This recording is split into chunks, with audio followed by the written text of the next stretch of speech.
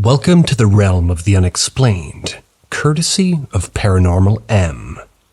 Subscribe and turn on notifications to join us as we venture into the mysterious and the bizarre.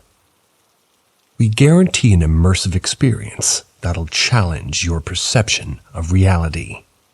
Old people's home turned haunted house. I moved into a house with my boyfriend and 3 other people, and for 2 weeks it was just my boyfriend and I. I've lived in quite a few houses in multiple countries, so I know what new house noises sound like, even though I've always kind of believed in ghosts.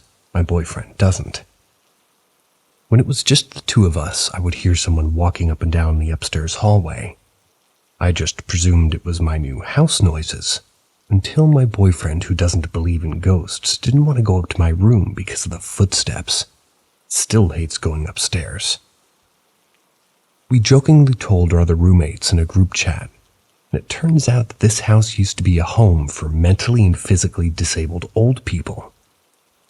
So good chance that somebody would just drop one day.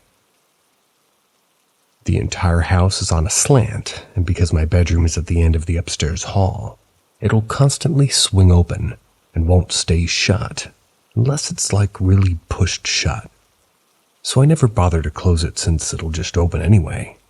But I noticed that it started closing on its own, which is weird because the slant of the house has a door sort of permanently open unless I slam it shut closed, which I never do. I can hear footsteps go to my room, and then I go up and the doors push shut. After everybody moved in, my roommate and I were both stood at the bottom of the stairs talking when we heard someone running down the stairs. But when the noise got to the bottom, there was no one there. Another night everybody was passed out and my roommate heard footsteps going to the bathroom. Pretty normal. But then she saw the lights turn on and off. Then no footsteps leaving. More recently I was going up to bed well after everybody else was asleep, and a door to the storage closet was opening and closing. It squeaks when it moves. This is while I was walking up the stairs. When I got to the top, it stopped, shut itself, and then as soon as I rounded the corner into my room, it was opening and closing every once in a while for hours, which it shouldn't be doing. When you think about the way the house slants, it should stay shut. It has to be held open while we want it open. And the weirdest part of it all is this. It all started happening when we covered this creepy photo of Jesus that stares into your soul when you eat at the kitchen counter. Like, I have nothing against Jesus, but goddamn, that photo was creepy. I just wanted to eat without getting judged by the big man himself. My roommate and I have a rule not to touch the photo. My boyfriend still hates it upstairs, because he doesn't want to believe in ghosts, and it makes him uneasy when he's up there.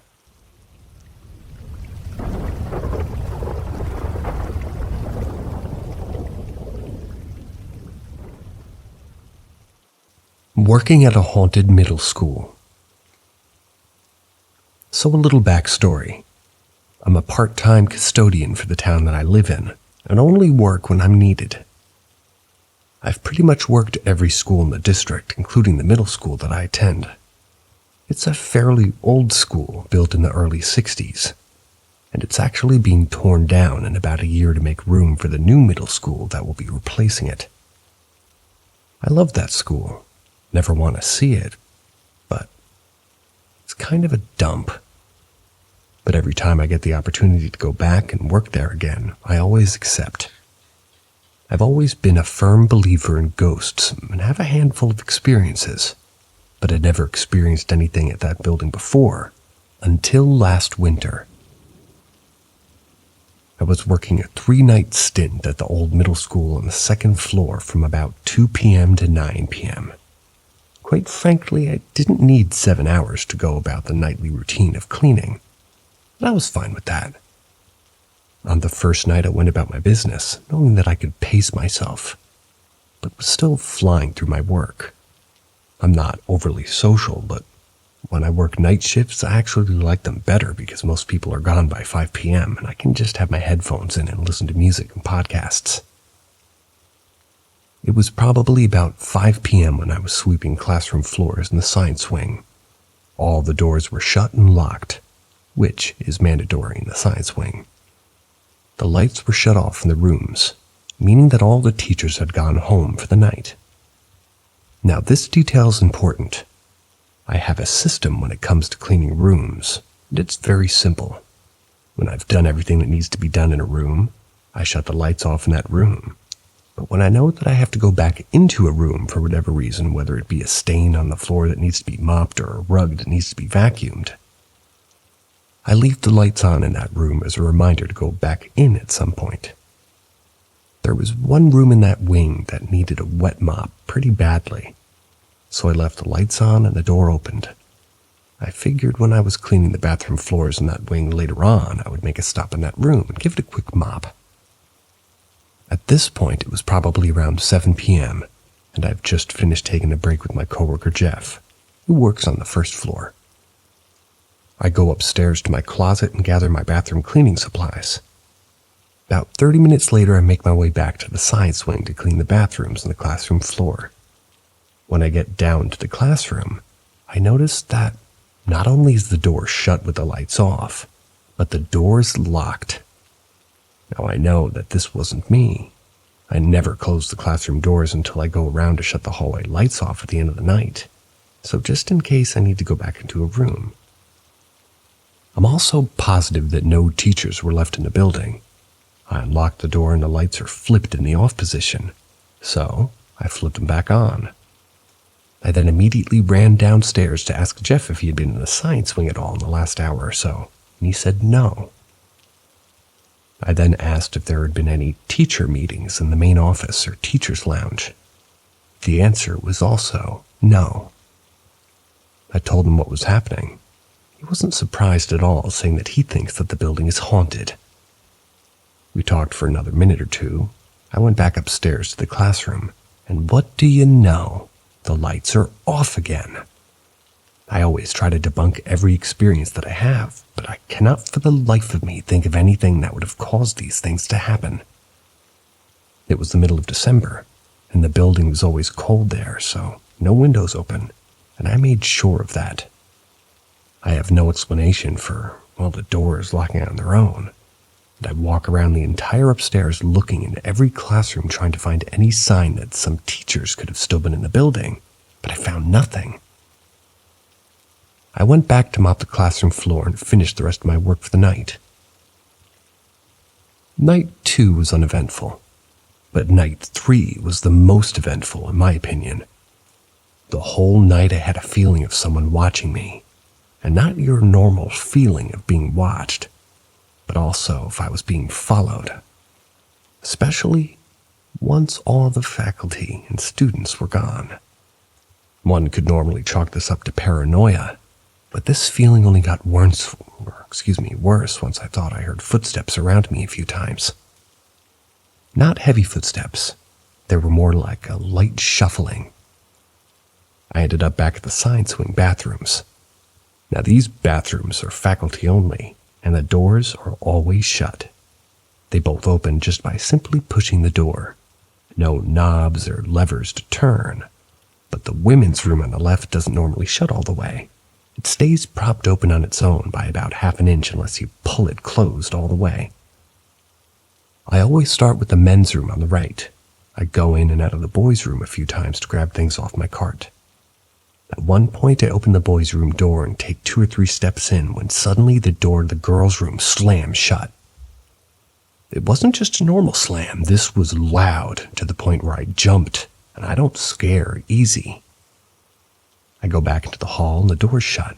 I open the door to the girls' room, certain that nobody's actually in there, but just to be safe, I do my normal, "Hello? Anyone in there?" Custodial needs to come in. With the door just cracked open and no response.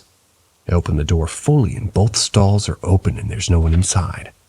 I lean back into the hallway and shout for Jeff, thinking he somehow pulled a prank on me, slamming the door, then running away into a nearby classroom. But then it occurred to me, these bathrooms are pretty far removed from any classrooms in both directions. If it was Jeff or a kid playing a prank, I would have seen them, A few seconds after shouting for whoever may have been listening, I swear I heard faint whispers. The problem was I couldn't tell what direction they came from. It was like they were all around me. I asked them to speak up and they suddenly went silent.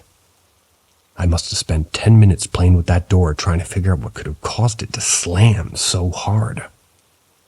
There's no windows that could have blown it shut, and the only vent in the room is on the other side of the room. It does not blow hard enough to move the door with that kind of force, if at all. So I quickly finished my work in the bathrooms, swept the hallway floor so I could finish up for the night. Once I was finished, I took one final walk around to shut off any classroom lights and lock any doors that may have been left on or open, as well as shut off the hallway lights. While doing this, I made sure that I didn't have my headphones in. If something wanted to get my attention, I was going to make sure that they got it. Nothing happened while I made my final rounds upstairs, so I went downstairs to find Jeff. I asked him about the bathroom doors slamming, and where he was around that time. He told me he was in the 6th grade classrooms by the kitchen, which is on the 1st floor and on the opposite side of the building.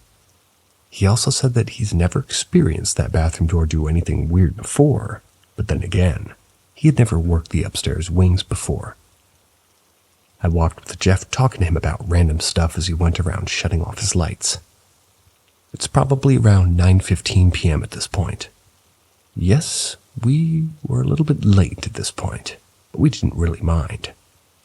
As we made our way down near the music wing, something urged me to look back down the hall from which we came, so I did just that. I turned to look, and I still get chills and a smile like a madman when I think about what I saw. I saw a dark gray transparent figure shaped like a person walking from left to right down the hall toward the gym. I immediately started running down the hall to try to see it again, but played it off to Jeff like I thought I saw a real person, was going to direct them out of the building, but I know what I saw. There were no people in the building. There were no basketball practices, no extracurriculars going that late. There should have been absolutely no one else in the building at all. I turn the corner and I don't see anyone. I check all the bathrooms and there's no one. I checked further down the hall around the corner and there was also no one. I looked outside to the front plaza. There wasn't a soul. No people, no cars, nothing. At this point, I honestly got teary-eyed, but not because I was upset or scared, but because I was happy. To that point in my life, those are the most intense experiences I've ever had. I firmly believe that someone was trying to contact me over those 3 days. Jeff and I finished up and went home. I've since been back to that school a handful of times, but unfortunately, I've not had any true great experiences like I did those 3 nights, other than the shadows that we all sometimes see in the corners of our eyes. But who really knows for sure if those are spirits? There was nothing like the walking figure that I saw, so I chalked them up to my mind playing tricks on me, but like I said, who can be sure? The woman who normally works the upstairs wings of that school doesn't believe my stories. She's worked there for 11 years, says that she's never experienced anything in the building before, but she's also one of the most closed-minded people I've ever met. She doesn't believe in ghosts and won't even ponder the idea of aliens or life outside our planet. She says that I only saw what I wanted to see and experienced what I wanted to experience, but quite frankly, I think that's bullshit. My theory is that since I was clearly interested in what the spirit or spirits were doing, given that I would spend significant amounts of time trying to debunk my experiences, they tried to keep my attention almost like they were starved for attention altogether. I also think it's possible that since I was in middle school, the spirits or spirits may be that of middle school-aged kids. They were doing juvenile things just to mess with me, like shutting me out of the rooms and scaring me by slamming the door. And then when I called for the voices I was hearing, and they would just go silent like students sometimes do when they get yelled at for talking during a test. It's all theory, but I think those ideas make sense, and I hope that they make sense to whoever may be reading this. Sorta. I know these aren't the scariest encounters, but they are very near and dear to me. Like I said, I've always believed in ghosts, and have had some smaller encounters with what I believe were ghosts before, but up to that point in my life, they were the most intense encounters I've ever had. I've had some more encounters recently, some at another school that I believe is haunted. I may post them here at some point, but for now, I'll leave it here. I hope some people took the time to read this and enjoyed it. It would mean the world to me if you did, and if some of you did enjoy reading it, then I'll try to write out some more for some of my other more recent encounters. Also, if you've had any similar experiences, I would love to hear them, so feel free to leave comments with similar encounters.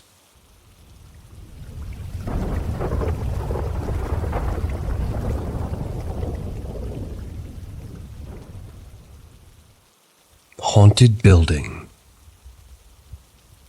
I'm a manager working in an older building with quirks. Some of my team members believe the building is haunted. And whenever something unexplained occurs, we tongue-in-cheek blame the ghost. We have a loose policy that no one is to be in the building alone. But there's no repercussions for breaking it. So management sometimes stays late to help with labor costs, or the closer calls out. Or I'm not going to make a kid who has an exam in the morning stick around while I wrap up the paperwork. We also have a motion-activated alarm system, and when there's only one person in the building, it sometimes spits out a motion-detected error when that person tries to set the alarm. It starts at the back door, but with each code entry, it detects motion in a different location. When it happened to me, I went through the building to make sure it was unoccupied. And when I stopped to get a drink on the way out, I caught a glimpse of a shadow squirming up toward the ceiling to hide on top of the soda machine. At least, it sort of looked that way. I chalked it up to headlights from a vehicle passing by. We're on the main street after all. Still, I locked up quickly and bolted for my car. A few months down the road, I get a call from a new manager, and she says, "The alarm won't set." I ask her to put in the code and tell me what the screen says. And sure enough, motion detected, back door. She goes back to lock it, thinks maybe she saw someone in one of the cameras. Go back up in front, and thankfully, the alarm sets and she leaves. A few days later, on a whim, I checked the cameras myself. I don't see a person, but during the phone call, one of the cameras near the alarm rapidly fogs up and then clears.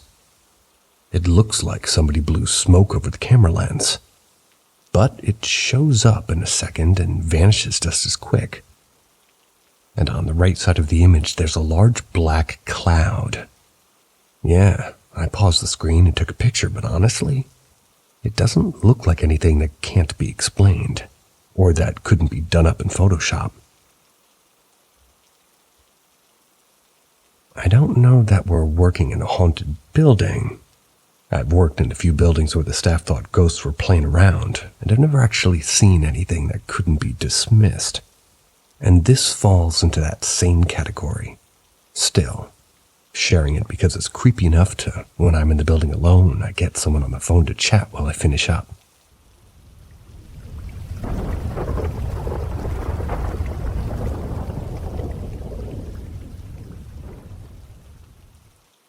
Ask Reddit. My then girlfriend was adamant her house was haunted by her past life lover. She was big on Anne Rice, so I never took it too seriously and was quick to dismiss her stories with casual explanations. One day her parents were out. We were dining with her kid's sister, just the three of us. Suddenly, a loud bang in the wall directly behind me. That wall led to a room in her house. Another bang, and another. The sound was moving along the wall. Then the sound of stuff breaking. I walked to the room quick. The room was torn apart. stuff all over the place. And as I turned on more lights, I noticed the path of destruction continued along the hall, leading to another room. The kid's sister had my leg in a vice grip. "Don't go," she cried. My girlfriend was pulling my arm. I've been through a lot in my life, including waking up without a limb with no recollection of what happened. To this day, I don't think I was ever scared as that day, both of them crying for me not to go. I had to. I just had to. I literally dragged my leg across the hall until eventually the kid let go and joined her sister. My legs were trembling as I was gathering my guts to turn the light on in the room, and when I did, her cat was there, with a bag on her head. No one remembered that they had a cat in the heat of the moment, but I was always so full of myself, full of my clinical and logical thinking. It went to show that when shit hits the fan, sometimes you just react. You get so pulled by all the ambience that you just forget to apply logic to the whole thing. For a few minutes there, I believed I was about to see a ghost.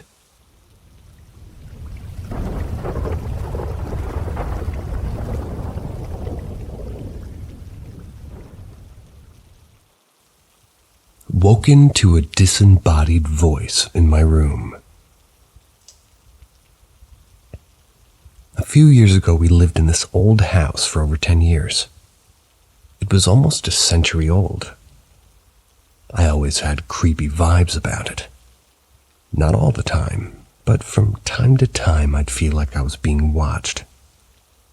My young daughter at the time started having night terrors. She seemed to be experiencing some anxiety as well, and didn't like the closet in her room as it had attic access.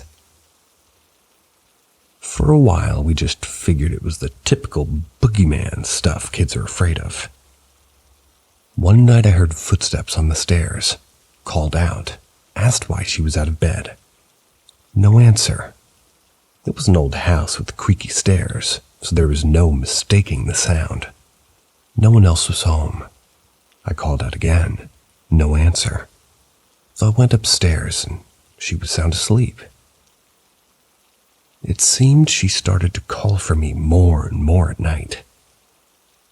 At that time, I was experiencing mobility issues, so I actually ended up buying a small TV for my bedroom upstairs. I would just retire there for the evening to be closer to her and save me the multiple trips up the stairs. I'm not particularly afraid of ghosts, but I know how scary it must have been for a little kid, though most of what would scare her at the time seemed explainable. Then one night, lying in bed and trying to fall asleep, I caught a glimpse of my bedroom door open about 12 inches. It freaked me out, but as you do, you talk yourself out of these things and begin to wonder if it's all just, your eyes playing tricks on you. Until one night, I was awoken by what I thought was my husband sitting down in bed right next to me. He'd been out with friends, and I thought he was leaning in to give me a kiss goodnight as I sensed the approach to my face, but I heard the most frightening whisper I've ever heard. "Get out!" There was no mistaking. It wasn't my husband. I sprung up and there was no one there. My husband wasn't even home yet. After quite some time, I finally fell asleep with the lights on and the door closed shut. I haven't told many that story, but it was my experience. I had a friend that had psychic abilities her whole life, but was just learning to accept and utilize them. One day after my youngest, about 2 at the time, started telling me about a little boy she was playing with that Mommy couldn't see. I finally asked my friend if I should be afraid of what was going on in my home. She told me that she sensed 3 people. A tall, thin, dark-skinned male with a top hat and Victorian-type garb. An equally slender, light-skinned woman in a long dress, also seemingly Victorian. And a little boy with dark brown locks, wearing overalls that seemed to be about 3 to 4 years of age. She said she didn't sense that they were a danger, but attached to the land and not the house. Which made sense since we were one of the only 3 owners and the house didn't date to Victorian times. It especially freaked me out since upon trying to get some details about the little boy, my daughter did say that he had brown hair, curly like hers, and was little like her. I was flabbergasted. I did a sage cleanse and one day spoke them aloud and simply asked the spirits to leave, to go to the light if they saw it, and that they were upsetting my family. I expressed that it was my home and they were no longer welcome there. Not long after, there were no more weird happenings and my youngest wondered where her friend went.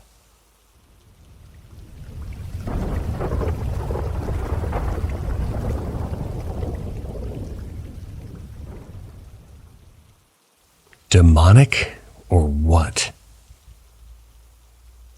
This happened about a year ago, and it absolutely terrified me. Before I get into this, I'll give some insight. I'm a Wiccan and have Native American and Norse ancestors, and have always been able to sense spirits, and could see them when I was younger. My fiancé, we'll call him M. He's like me, but he can still see spirits. We have 2 young kids, the oldest, A, from his first marriage, and the youngest, D, from my previous relationship. So in July of 2022, me and my fiancé had went to pick up D, who was 10 months at the time, from his dad. We had A with us because he was spending the week with us. This is important. On our way back from picking D up, we decided to take a scenic route because, why not? Well, about 45 minutes in, we came into this small town. And when I say small, I mean like maybe 100 people lived there. We were coming up past an old abandoned school where there was a really sharp turn, maybe a quarter of a mile up. It was nice enough out, and we had our windows down, and as soon as we got past the school, M started rolling up the windows and driving a bit faster, but didn't say anything. When I went to ask him why he was rolling up the windows, he didn't say anything and just pointed for me to look out the side mirror. When I looked, I saw a large black figure chasing us.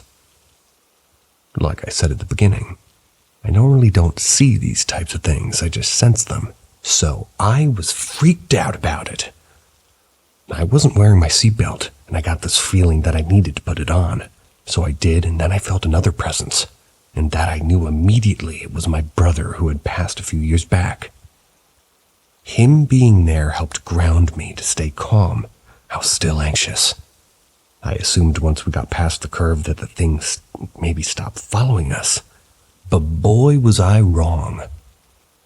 It continued to follow us for about another 20 miles until we both saw a white orb shoot across the road at it, and it looked like it tackled it to the ground. When we were probably about 15 minutes from our house, A, out of nowhere, just said that he was scared because something had been chasing us, but it had just disappeared. Neither M nor I said anything out loud about it either. It was definitely one of my most terrifying experiences with the paranormal, but I'm still unsure as to what it was, since, it was able to follow as far as it did. If anyone has any idea on what it could have been, or maybe a reason it followed us for so long, I definitely appreciate it.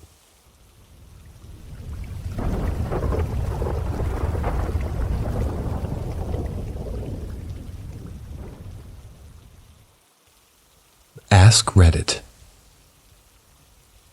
For those interested, here's my story. My girlfriend and I went on a 14-mile backpacking trip to a beautiful and remote mountain lake. We arrived to the site at sunset and rapidly set up our camp. We were exhausted, but everything was good. First night sleeping there, nothing unordinary. The second night, however, the That's what they wrote. Don't yell at me. Let me tell you guys about the second night. My girl and I had settled, and our tent was there for the night. We had a lantern hanging up inside the tent for light. We were just chilling and talking. Suddenly, we hear distinct bipedal footsteps approach the tent. Whatever, I mean, other people do hike, but so whatever. It's not too strange, I guess. We were a little weirded out, but we didn't bother looking out at that point just yet. Then it gets freaky, and it continues walking right up to the tent. And this time we're like, okay, what the fuck? Then we pause, then go silent. We're just listening. A short time passes, we forget about it. Now once more we hear footsteps approaching, but this time they're much faster. Sounds like it's running to the tent. I had a rifle, so I grabbed it and got it ready. My girl had a knife. We no shit braced for whoever this thing was. We did not feel like it was an animal. Keep that in mind. But, as you all probably guessed, nothing happened. It ran at the tent. The sound vanished. We got out because we were done being fucked with, and were ready to fight if need be. We look around with flashlights and nothing. No sign of anything or anyone. It was the most raw adrenaline rush I've ever gotten while camping or hiking. Still freaks us out to this day when we talk about it.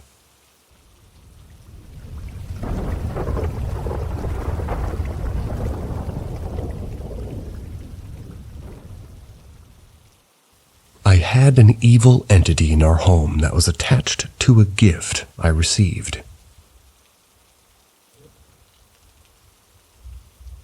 When I started dating my wife, I was 15. Her stepdad gave me this rock that had a dragon carved into it. It was cool, actually, and it was heavy. I took it home and placed it on my room inside my entertainment center. As time went by, it became difficult to get a good night's sleep. I would wake up constantly having trouble getting back to sleep. During the same time, I would have increasingly suicidal thoughts. I started withdrawing myself from my family. One day I was watching my small nephew, and I was sitting outside on the phone. I was peering through the window to keep an eye on my nephew who was sleeping on the couch. This is when all of a sudden a small dark shadow about 4 feet tall went from one room into my room. I immediately got chills. I was afraid to go back inside. Another time I was sleeping in my room and I woke up to this, I guess a shadow was standing over me.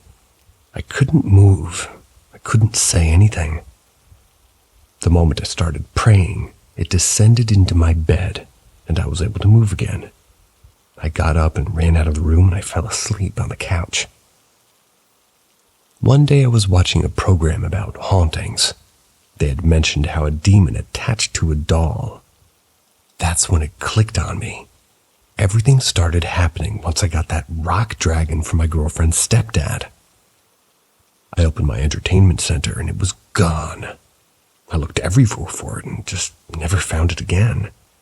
But since it disappeared, everything stopped. I was myself again, and no more shadow people or night terrors.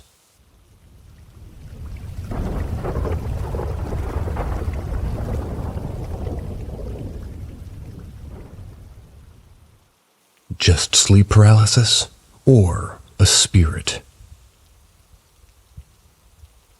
So I've been having quite a few nights where I'll wake up in a panic with my whole body buzzing in a super loud static noise.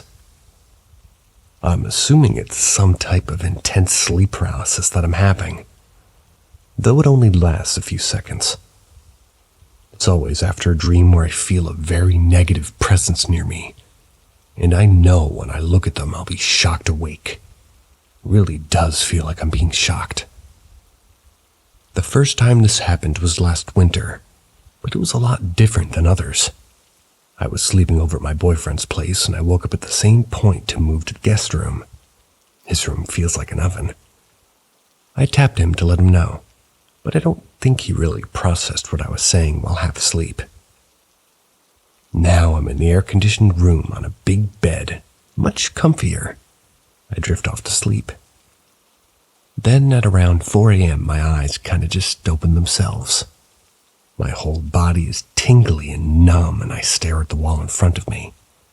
I hear the door behind me squeak open, a very loud, creaky door in dire need of some WD-40. Then close again.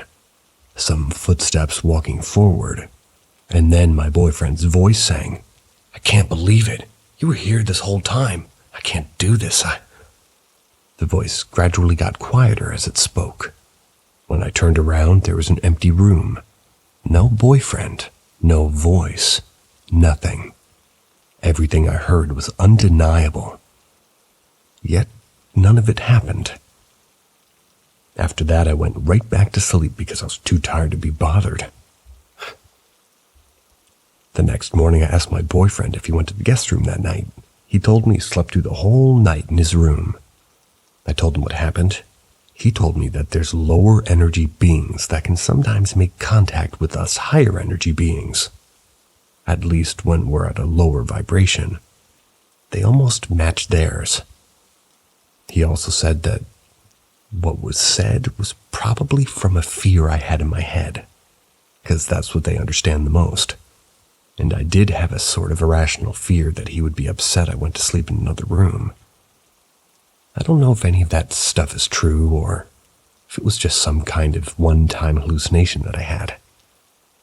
I also didn't feel any real fear that night, and the presence I felt wasn't negative.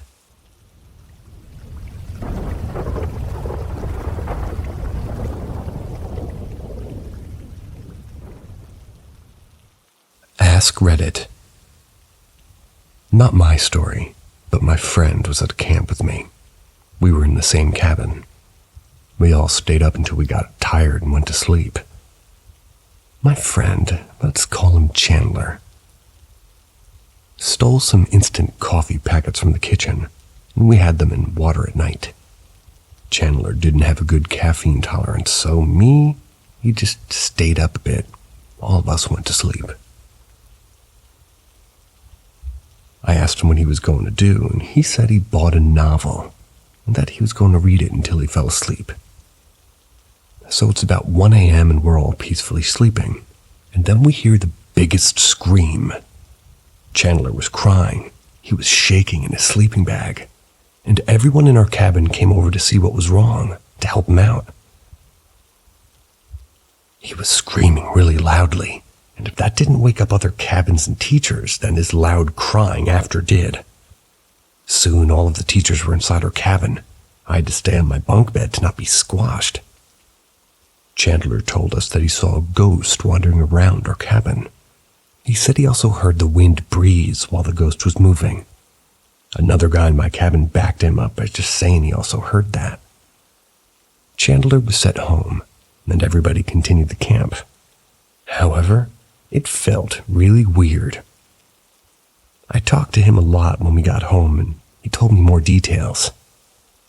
I find it really weird because Chandler's the most honest guy I know, and he seemed really traumatized. I was considering if it was the effect of the coffee, but the night before he had it as well, and didn't see or didn't have hallucinations. Plus, he was a regular drinker and he loved the taste even though it made him stay up. This story shakes me to this day.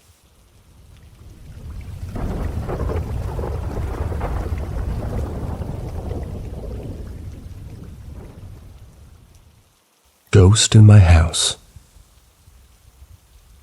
I live with my sister, her husband, and 2 kids. The 2 kids are 1 and 2, so you have to be very quiet when they're sleeping. I was working night shift for a while, and at about 2 or 3 I'd come home for lunch. One night I had come home, I'm about to leave, everyone's asleep. I'm in the kitchen smoking, and like completely hacking up a lung, and I hear a voice clear as day whisper, "Shut up!" It was back to back about 3 times. "Shut up, shut up, shut up." It was a man's voice, so I assumed it was my brother-in-law telling me I needed to be quiet. And since I was about to leave anyways, I just got my stuff and left. I did note that when it happened, I was surprised. I was especially surprised that I couldn't hear his door open, as it's usually pretty loud. I asked him about it the next day, and he had no idea what I was talking about. I could tell he was serious and not messing with me. A few days later, in the middle of the night, I heard a crash in the living room from my bedroom. I see a painting has fallen off the wall and landed about 6+ feet away from where it was hung. Also, one of the owners of the house died in the living room. He was an old man, and to be honest, I think he sleeps in the recliner and wants me to shut up at night. I'm an extremely paranoid person who gets creeped out really easily. Didn't feel at all scared. I don't think he's mean or anything. I think he's just old and cranky and is like, can't even get some goddamn sleep when I'm dead.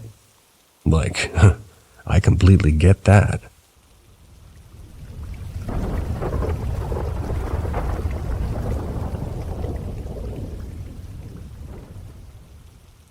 Appalachia haunting and pets are noticing. What do I do? I've been visiting my grandpa in Virginia to care for him. I grew up going to this house every month for my childhood. It's in Ivanhoe, Virginia, in Appalachia. It's an abandoned mining town, and growing up in this house built in 1853, I've always noticed things that were out of the ordinary. For example, the room I'd always stay in faced the front porch, windows, and it had rocking chairs. One night I woke up to use the restroom. I looked out the window. I saw a black shadow figure sitting in the rocking chair. It was rocking back and forth with long, flowy hair. I heard a woman's humming. I ran back under the covers and wrapped my head in blankets, along with my toes, until I could sleep. This wasn't the first time I've noticed that figure. Flashed to other memories, and, there would be times in my sleep I'd try to sleep, and I'd hear the floors creak. Sounded as if it was coming closer, and that's when all 9 of my grandfather's dogs started howling and barking. The creaking stopped. Then I heard a breath, a sigh, and the footsteps continued to walk, but this time walking away. This was all before I was 15. When I was 15, 21 now, by the way, I had a nightmare of the house burning down. And as I ran from the house, I could look back and see the shadow hovering over the fire. I woke up in a cold sweat and set the cot in my grandpa's room. At 17 years old, I went to stay for Christmas with my mom. As we woke up, we shared the same bed. My mother went to the bathroom. It has a window overlooking into the Appalachian Mountains, and told me she was humming. Or rather, she heard humming coming from outside the window. Suddenly, the bedroom door shut. Then she told me about dreams of the house burning. This was the last instant until I went to care more recently for my grandfather with dementia and Alzheimer's. He wakes up at around 4 a.m. Sometimes I have to kind of get him to go back to sleep. A week into the first time I cared for him, he woke up around 4 and sat in a rocking chair on the porch. I woke to the sensor lights beaming into my room. So I knew how to get him, and this time, he'd been talking to the empty rocking chair, having a full-blown conversation about how the Confederate flag is mistaken for Southern pride. I grabbed his hand, helped him up, and when a woman's voice, she angrily said, what sounded like to be an inch behind me, "Let him stay, it's cold." There was nobody. Then the dogs all started howling again. I need to return soon to care for him. What am I dealing with here? What did I bring next time? Is this danger? What kind of thing am I experiencing? Other than the narrator's strange, angry woman voice.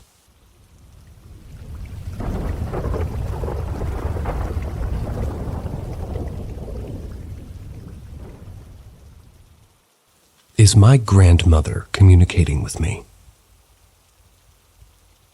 First and foremost, I am a believer in most things paranormal and have been for years.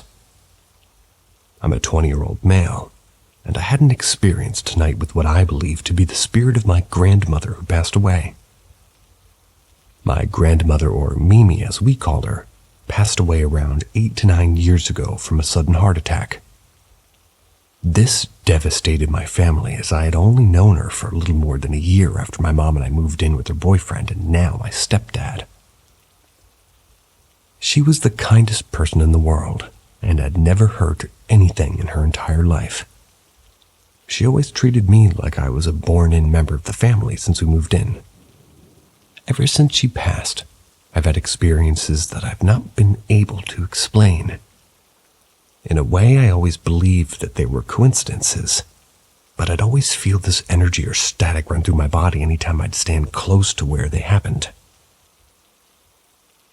I've experienced things on 2 separate occasions. Once when I was a freshman in high school. To break it down into a compact story, I was laying in bed at around 10:45 p.m. Yep, I remember the time. I felt a little depression form in my bed as if somebody was sitting next to me on the edge of my bed. Soon after, scratching and knocking began to happen on the wall behind the headboard. This moment terrified me and I began to pray and tell whatever was causing this to stop. It only made the situation escalate. My bed began to feel like it was shaking and it abruptly stopped. While this happened a long time ago, I had another experience today that I cannot explain.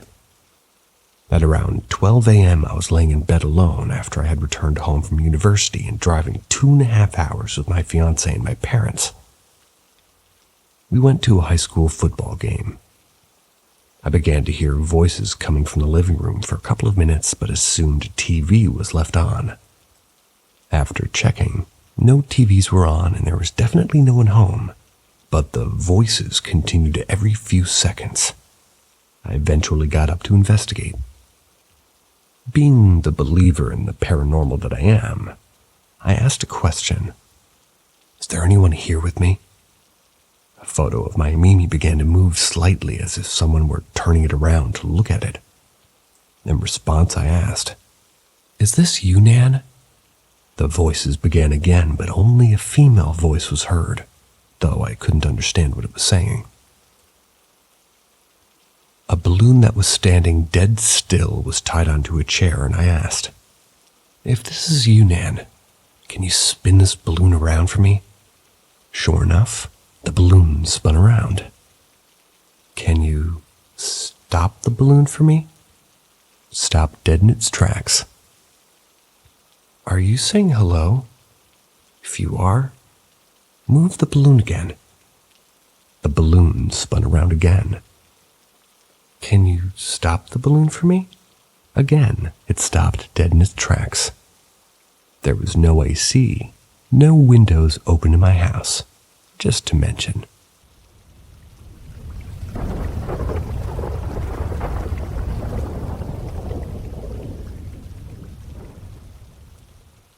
The Man in the Fedora Hat for Ghost Skeptics.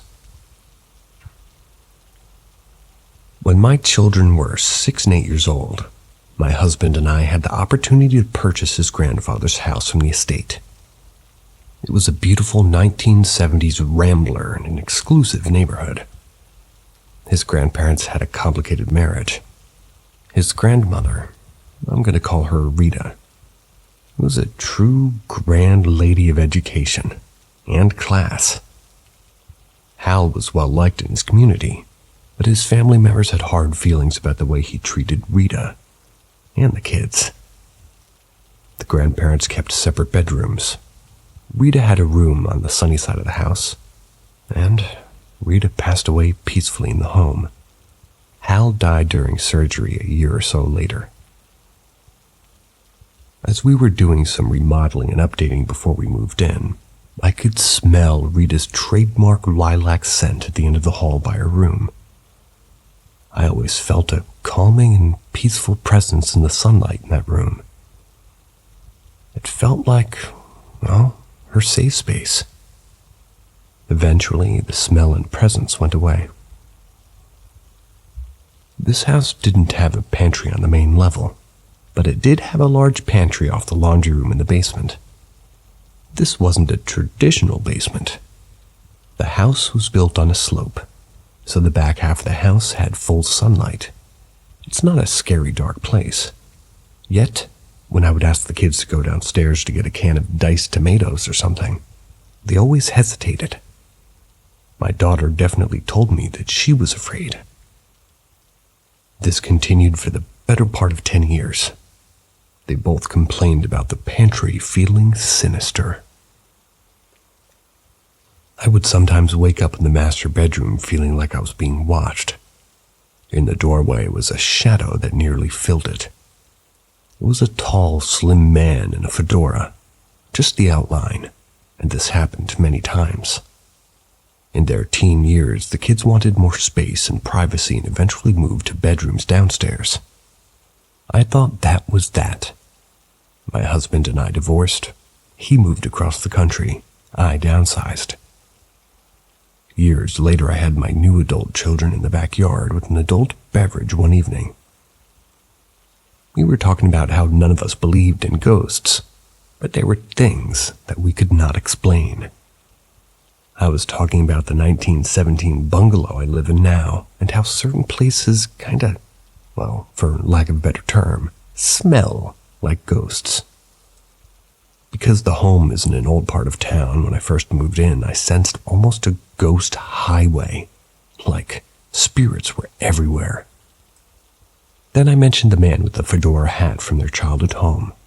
Their eyes got big. Both kids had experienced the man in the fedora in the exact same way. Waking up feeling watched to see a tall, slim shadow in the doorway with a fedora hat. We still do not know how to reconcile that with our skepticism.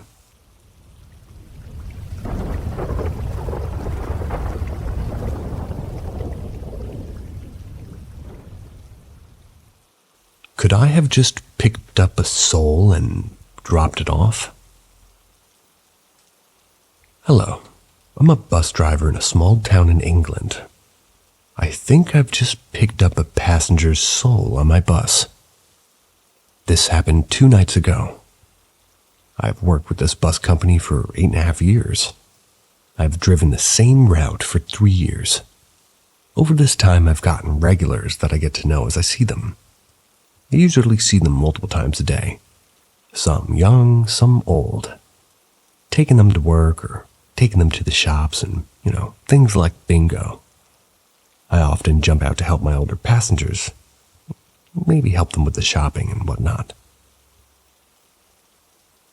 I've had passenger that I've taken for a full 3 years that I've done this route. Let's call her Jane. Jane is an elderly lady who suffers from dementia. She was well functioning for the last 2.5 years. Sometimes a little confused, but I was always patient. Helped her however she needed.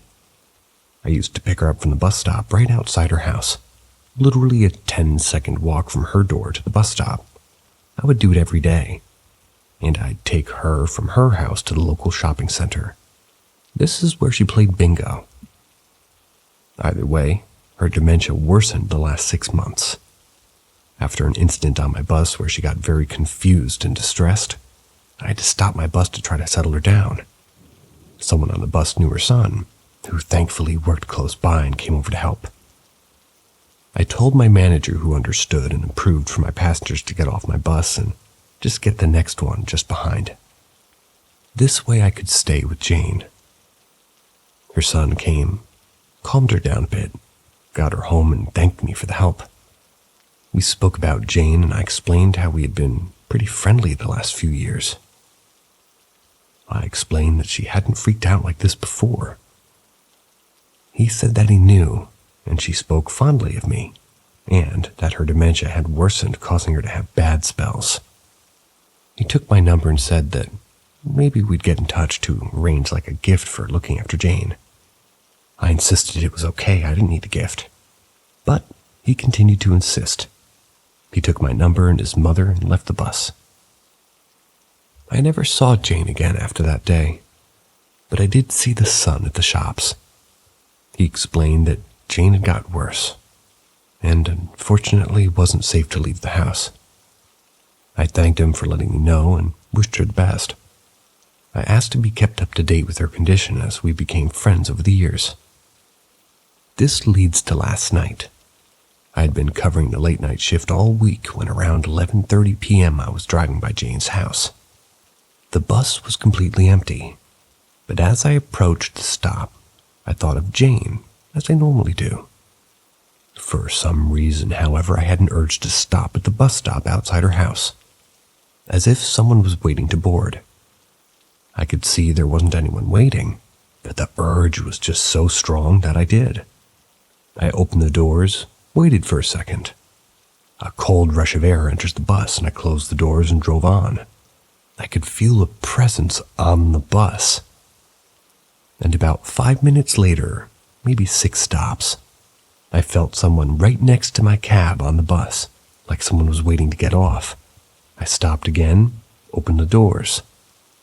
I felt the presence leave, and I again continued on, although a bit confused. I fully believe in the paranormal, so when I get a call this morning from Jane's son to tell me that she passed away 2 nights ago in her home around 11 p.m., I broke down. I'd forgotten about the strange feeling I had that night with the presence on my bus until the funeral. I took the day off and attended the funeral for Jane. I did that before going back to the son's house for the wake. The son's house was like a 30-second stop, or rather 30 seconds from the stop I had to let the presence off at. I don't know if this is crazy, and maybe I'm just being stupid, but I think I picked up a presence from right outside Jane's house 30 minutes after she passed. Dropped it off at her son's house.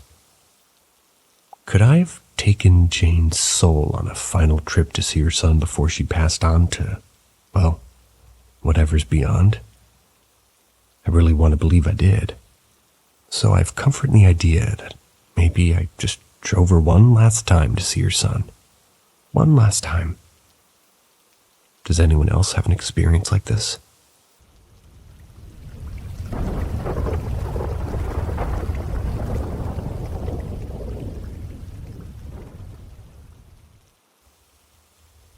I hear breathing from my window at night.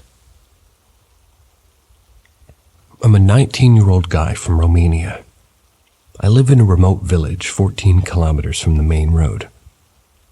My village is surrounded on one side by a big pine forest. Since I was a boy, I always felt uneasy around that forest.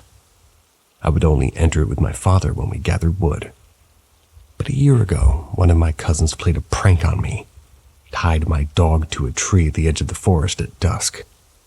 When I saw my dog missing, I went and started searching for him. I started to hear his barks and whimpers at the edge of the forest. I rushed to him and cut him loose.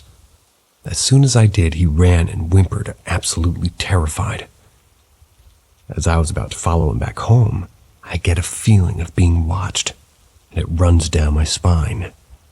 I try not to give in to it, and as I turn around and walk back home, I just went normally.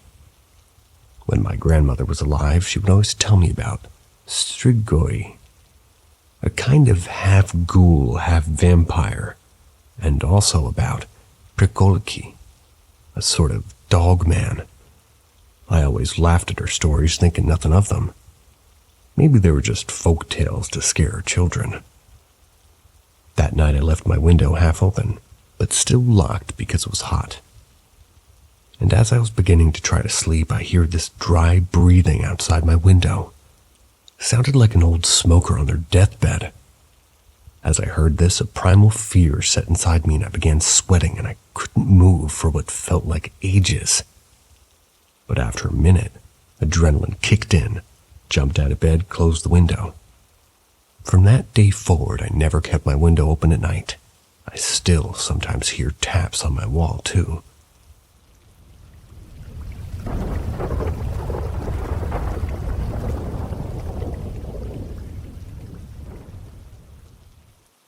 A reassuring visit from a ghostly in-law. My now husband and I have been quote-unquote dating for several months when this happened. Typically, I'd leave work on Friday afternoon, drive to Vegas from Orange County, California, spend the weekend with him, then drive back home late Sunday evening.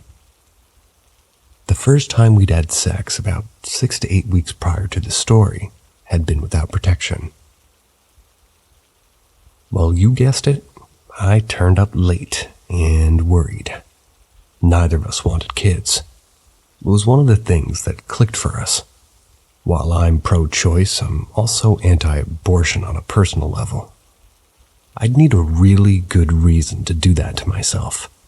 And I didn't feel like we just don't want kids was a good enough reason to even think about an abortion. I fretted and I paced, thought about calling him and telling him, but that wasn't really a conversation I wanted to have on the phone. I put it off until the following weekend visit. Except he was in such a good mood. We were having such a good time. I never found the quote-unquote right opportunity to tell him. That Saturday we had sex again, and afterwards he had rolled over and gone to sleep. But sleep was just about the farthest thing from my mind. I was still fretting about the possible pregnancy, thinking that I had to tell him in the morning. I couldn't go another week not telling him. If this was going to drive me crazy, I wanted him along for the ride. So I was sitting on the edge of the bed, listening to him snore, hands clasped together between my knees, head bowed, not praying but close, trying to frame the conversation in my mind. I heard the bedroom door open. I looked up, and this little woman was she sort of stuck her head in the door. She smiled, opened the door wider. She walked into the room. She appeared to be about middle-aged, curly reddish hair, big friendly smile on her face, like it was perfectly normal to be coming into somebody's bedroom in the dead of the night. I was a bit taken aback. Who wouldn't be? I was unsure of what to say. Did his mom have a guest I didn't know about? This woman crossed the sort of space from the door to the bed and sat down next to me. I felt the bed depress. She wore a simple flower-patterned dress. I just stared at her for a moment, blinking. Was about to speak when she patted me on the knee. I felt it, as real as could be. She said, "Don't worry, dear. Everything will be okay." A few tears broke loose and I wiped them away. But when I looked back to her to ask her a question, she was gone. All of a sudden, the strangeness of the situation took hold and I sat up, blinking away tears, looking frantically around the room. What the actual? I expected to be confused and afraid, but instead I felt comforted. I felt better. 100,000 times better. My worry evaporated. I used the restroom, I used the computer for a few minutes. Then I went back to bed and was soon sleeping peacefully. In the morning, I was too bothered by the strange visit to tell Bill about the pregnancy thing. Nor did I tell him about the visit itself. But as he was walking, just sort of walking me to my car, I noticed somebody had put up pictures on the wall in the front hallway. One caught my eye. I backtracked to ask him who she was. That was my grandmother, the one I moved here to take care of. The one who had died 2 years before. When I got back home, I took a pregnancy test. I took it with my best friend there for moral support. It was negative. Woo! My husband and I were married for several years before I told him about the strange event of that night.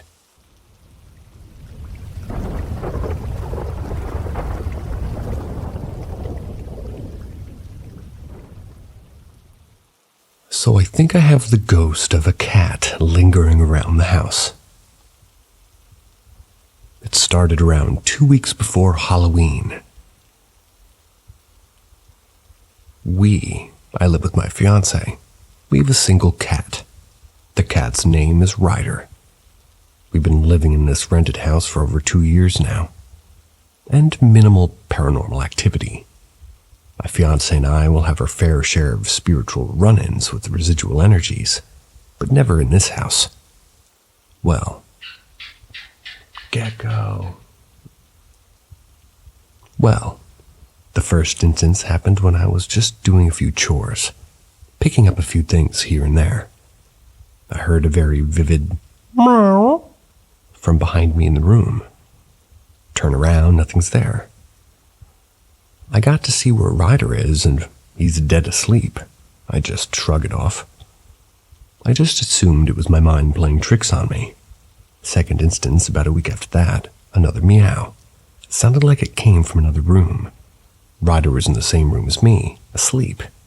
Okay, maybe it was a stray cat outside. Shrug it off. Either the next day or the day after, I'm in our gaming room just playing on my PC when I feel what I thought to be the tip of Ryder's tail brush against my calf. There's nothing there. The bugger's asleep like 3 feet away from me in his cat tower. At this point, I'm like, we have a friggin' ghost cat. And I tell my fiancé, well, they're always one to rationalize first before jumping to, oh my god, ghosties. So they pretty much just shrugged it off as, like an air pressure change or something. Maybe a stray cat was outside. Well, the following week they heard it, told me about it. I feel a bit relieved because now I know it's not just me. Fast forward to today, heard it again, just a single little mew. Fiancé wants to check the attic for cats. I know what I heard, I know what I feel. They heard it too. But yeah, babe, sure. Check the attic. The ghost cat activity always happens when our cat is asleep. So I jokingly came up with the conclusion that either Rydell astral projects in his sleep, or we have a ghost cat. Not really sure what to do about it. Well, really I'm not bothered by it and don't necessarily want to get rid of it. Mostly just wanted to share and see if there was anything I could do to make it more comfy.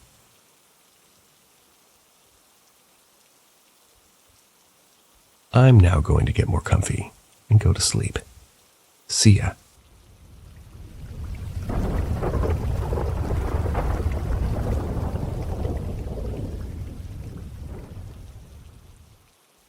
Dare to explore the paranormal with us at Paranormal M. Hit that subscribe button, drop a comment, turn on notifications, and stay informed about our latest eerie encounters.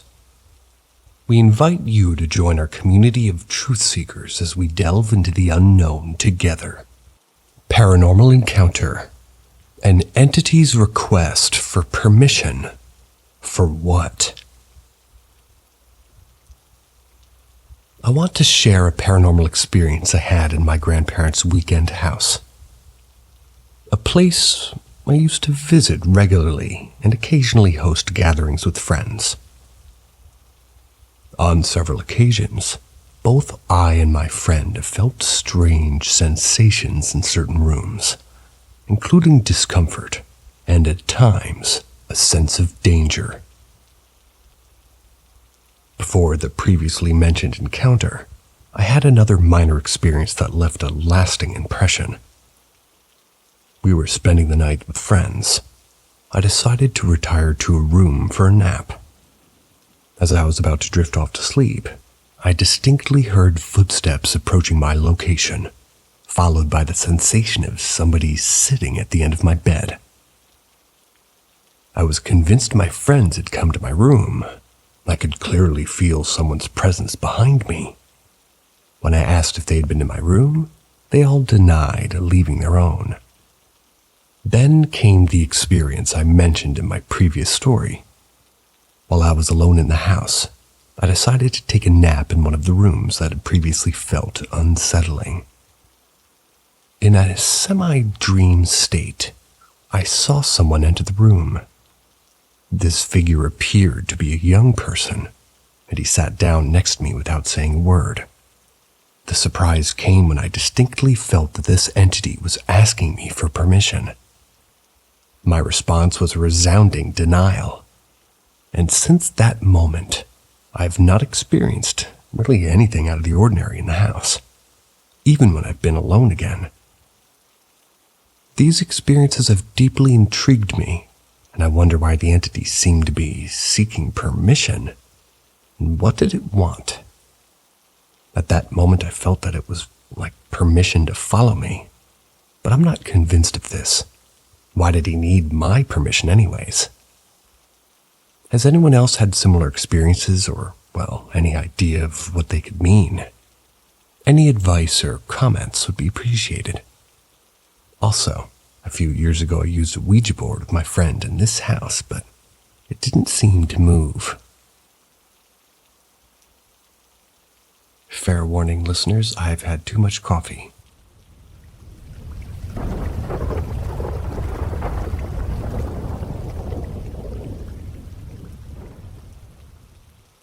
Dangerous and Unnatural Things. Los Padres National Forest, the 25th to the 26th, November 2022. Los Padres National Forest. It had been so close for so long, but we'd never been there for whatever reason. Well, now was the time. The week leading up to the big day was filled with activity, hiking, movie nights, and cookouts. It all started on Sunday the 20th. Seth, Jake, and I went on a late-night hike to the hills above Arroyo Verde Park. The night was a veil of the unknown. The loop took us up a strenuous hill flanked by tall, dry grass. At the top, we got a nice view of the city, and something foreboding got a nice view of us. The way back was easier, but the steep hills just betrayed our footing every other step. My shoes sent rocks flying like marbles in a Home Alone trap, and more than once I ended up sitting next to ants. When I reached flat land, we were greeted simultaneously by a chilly breeze and a chorus of low snarls flanking the path just beyond eyeshot. Initially, we dismissed the sounds as just some bobcats or coyotes, but we had actually stirred something from another place and time, and that something would come to find out had left the door open behind it. To celebrate, we had a carne asada in the backyard. We all went all out, and Jake grilled up some chicken, pork, and beef on the grill while I warmed up the large tortillas in a camping stove. On the side, we had salsa, sour cream, queso fresco, and it was hella good. The following night, Seth, Jake, and I took a trip to Scary Dairy for the first time. It was about a half-an-hour drive down there. On the dark roads, there were fewer and fewer cars until it was just us for miles. We made the initial turn to the entrance, but found it blocked. We debated whether to park here or to go inside, or if it would be safer to find a more discreet place to park before, making the trip on foot. We turned off the car and sat inside for a minute while deciding. We were observing the traffic, and possibility of being discovered was there. As the three of us sat in silence, peering out the windows into the darkness, we started to hear a humming. It was like a distant chorus of voices behind a church organ, but eerie and mournful like something out of an exorcism flick. "Do you guys hear that?" I asked. "Yeah, what is that?" Seth added. "Thought I was hearing things. Sounds like some kind of alien music," Jake commented. I leaned forward toward the windshield and squinted into the dense brush between us and Scary Dairy. Far off in the trees and vegetation, there was a loose circle of hooded figures carrying candles and lanterns. They slowly moved in unison through the forest as if gliding on the ground. Eventually, they faded out of view in the shadows, and only specks of light remained, until those too faded. At that point, we knew we had to uncover the mystery of Scary Dairy. We decided to find a place to stash the car and make our way over by foot. The nearby housing tract was still mostly under construction. We found an open section of curb there, parked the car, before making our way over alongside the houses in various states of production. About halfway there, the area became less and less developed. Streetlights became sparse and then non-existent, and the occasional uninhabited house gave way to rows of empty dwellings. That's where we heard it.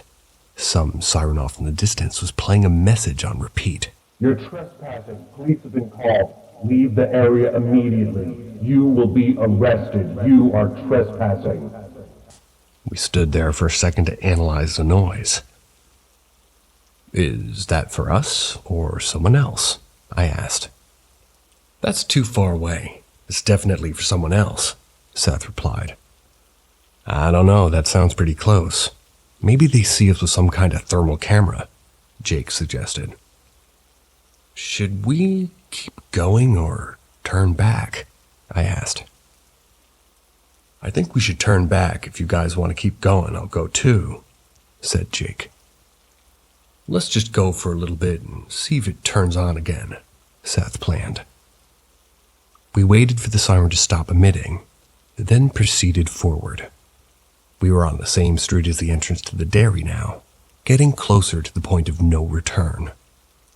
We waited for a clear break when no cars are coming, then crossed the street toward the entrance. On this side of the street, there were no sidewalks. We were in a sort of ditch filled with weeds. We heard the siren again, only this time louder and clearer. You are trespassing. Police have been called. Leave the area immediately. You will be arrested. This time we decided to play it safe and head back. It wouldn't be our only chance to see the dairy and uncover the mystery. That night we had another huge barbecue in the backyard.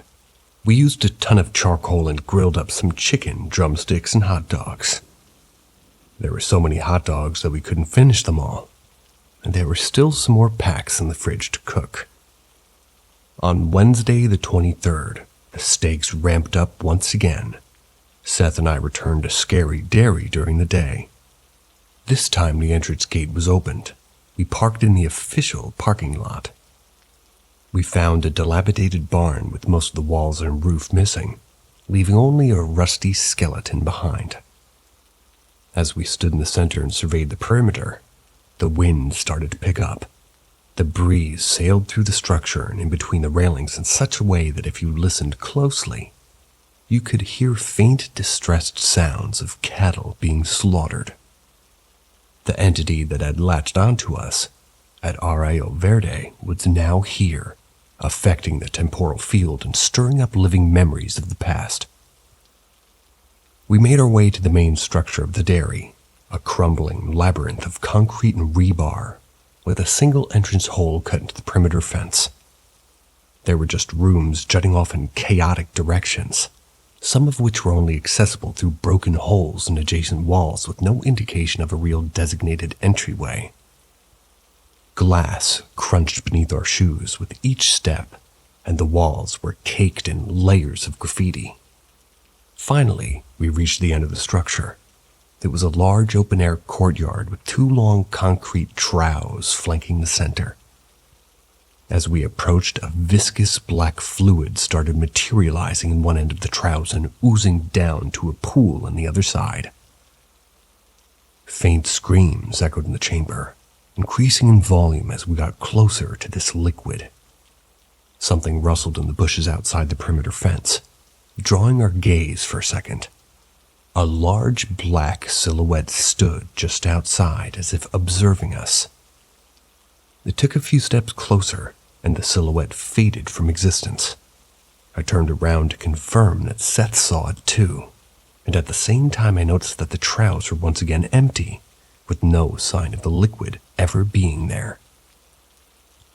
After snapping sufficient pictures, we decided to head out. We knew that the answers couldn't be fully uncovered until we had a proper investigation at night. That Friday, the day of Los Padres had finally arrived. We packed the tent, the chairs, and the cooler. Since we'd been barbecuing so much, I rummaged through the fridge to find something easy to cook on a campfire. I found a rolled-up half-pack of jumbo hot dogs, tossed it into the cooler with drinks. I was bringing the blanket that I had been using that week out to the car. That's when I was stopped by Seth. "Don't bring that. We already brought a sleeping bag for you," Seth mentioned to go back inside. "You did? Is it gonna be warm enough?" "Yeah, it's brand new. We just got it for you." "If you say so." Nick, Seth, and I headed over together, and Gavin was going to meet us there. When we got there, the three of us immediately started setting up a tent. Not wanting to lose sunlight, we set off our first hike before Gavin arrived. The trail took us under a bridge, up rocky hills, across streams atop wobbly logs, and over large boulders. At one point, we saw a crudely constructed shelter made of sticks assembled in a cone shape, with a low-hanging sturdy branch for support. "What kind of creatures do you think lives here?" I asked the others. "Probably some type of witch or something," Seth replied. "We should come here at night and catch it." "That would not be a good idea," Nick replied hesitantly.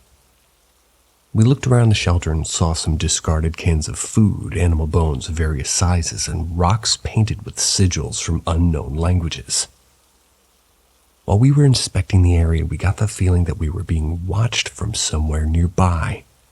We didn't stay too long.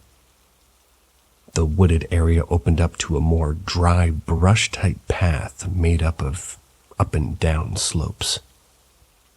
Every few dozen meters, there is an offshoot in the path leading deeper into the bush on narrower, less defined trails. Seth wanted to go down each and every offshoot trail that we came across, but Nick had reservations. "Oh, new side quest. We have to see what's down this way," Seth said, pointing out a new path. "Nah, let's not go down that way. We should stay in the path." "Why? Is there something bad that you know of down there?" "Yes. When you go off that trail, you run into dangerous and unnatural things." "Nick, you're just being paranoid. It'll be fine. Just come on." We went down the first side trail, getting all sorts of stickers in our socks along the way. When we reached a point where we couldn't go further without stepping through tumbleweeds and thorns, we stopped to admire the view before turning around. When we got back to the main trail, we heard voices and saw another group heading our same direction. We stopped before getting on the main trail and let them go first. One of them saw Seth's Boston Red Sox hat and asked, "You really a Red Sox fan?" "Nah, it was a gift." "Oh, all right." After they passed, we walked on the main trail some more. Took some more side trails to see if there was anything interesting. Each side trail just led out into weeds for a short distance before becoming unwalkable, until we found one trail that went particularly far. This trail was flanked by tall shrubs and wound back and forth so that by the time we explored to the end of it, the view of the main trail was completely obstructed. When we were halfway back to the main trail, we heard voices approaching from the direction we came on the main loop. "Is it that group with that guy that asked about your hat?" I asked. "Nah, couldn't be. They were ahead of us, and we never passed them," Seth noted. "Wait, that's strange. One of them kinda sounds like you," Nick observed. "Quick, get down," I said in a hushed tone, realizing that voices. All of my power went out. Whoa, and my pedals are. Hold on. Realizing that voices distinctly mirrored each of ours. We watched from the bushes, trying not to move a single muscle. The voices grew louder until they were right in front of us. It was unmistakable. Exact copies of Nick, Seth, and myself were walking on the trail, having the exact conversation that we were having 5 minutes prior. "That's us, but it can't be us, because we're right here," Nick pondered. "Shh, just don't let him see us. We have to figure out what's going on and how to make it stop." The three of us exchanged worried looks. We waited until the alternate versions of ourselves trailed off. Then we waited some more. When we were sure that the coast was clear, we emerged from the bushes. We finished the trail and wound up back at the campground. After snaking through other campsites and clambering down and back up a ravine, we made it to our spot. To our surprise, we found a crackling fire with 3 weenies on top of it. Gavin had arrived while we were out and started cooking up dinner. "Why you cooking just 3? Toss the whole pack on there," I suggested. "That is the whole pack.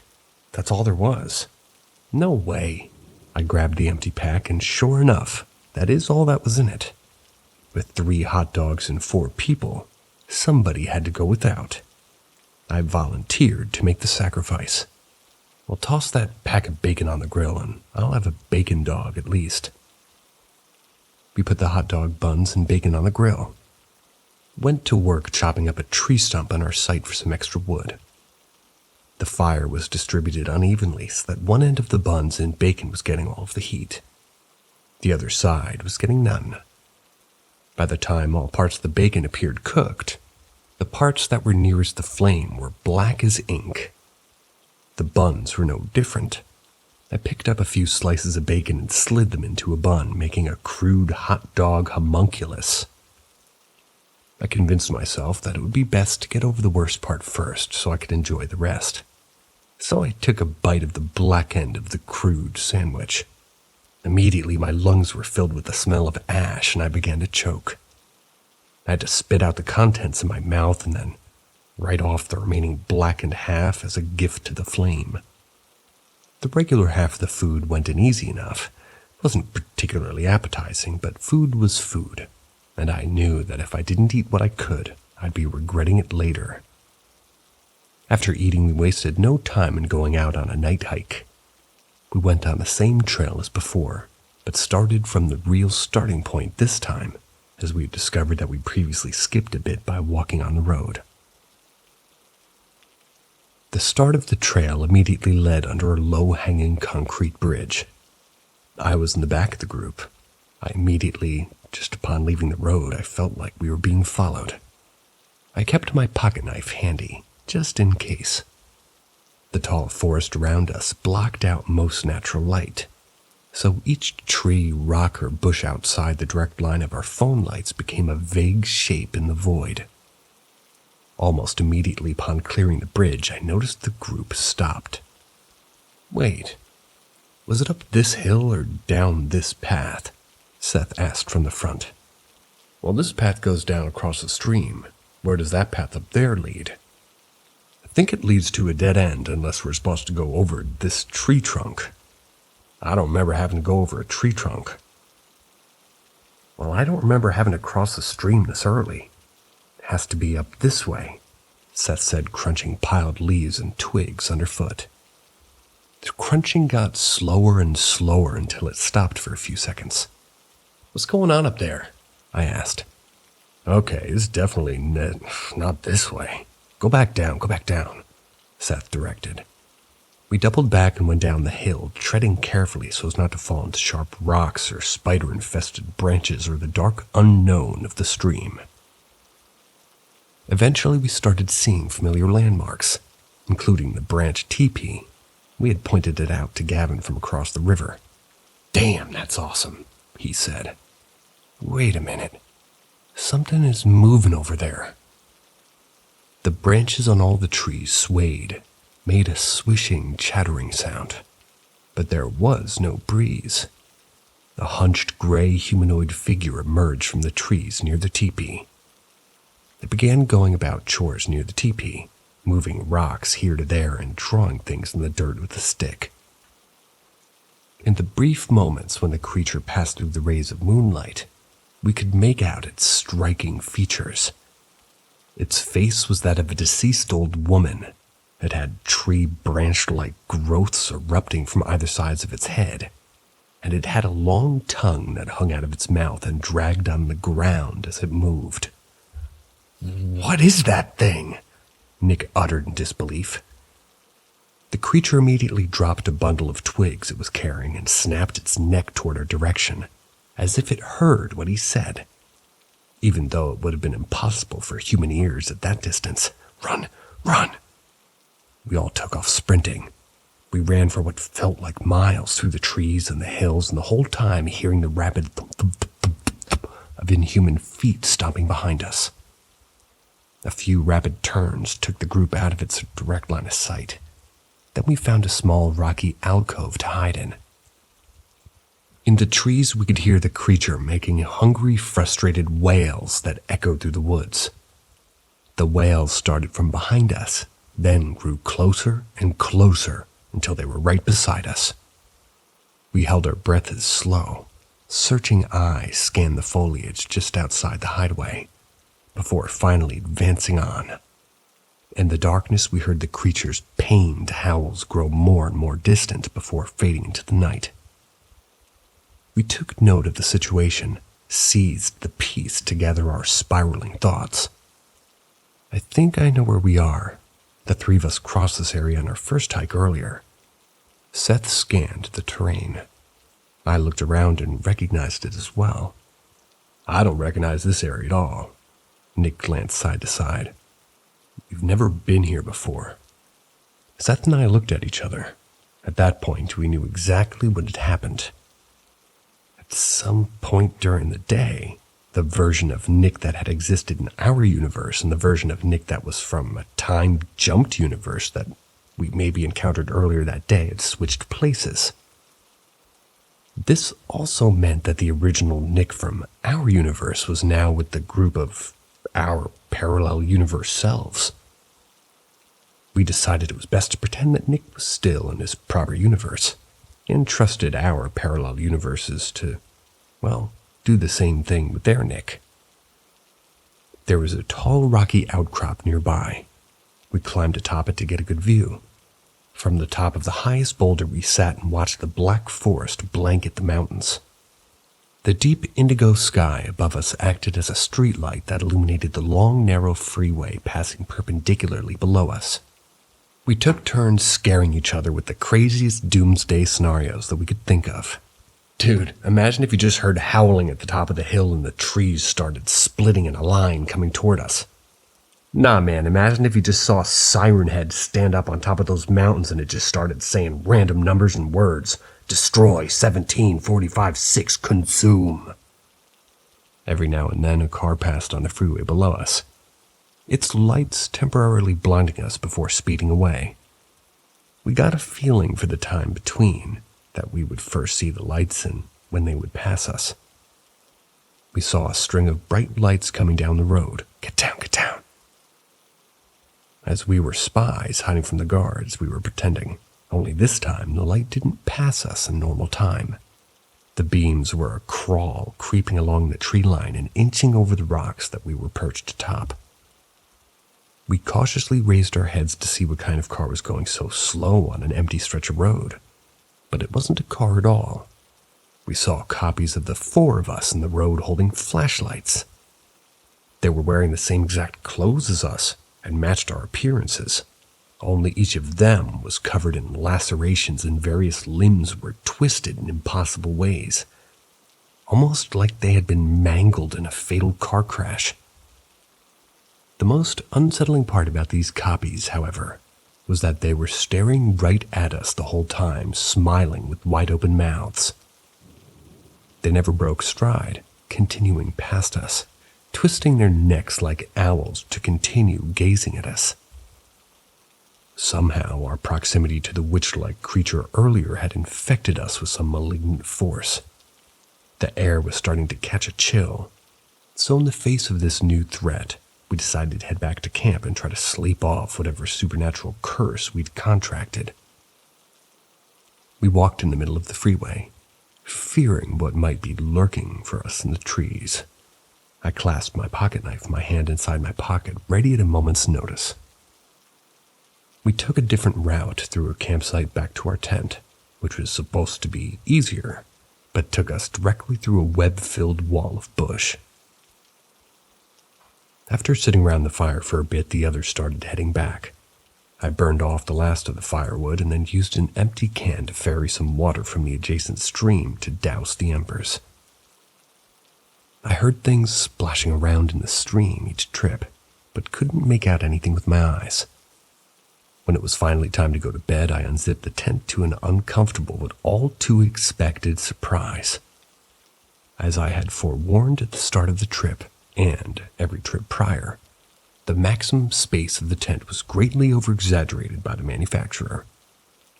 Nick had inflated an air mattress in the center of the tent, which took up a good 35% of it.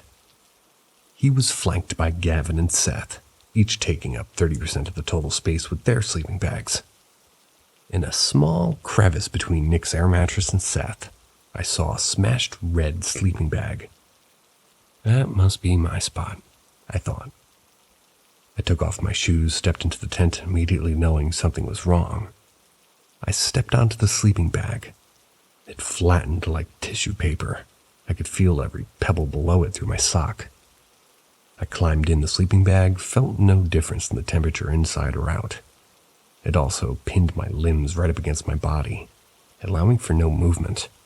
I would later come to find out that this was specifically a warm weather sleeping bag in child size that my dad had won for free at some event. I turned side to side through the night, shivering.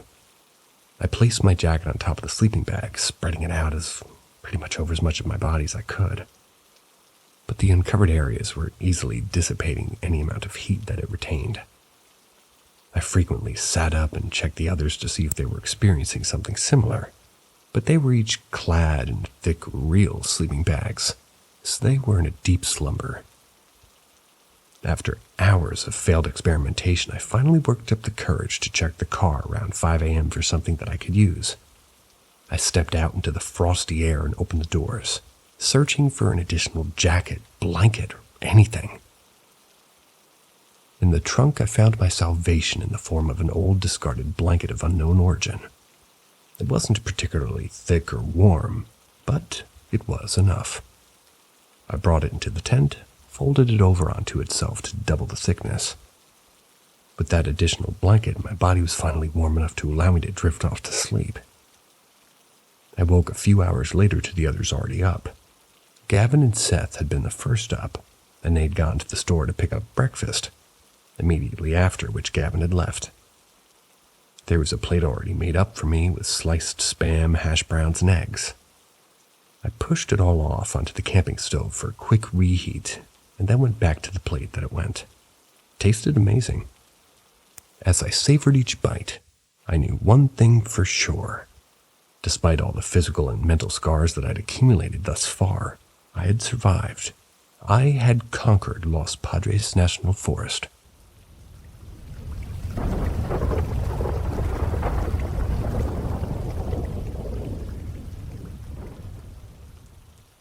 Thought I was having a mental breakdown, but it was actually an entity.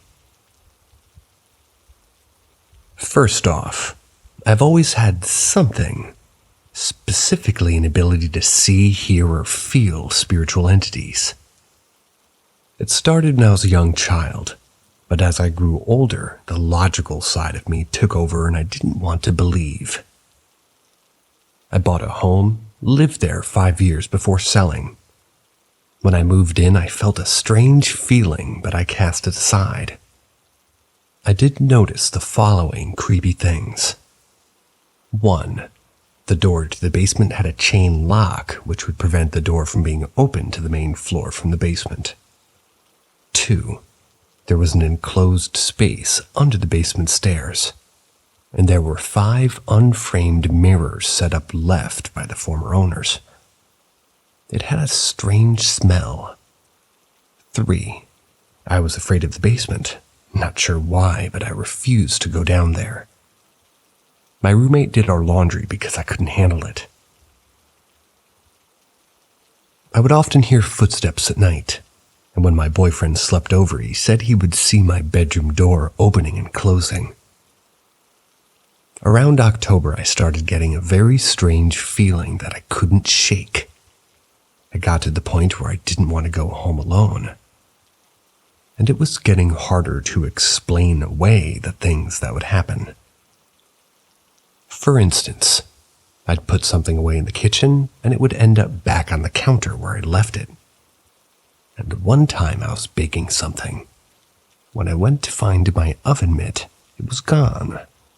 I looked through the entire house, except the basement, trying to logically explain where it could have ended up.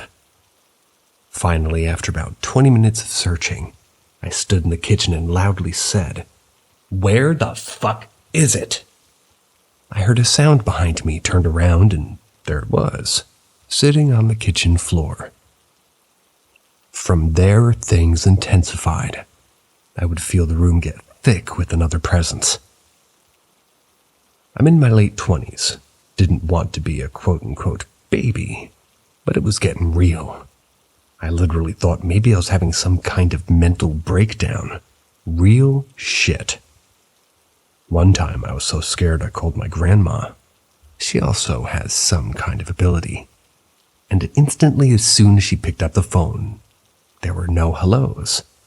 She said, worried, "What's going on in your house?" I asked why, and she said, "Because I hear a ton of voices. Are you having a party?" Nope. Home alone.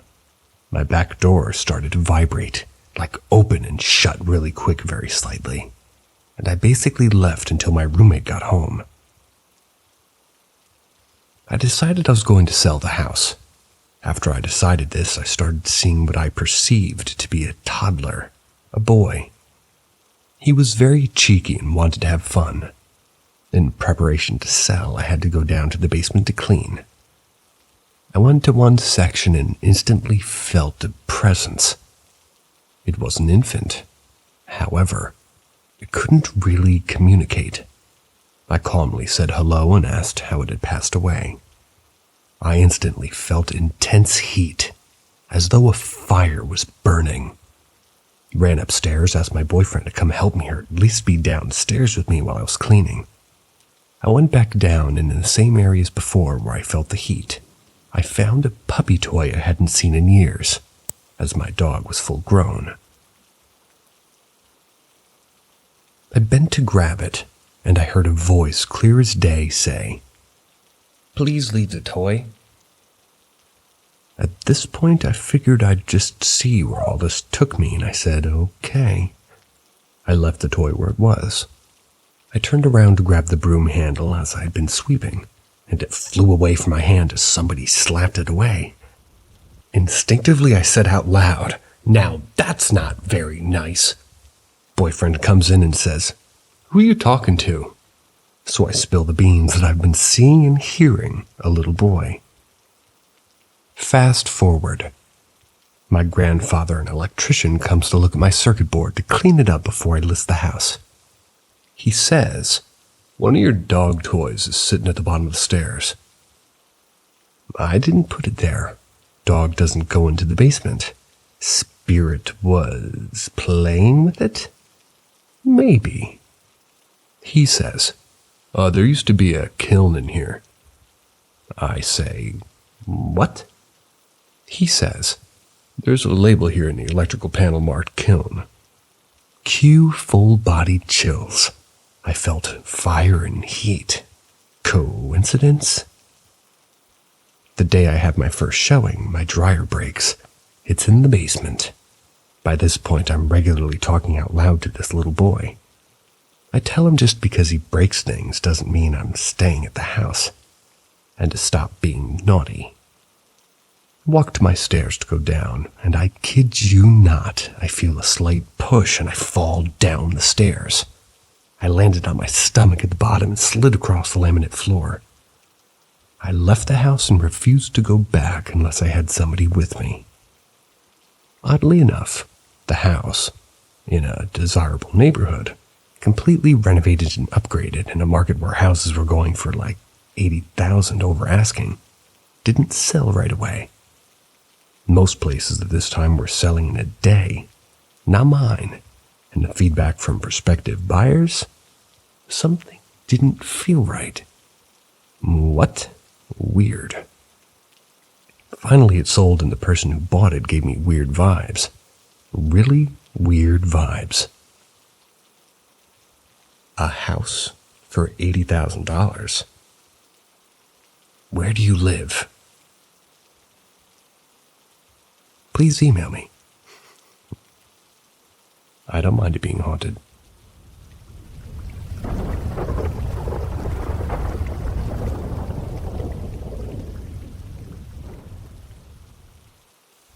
Virgin Mary.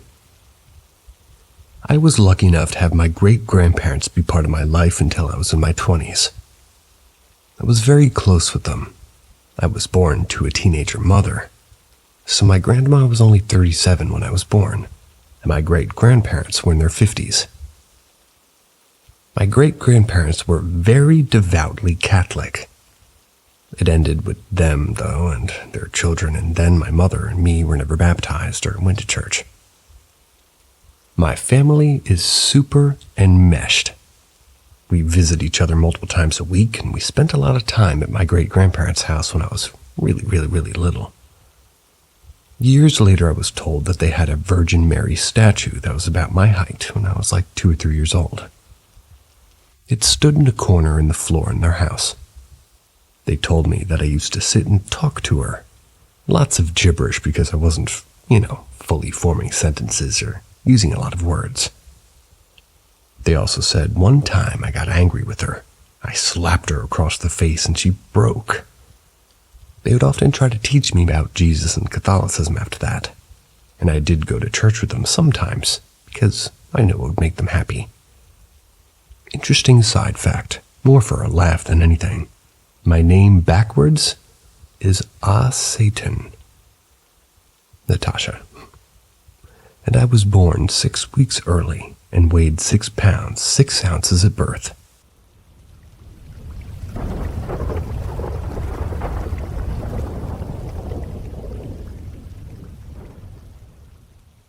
Childhood encounters, mysterious figures, and unexplained phenomena. I vividly recall an incident from my childhood when I was 6 years old. It was in our new house, which was a new build. At this time, my ma'am was very recently pregnant with my little sister. In the morning, as I sat up in bed with the hallway door open, I glimpsed a figure swiftly passing by. The figure resembled a Catholic nun in black and white habit. The image has stayed in my memory for years, and always when I remember it, I remember my ma'am's pregnancy as if the two were linked in some way. Strangely, never shared this experience, perhaps due to the sense that it wouldn't be believed. As a child, I always felt a presence accompanying me at night, persisting even when we moved to a different house. This feeling often got very overwhelming, prevented me from sleeping alone, and even when I was with someone that it was like something closing in on me and nothing could protect me. This feeling persisted through my childhood up until I would say I hit puberty, and it just kind of stopped. I think my parents always just put it down to being a scared child, but on reflection, I honestly don't think it was that. I honestly feel like it was a true sense of terror driven by something I can't really explain. In another incident around age 10, after we had relocated, I experienced small stones hitting my window while I played in my room. There was never anyone outside, and it's something which has always rattled my brain. Now, as I reflect on these encounters, I'm eager to share my story with the community. Have any of you experienced something similar? Or do you have insight into what these occurrences might mean? I'm open to your thoughts and interpretations.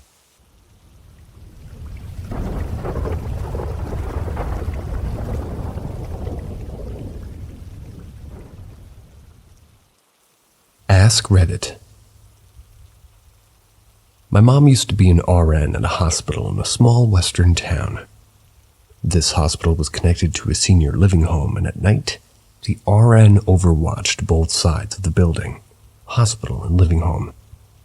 She was usually the overnight RN, and would have either 1 or 2 CNAs working as well. She's experienced this apparition about 6 or 7 times during her 10-year stint there, and everyone has referred to the apparition as the Man in Black. Each experience was identical except for the location in the building. Frequently throughout the night, she would have to do her rounds, checking vitals, etc., and would have to walk around a corner from the nurse's station/ER toward the 6 beds in the hospital, and then towards the senior home. She would see the apparition either right after rounding the corner or right after walking out of a room and walking into the next. Outside of the next room, she would see the same apparition. The apparition was a person in a black, Old West type suit with worn black cowboy boots and worn black cowboy hat to match. The creepiest thing about this man, assuming that his face was not very distinct, she would describe it as though a man's face was drawn with charcoal and slightly smeared, making it slightly blurred. He was maybe 6'5" and would tower over her 5'5" build. But whenever she would see him, whether it's 10 feet or 3 feet away, he would stand there looking at her and then turn and walk into a room he was outside of. When she would walk into that room, there would not be any other person in there or anything out of place. The first few times scared her to a panic, but she slowly just went on without letting it freak her out. But with this man came some extra attention to the patient. The kicker was that in about 90% of all the experiences seen by other RNs as well, the patient's health would deteriorate in the next few days, and the patient most often passed away shortly after. So whenever the overnight RN saw the man in black, extra precautions would be taken with that patient. Another weird thing about the apparition is that it's always seen by just the RN. Not a single CNA has personally seen the apparition. My mom always said that he knew who would be able to help the most at the time. I, on the other hand, took it as a completely opposite situation. I always thought that it was almost to mock the RNs because he would let them know that something was going to happen, but they could do nothing about it. Even though I'm not an RN to see him, it still creeps me out every time I walk down the halls and she points out where she's seen him.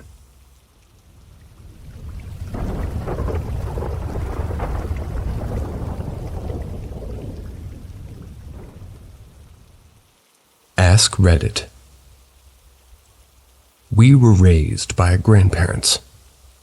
My earliest memories involve what my grandmother called the little white ghost. This ghost would turn lights off and on, walk the halls, flush the toilets, and move and hide objects that we would later find in the oddest places. The two scariest events happened one morning and then a different night. I was fixing breakfast early one morning before school. Thought I heard someone behind me. Thought it was one of my brothers sneaking up on me. I turned around real fast. I caught a glimpse of something. Light blue, maybe white. One of my brothers had PJs that color, so I set my breakfast aside and started chasing him upwards to his room. However, when I got upstairs, I realized everything was still, and he was asleep in his bed. I checked my brother, and he was really asleep. I had to go back downstairs by myself and finish getting ready for school. Had jitters all day. The second scariest, at least for me, happened one night after me and my brothers and grandmother were in bed. We kept hearing someone walking in the hall. My grandmother kept shouting for us to get into bed and quit fooling around. We all kept saying it wasn't us. This went on for at least an hour. Finally, I heard my grandfather's car pull into the garage and thought, finally, now this'll stop. I heard Granddaddy come into the entry, remove his work boots and walk to the kitchen, and I fell asleep. The next morning at breakfast, we were talking about what had happened the night before. I said I sure was glad when Granddaddy had gotten home. My grandmother just looked at me, told me that he had pretty much had to work a double shift, meaning he hadn't gotten home yet. Totally creepy. There are so many more stories from when my mom was young, but those were the two scariest things that I personally experienced.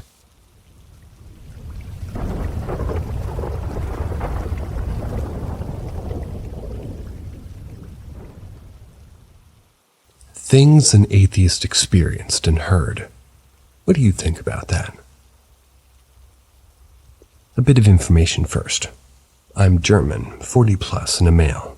I'm an atheist, and everything I'm describing allegedly took place in a small town until early 2000. It's right on the border with the former East Germany. Now, grab a drink, stay a while, and listen. A man from the neighborhood told that a small object landed in his garden. A few beings got out and took soil samples. The people he confided in told him to shut the f up or they would come and get him. Unfortunately, I couldn't find out any more information except that this was in the late 60s or maybe early 70s. All of those involved are now deceased. I think, quote-unquote, they meant the nice people from the asylum. Strange lights were apparently normal in my parents' teenage years. They called dates looking at UFOs. As I said, our village was right on the border with the Eastern Bloc. It's not that unusual for someone to be interested in monitoring the border, whoever it was. My father saw a shining white woman in the stairwell of our apartment in the evening. He wanted to show her to my older brother, who was still small at the time, but he couldn't see her. This probably happened in the 80s. There are thousands of reports about these women in white. Enough to fill several stadiums with the ladies. There are just as many interpretations of what these appearances mean, so I can't really speculate. It is remarkable that only my father saw the woman. It could be that only he could or should see her, or he was drunk. I can no longer ask him about this because he died of cancer, 2001. In 1998, my brother and I were driving to my grandparents' house where he lived. From a distance, we saw what we thought was a helicopter hovering over the cemetery in our village. This is close to our destination. As we drove past it, we realized that it was one of those huge triangular UFOs that were often reported in the press in Europe in the 90s. We just drove past it without paying much attention. But we got to our grandparents' house, we got out of the car, and of course, it was gone. I've written about this before in another thread. Even though the quote-unquote Belgian UFO wave was often reported in the early 90s, these things were also seen all over Europe before and after that. This was my only close encounter. I had seen one of these objects twice before, but this time it was close enough to kind of like throw a stone at it. But of course, we didn't. The most interesting thing here was not so much our lack of interest, that's another topic, but rather that this huge object, although it stood directly above the trees and had huge lights down its corners, it didn't illuminate the ground. How's that work? Was it amazing technology that utilizes features of reality that we can't even guess at? Was it some kind of hologram, a projection into space, or our minds? Secret American airplanes? Or are we just crazy? 99/2000. My father had been suffering from chest pains for days. He dreamed that at night he lay in bed. A gray alien entered the bedroom and placed its hand onto his chest. He felt better for a while after that. Maybe that's what happened. But it's also possible that he suffered more than he wanted to admit to my mother and us 3 children. It may have been like a subconscious desire for help that triggered this visit or this dream. A year later, my mother saw my father's deceased grandparents standing by his bed at night. They cried and said they had tried, but could no longer do anything for him, and he was later diagnosed with cancer, and like I said, died in early 2001. Again, it may be that this was a reality, but there's also the possibility that Father told her about his dream, and this was part of her vision of the dream. Or version, excuse me. Of course, she knew more about his suffering than we children, who are more concerned with ourselves. Then there were a few smaller things that I can't say too much about. My brother felt his cat in his bed at night. Then it became clear to him that she would be in our grandparents' house, or maybe a mysterious ball of light that flew through the bedroom. My mother said that when she left our parents' house and moved to another city, that whatever she would do would stay there. Well, that's all for now. Nothing special's actually happened since then, which is kind of a shame. As I said, it all seems a bit thrown together and doesn't fit together well, but from all of this, I conclude that such things happen much more often than you think, and or that many people ignore them. Keep in mind about them. Explain them away, maybe. Maybe they dismiss them as being unimportant. What has all of this done to me in my life and my view of the world? Actually, nothing. My family has always been open to everything and doesn't reject anything just because it can't be explained or is difficult to explain at the moment. There are a lot of things that are difficult to explain and understand. Black holes, how the theory of relativity and quantum theory fit together, exactly how painkillers work, my toddler's thoughts. Maybe we, better apes, are just not able to see things as they are.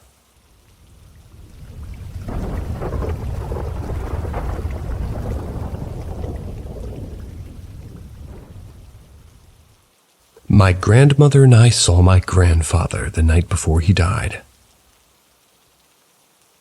This story happened 15 years ago, but I will always remember it like it was yesterday.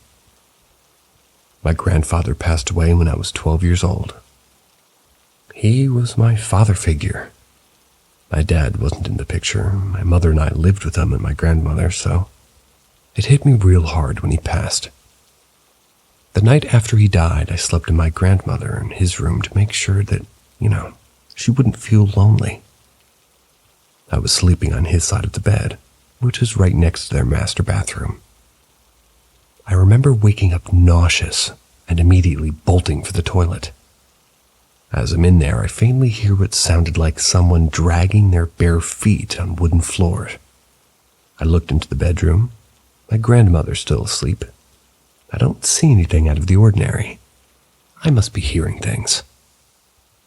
I finish up in the bathroom and I'm about to head back to the bedroom when I remember. My grandfather dragged his feet when he walked.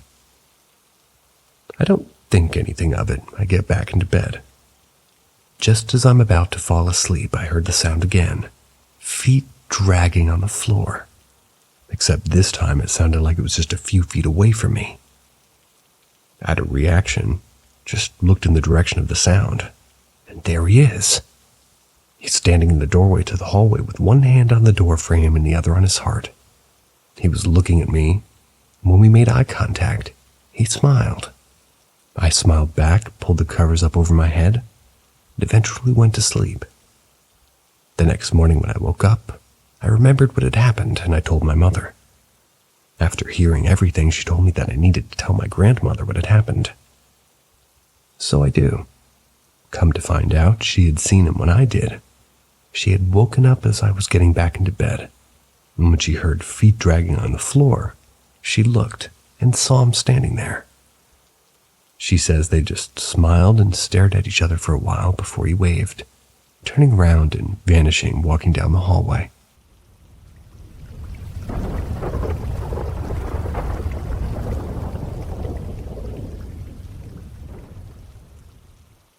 Someone calls me at night. Even if it was a dream, the dream was so clear that it makes me doubt what's reality or dream. I'm pretty sure my eyes were fully open when I heard these noises. We moved in our new house in September. My room is on the ground floor. The rest of my family lives upstairs. The first encounter I had was during October. At midnight, suddenly the dog started barking very violently. We do have a lot of dogs around my house, and they do bark at night on a regular basis. But that night was different because they had an aggressive tone in the barking. If you're familiar with dogs, you can understand what I'm saying. Because of the barking, I woke up and was very angry. Because my room is on the ground floor, I could hear them barking very clearly. Suddenly I heard like a toddler is calling me from outside my house. I was fully awake at the time, and I could clearly hear the toddler calling me and the dogs barking in the background. I sat on my bed and heard the child call me. And then about a minute, I went back to sleep. That time I was not very afraid, but I was worried and a bit annoyed. I could just hear that the child's calling me, not saying my name, just babbling, trying to catch my attention. In my mind, I was able to make a mental image of a child sitting on my front door stairs and screaming inside the house. A few weeks after this incident during November, suddenly I heard someone call my home and the name in the middle of the night. I didn't open my door because my mother had informed me not to open my room's door during the night, even if somebody knocks on the door, at least until I'm sure that it's my parents. It's from a safety concern because I'm a girl living alone on the ground floor. This incident was not very clear, so I thought I just dreamt about it. But last night around 11 p.m. I heard my mother say my name and knock on my door. I could even hear the lock on my door move for a second, and then there was dead silence. I have a habit of not responding at night, and I wait for somebody to call my name twice or thrice before I respond. I was so sure that my mother's outside my room, so I got up and sat on my bed, waiting for her to knock again, but she didn't. After a few minutes, I knew I guess I knew nobody's outside, and now I'm starting to wonder if I actually heard my mother call me or if it was just a dream. But it's not the first time that it's happened, so now I'm a little concerned. Even if this is something that is calling me, I have a feeling that it can't enter my room or my home. In my village, they say that you need to include the entity, and they can't enter without permission, especially to one's home. I read knocking can be a sign of some spiritual meaning.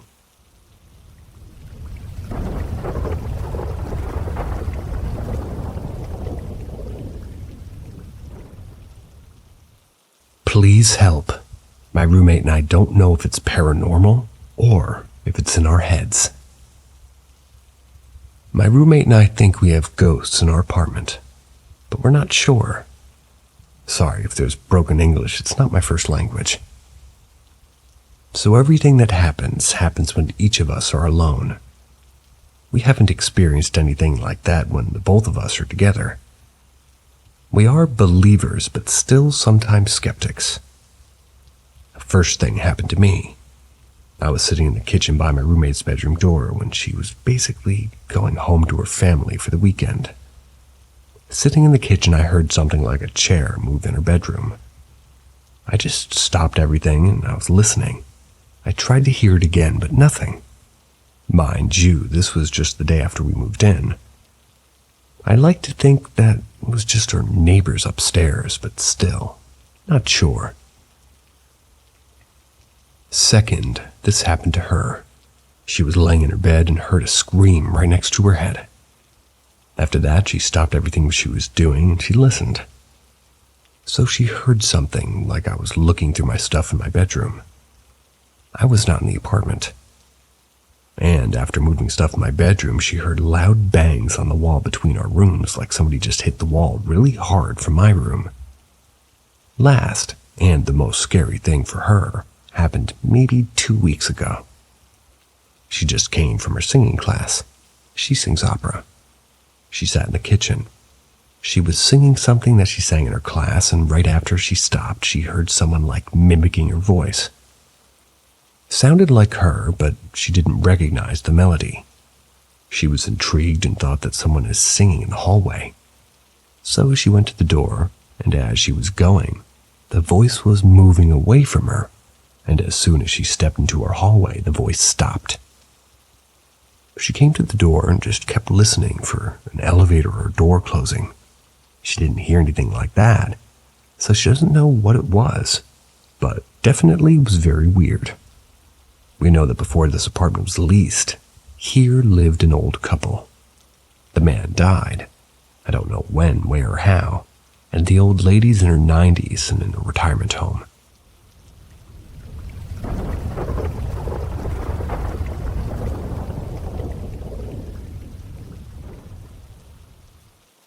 Warning. Upcoming is going to be bad pronunciations, and even a bad accent. You've been warned. Ask Reddit. I'm a truckie mainly. Do all road train type work from Brisbane up around the top of Australia to Perth, and along the Nullarbor. Seen some strange shit, but nothing like this, mate. Never really ventured into Vic in New South Wales due to scalies and revenue raising, but had to do an express run to Melbourne via Sydney. Had to come back up the Newell Highway to collect a load for Toowoomba. My boss said, I don't mind if you pull up before you get around Coonabarabran, as some drivers choose not to go through at night. With a giggle in his voice, by the way. I said, she'll be right, mate. Plenty of hours left. All good. So I hooked in. Was in between Coonabarabran and Narrabri, and a Sheila out of nowhere flagged me down, hitchhiking looking to go home to her camp, and I thought, what the fuck is this shit? So I said, hop in, and the hairs stood up all over my body with an instant. It was like I should have kept going. She stunk like nothing I smelt before, and the cab was destroyed with stench. She didn't say a word and just gazed ahead. About 20 kilometers down the road and not passing one vehicle, the old woman said, here, there it is. I had to stop in a gully and off she went with the bag. No thanks, nothing. I looked around, but not a frickin' thing in sight with no lights or tracks or anything. Glad she was gone because my guts were almost ready to explode. Pulled up the other side of Narrabri for a few hours and decided to get going on daybreak, but had to sleep in the trailer because the smell was horrible. Woke up to another truckie kicking his tires doing a pre-start. And I climbed out, to which he replied, fuck mate, they're working you pretty hard. I continued to explain the cab's absolutely stinking from the hitchhiker lady. He went pale white and told me exactly where it happened. I said yeah, and he said yeah. That nutter was ran over back in 1993 by a truck. I gulped and thought, fuck me, what the fuck's going on? Is this fucker for real? This was in 2014, and to this day never been anywhere near that part of New South Wales. That princess is real for sure. I told the boss, and he laughed and he said there's coldies in the fridge, so hurry the fuck up. He showed me the camera in the truck, shows the passenger door open by itself and close it by itself as if I'm looking across talking, but nothing on the video of her. Just thin air.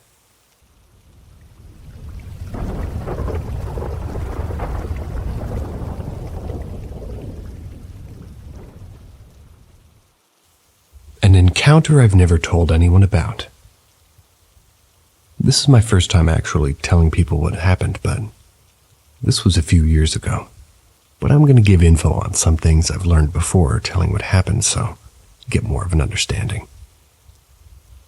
My mom took me to see a medium in May.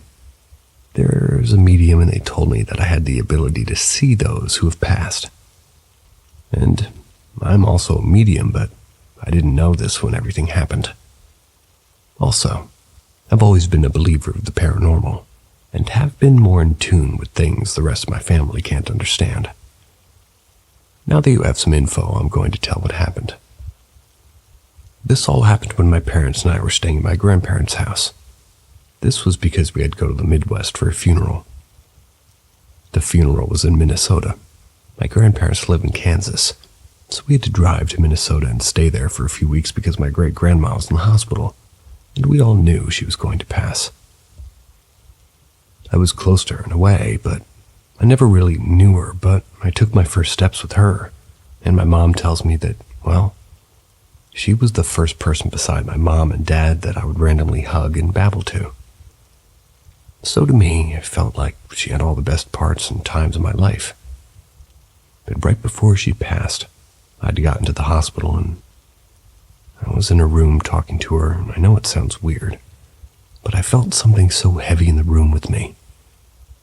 It was hard for me to breathe, and it felt like it wasn't there for me. She had passed while I was talking to her, saying that if she lets go, she wouldn't be in so much pain anymore, and would be with her husband who had died before I was born. The rest of that week still is a blur to me. All I remember was her funeral, but nothing else. When my parents and grandparents had gone back to my grandparents' house, I had to sleep in the living room, but that didn't bother me. But one night I was reading my book and my mom had just gone to bed. So I was the only one up, and I wasn't tired, so I was reading to pass time. But I'd heard someone call my name, and that voice had sounded so familiar that I looked up when I had responded. I saw my great-grandma right in the front door. But at the time, I didn't really understand why she was there. I knew she had passed, and her funeral was a week ago. But I was just young and happy to see her. I had tried talking to her, and all she did was smile like how she would every time she saw me and my sister. I'd asked her to stay, but she said she couldn't and had to go. I remember sobbing so loud I woke up my mom, and I had asked to sleep with her and my dad, and when I woke up I went straight to my grandma to tell her what I saw. She told me that it wasn't her mother, and instead was a demon. Even now I'm so confused about what she said. I know that my grandma's Christian and follows the Bible word by word, but still, that was her mom. I have so many more things like this happening, but this one was one that stayed with me for the longest, and the one I wanted to tell. But after what my grandma had said, stopped myself. But please let me know what you think, and if you want to hear more of these things that have happened to me. And if you want to hear more things, tune in tomorrow. See ya.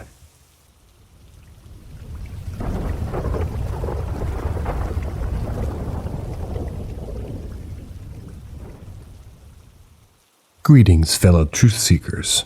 Welcome to Paranormal M, where we uncover the secrets of the supernatural. Don't forget to subscribe and turn on notifications. Even drop a comment, that'd be cool. And stay updated with our latest investigations. We hope you're ready to uncover the truth behind the mysteries. I think my apartment is haunted, and I don't know what to do. So I moved into this apartment about 6 or 7 years ago. The first few months we lived here, we saw and experienced weird things. About 2 summers ago, I was in my upstairs living room in my bedroom.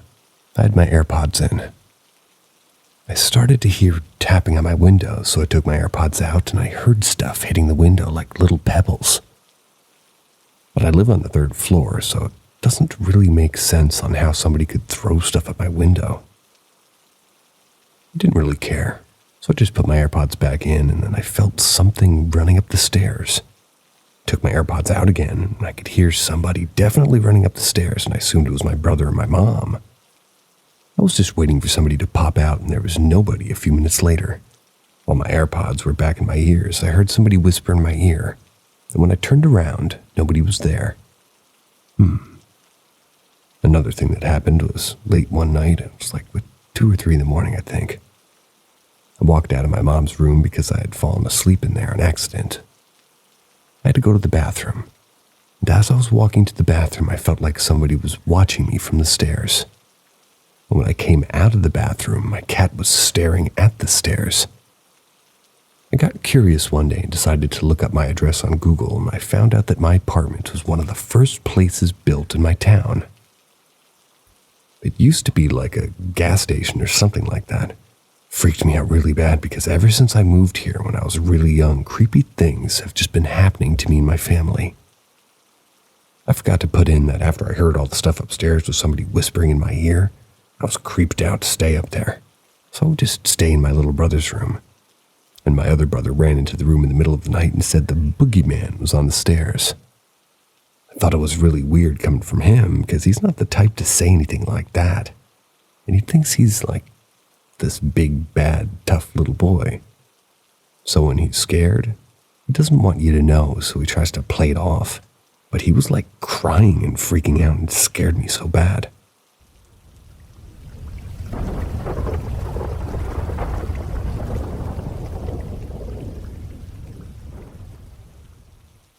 Vacation Mexico haunting story. Possible poltergeist. I have a few stories from Mexico. I don't know if it's something about Mexico, but those few times it only happened in Mexico. Maybe you guys can debunk this. Call it fake if you want. There's nothing I can prove, so I don't care. I'm 50-50 on the supernatural stuff, I like to try to think I can debunk it.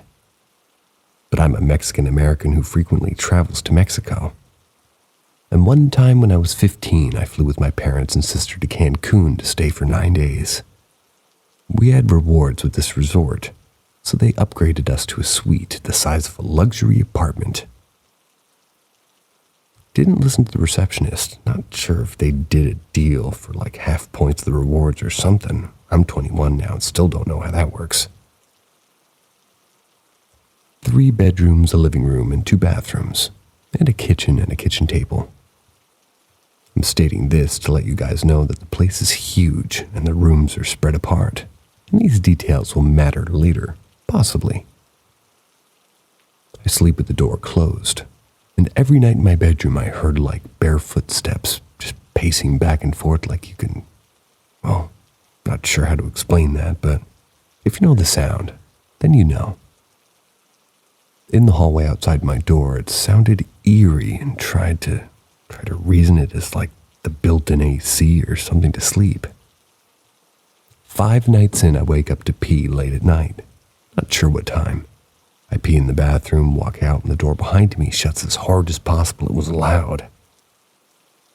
My parents that slept on the other side of the suite even heard it. I jumped, ran as fast as I could to my parents' bedroom. My parents woke up on high alert, and because we both thought something broke in and they heard the door shut, they thought it was like the entrance door, not my bathroom door, until I told them. So they thought somebody was already hiding in our suite. My dad grabs an umbrella and runs and tells my sister to get in there. Maybe there's an intruder, or both. I don't know. My sister comes running to our parents' bedroom. My mom's on the phone with the front desk to get security, and my dad's plan was to sort of turn on the suite's lights one by one. He started with the hallway and then the kitchen. By chance, they both turn off by themselves. My dad runs back as fast as he could back to the bedroom with us. He locks the door behind him and told us to wait for security. He tells us to be quiet so we can hear the front door open and close to hear the intruder. Security front desk come. They have a MasterCard, so when they arrive, they open the door themselves and shouted, "Show yourself." Then my dad shouted where the guests in the master bedroom check everywhere else, and mind you, I'm crying with my sister and my mom really, and just trying to stay calm. They said it was clear, even though we didn't hear anyone leave. They checked everywhere, kitchen cabinets, closets, bathrooms. We didn't hear anyone leave.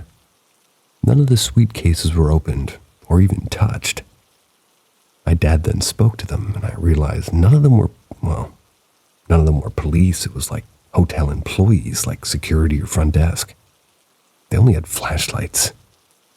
They brushed it off, said call again if anything happens. They'll have a security guard in our hallway apparently for the night. Makes you think this probably happened before and they felt like they didn't need to bring in the police.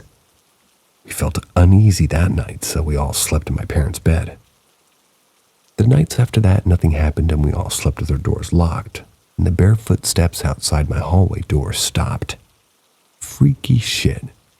My grandpa, who's retired and works for a hotel in Cali, told us people commit suicide in hotels all the time. Did someone off themselves in that suite? I would never know, but freaked me out. Would this be a ghost or a poltergeist? Was it something else more demonic?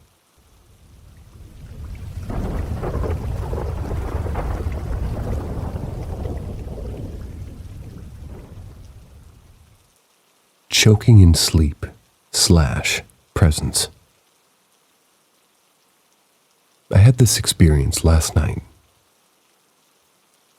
I went to be around 2 a.m. and I woke up something during the night to sound of somebody walking. Watch out, guys. I felt like someone was there, walking in my room, so I closed my eyes again. It felt like there was a presence there trying to lift the covers from near my face. I was too scared to open my eyes. I could only do so after it felt like they were walking away. I saw nothing in the dark. A few moments later, I felt that same feeling of someone walking toward me. So I closed my eyes again. This time, not only did I feel the same presence try to peel my covers back, but they applied pressure on the left side of my throat. Now I sleep with my head tilted to the right, so I don't know if they were trying to suffocate me or check for a pulse. It didn't feel strong enough to choke me. I couldn't move after they left the second time for a minute. Then I pushed myself far from the edge of the bed. The bed is in the corner, in parentheses.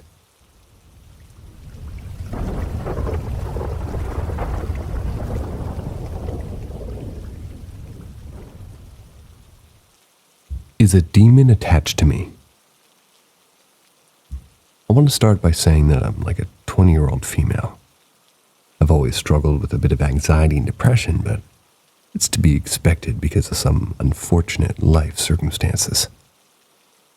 Though it's not debilitating and I'm still able to live a happy life without it affecting me too much, my physical health isn't perfect either. I wouldn't say that I'm unhealthy, though. I don't smoke weed and I rarely drink and I don't do any other drugs, so I've never been diagnosed with any serious mental illness, besides the depression and anxiety. I also have a sleep disorder that causes hypnopompic hallucinations. Hallucinations that occur during the transition from sleep to wakefulness, and hypnagogic hallucinations. Hallucinations that occur during the transition from wakefulness to sleep. I also have gotten sleep paralysis, though I don't really get it much anymore. My hallucinations mostly consist of shadow figures, hands, and gripping onto walls or coming from underneath doors, distorted faces, pulsing objects, and floating objects.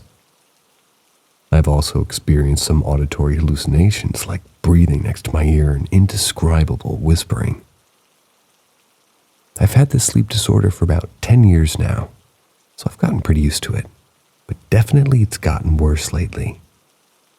No, I'm not necessarily religious, but I am agnostic, and I've always believed in demons and ghosts due to experiences I had in one of my old houses. This house was where hallucinations started, too. Lately, I've been hallucinating 6 or 7 times a night during different periods of the night.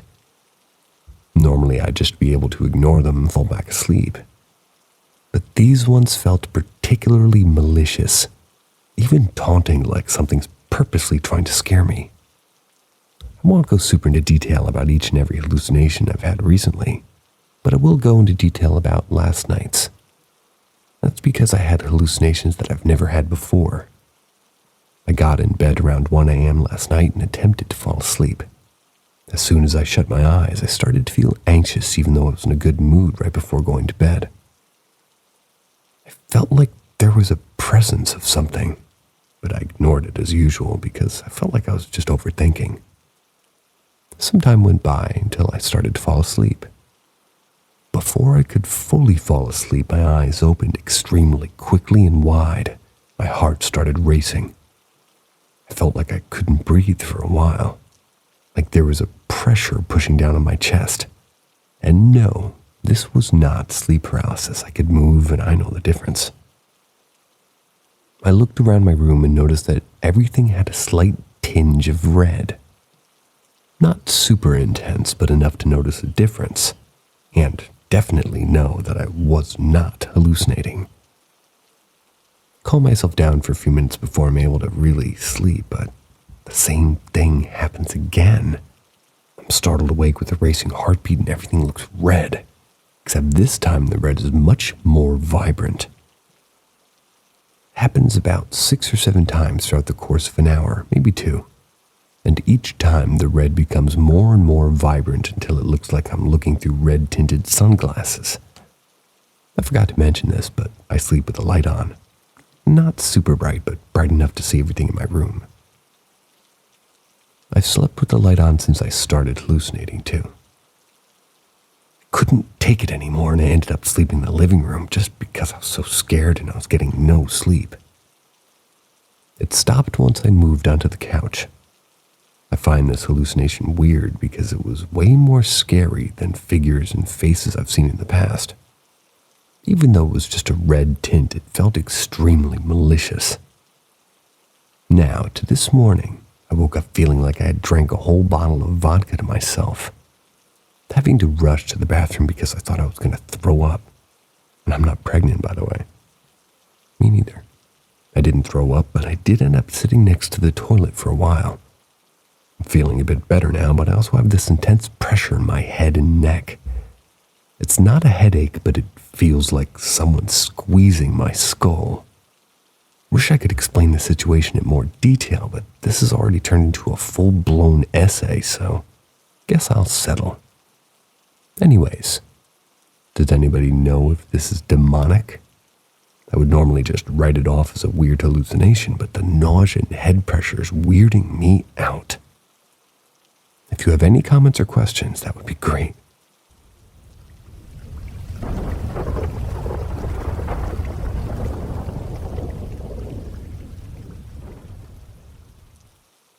I saw my uncle after he died.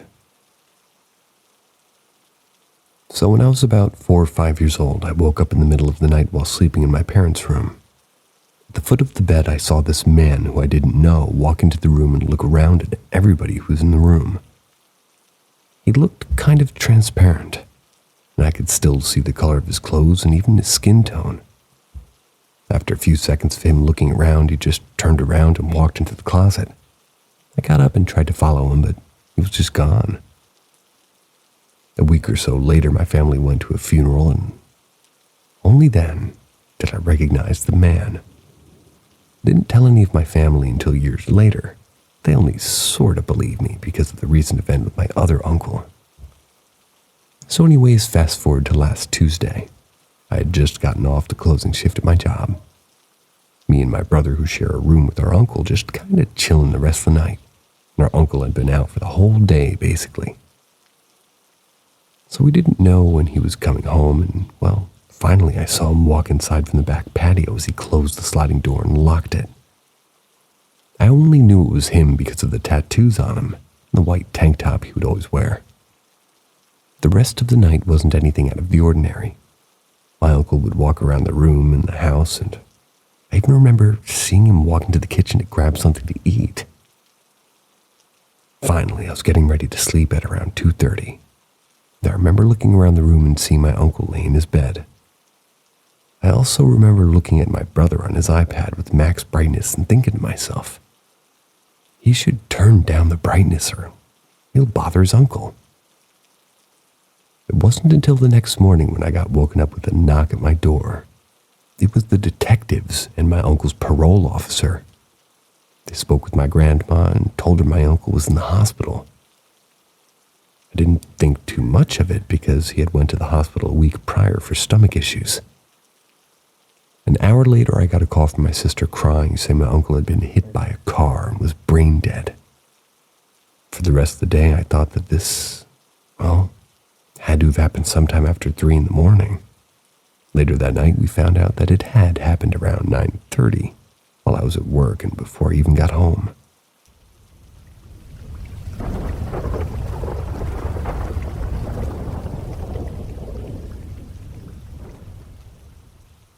I saw a ghost in my apartment in college.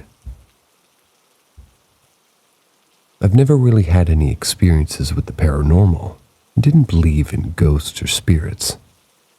I still don't, even though I saw a ghost. In 2013, I, a 23-year-old male, was in my 2-bedroom apartment. My roommate went home for the weekend for work, so I had the place to myself pretty much. I picked up an ignorant amount of wings from Pizza Hut around 6 p.m. While I was gorging on food on my couch just watching Sons of Anarchy when I saw a movement out of the corner of my eye from my roommate's room.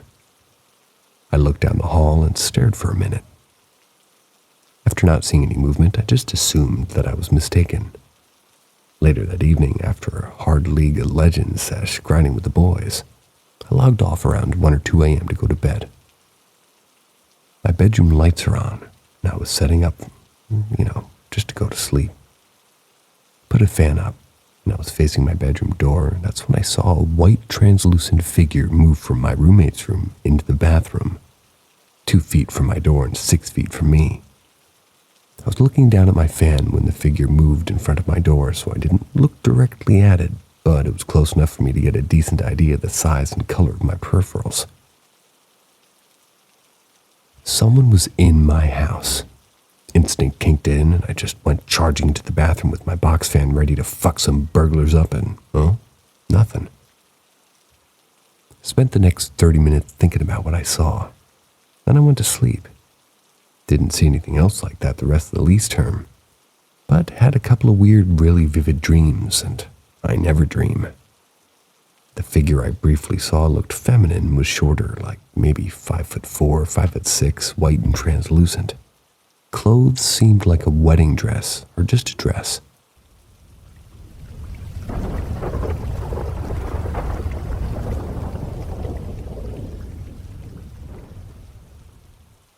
Trying to find a mysterious Instagram reel.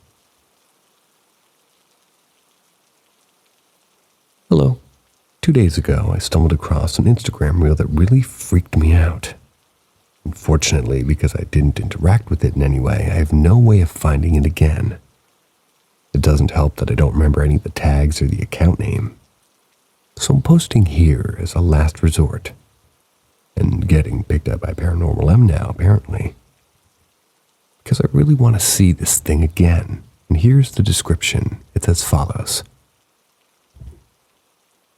The reel itself is an interior home monitoring security footage of a living room. There's 2 visible entryways, a set of double doors on the back wall leading to what's most likely a kitchen, and a single door on the right wall most likely opening to a bedroom or a bathroom. I want to say it's an Asian country because of the wooden doors on the back wall, but anyway. There's a younger, maybe middle-aged mom on the couch watching TV with her overweight kid's son. I guess is middle school maybe. They're minding their own business until suddenly, a bizarre, low-to-the-ground black entity with a white face, I believe, pops out around the left double door. Only its face, torso, and arm are visible. Additionally, there may be another spirit present in the single entrance door, but it's so blurry that you can't tell for sure. Both the mom and kid see the black figure, but they have completely different reactions. The mom, maybe used to this, ignores it. The son naturally flips out and screams. I don't remember if there are any subtitles or if you can hear what she says, but I feel like she tells him to just ignore it. The kid tries to, but ultimately panics again, begins to cry, and in response, the mom gets up, approaches the entity, and calmly shuts both double doors. She is able to calmly return to her seat, but just before they get comfortable again, you can actually see and hear quite audibly the entity's hands start banging on the glass on the left double door, either trying to get in or just grab their attention. And as quick as it started, the video ends. I have not seen that. Anyone else?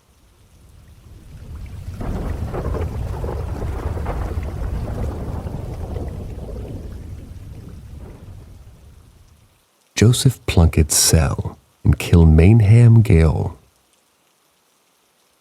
During 2014, I had the opportunity to travel to Dublin and London for a few weeks. My husband was there for work and I was tagging along. I spent every day exploring on my own. And on my last way in Dublin, I visited something that I can't pronounce. I'm sorry. Kilmainham Gaol. It was a bleak place. During the tour, I was roughly in the middle of the group.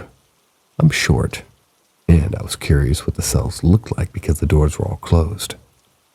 I rushed ahead after some stairs, chose a cell, and held my Nikon Coolpix up to the little window and snapped a quick shot before catching back up to my spot in line. This may sound silly, but that particular cell along that row felt like there was a heavier weight to it. There was no airflow within the cells, which are always kept closed. I didn't have a flash turned on. I only looked at the photos a few weeks later when we were back home.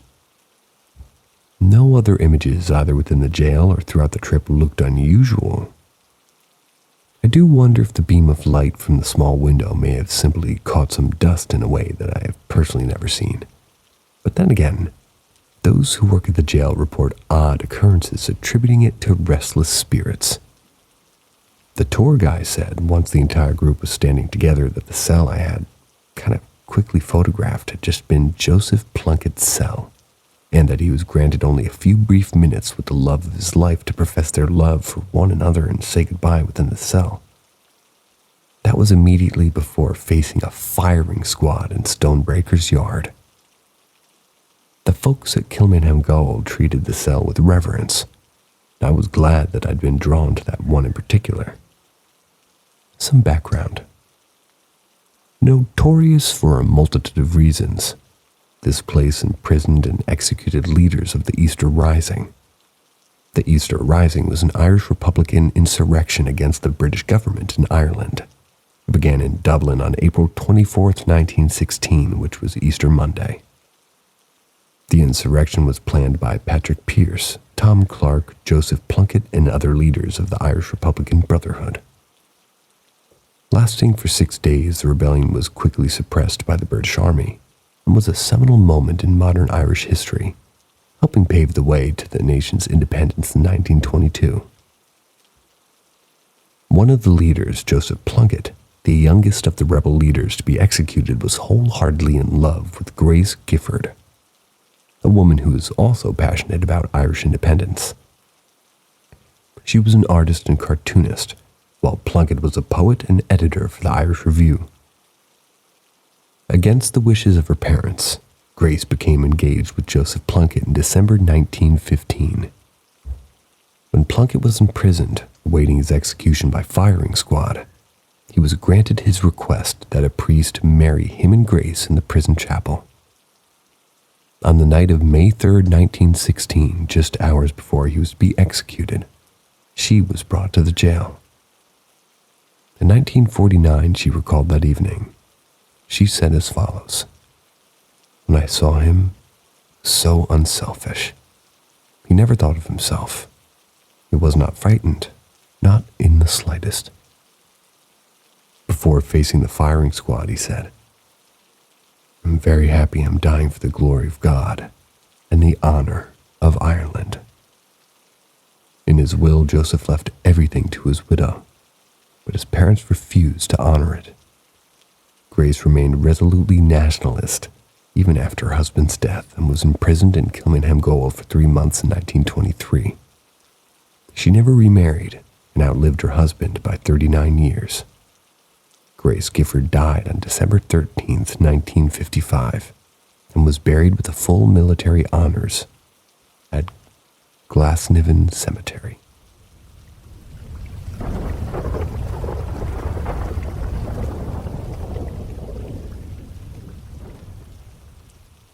I got locked out while alone at home and had to jump down the balcony. Hey, I'm a 23-year-old female. Something very strange happened to me where I had to jump down a balcony.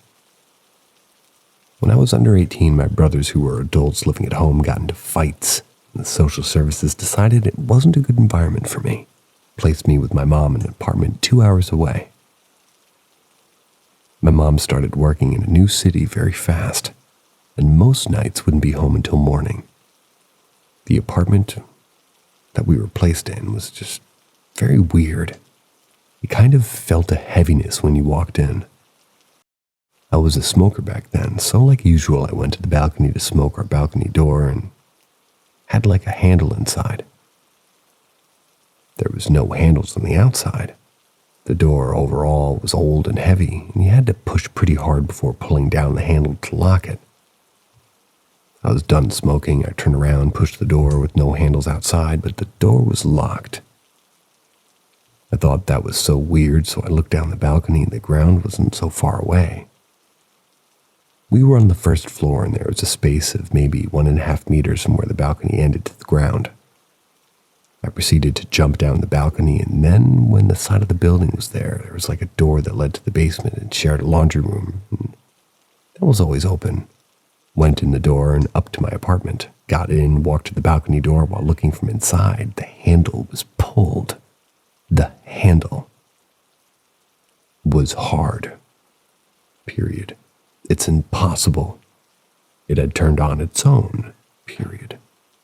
I was weirded out. I just thought, okay, weird, and went on with my day. Many other things happened there, but at the time I was cold, emotionless, and depressed, so I didn't care much. Now that I think back, I can't believe I lived there and wasn't scared.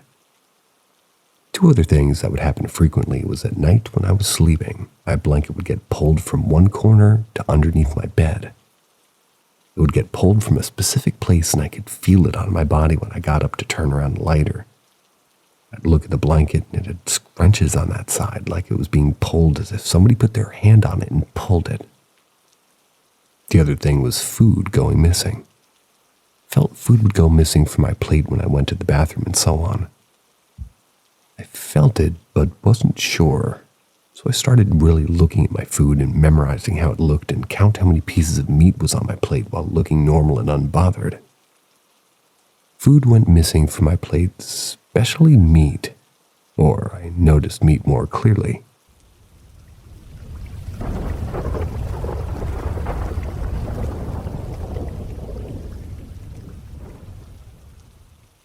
Vivid dream about my late mom shortly after her passing. So I know a lot of times dreams about people we miss or have lost can happen, but this one felt very different somehow. Extremely real even, like it was actually happening. So my mom passed away around 10 days before this dream happened. In the dream, I was at a party which was being held in a hall of a restaurant that my mom and I really liked, but hadn't eaten at or talked about for years prior. She was sitting in a booth dressed nicely, but not super fancy or anything, and just enjoyed a drink and smiling. I ran over, pushing past people in my way, some of the people I knew, some I didn't. That was just so I could get to her. When I did get to her, she smiled and said, "Hello, princess." She always called me that. I started sobbing. I could feel my eyes stinging and everything. I sat next to her and begged her to please come back to me. She said, "But I'm here now. It's okay, darling." I pulled her in to hug and said, "But you're not. You're gone. I miss you so much." She started playing with my ponytail and said, "It's okay, princess. I'm here now and I love you." That's when I woke up. And for another 30 seconds after waking up, I could smell her perfume. She died in a hospital and hadn't been in my room for over 2 months, so it couldn't have been anything on my bed or sheets or anything.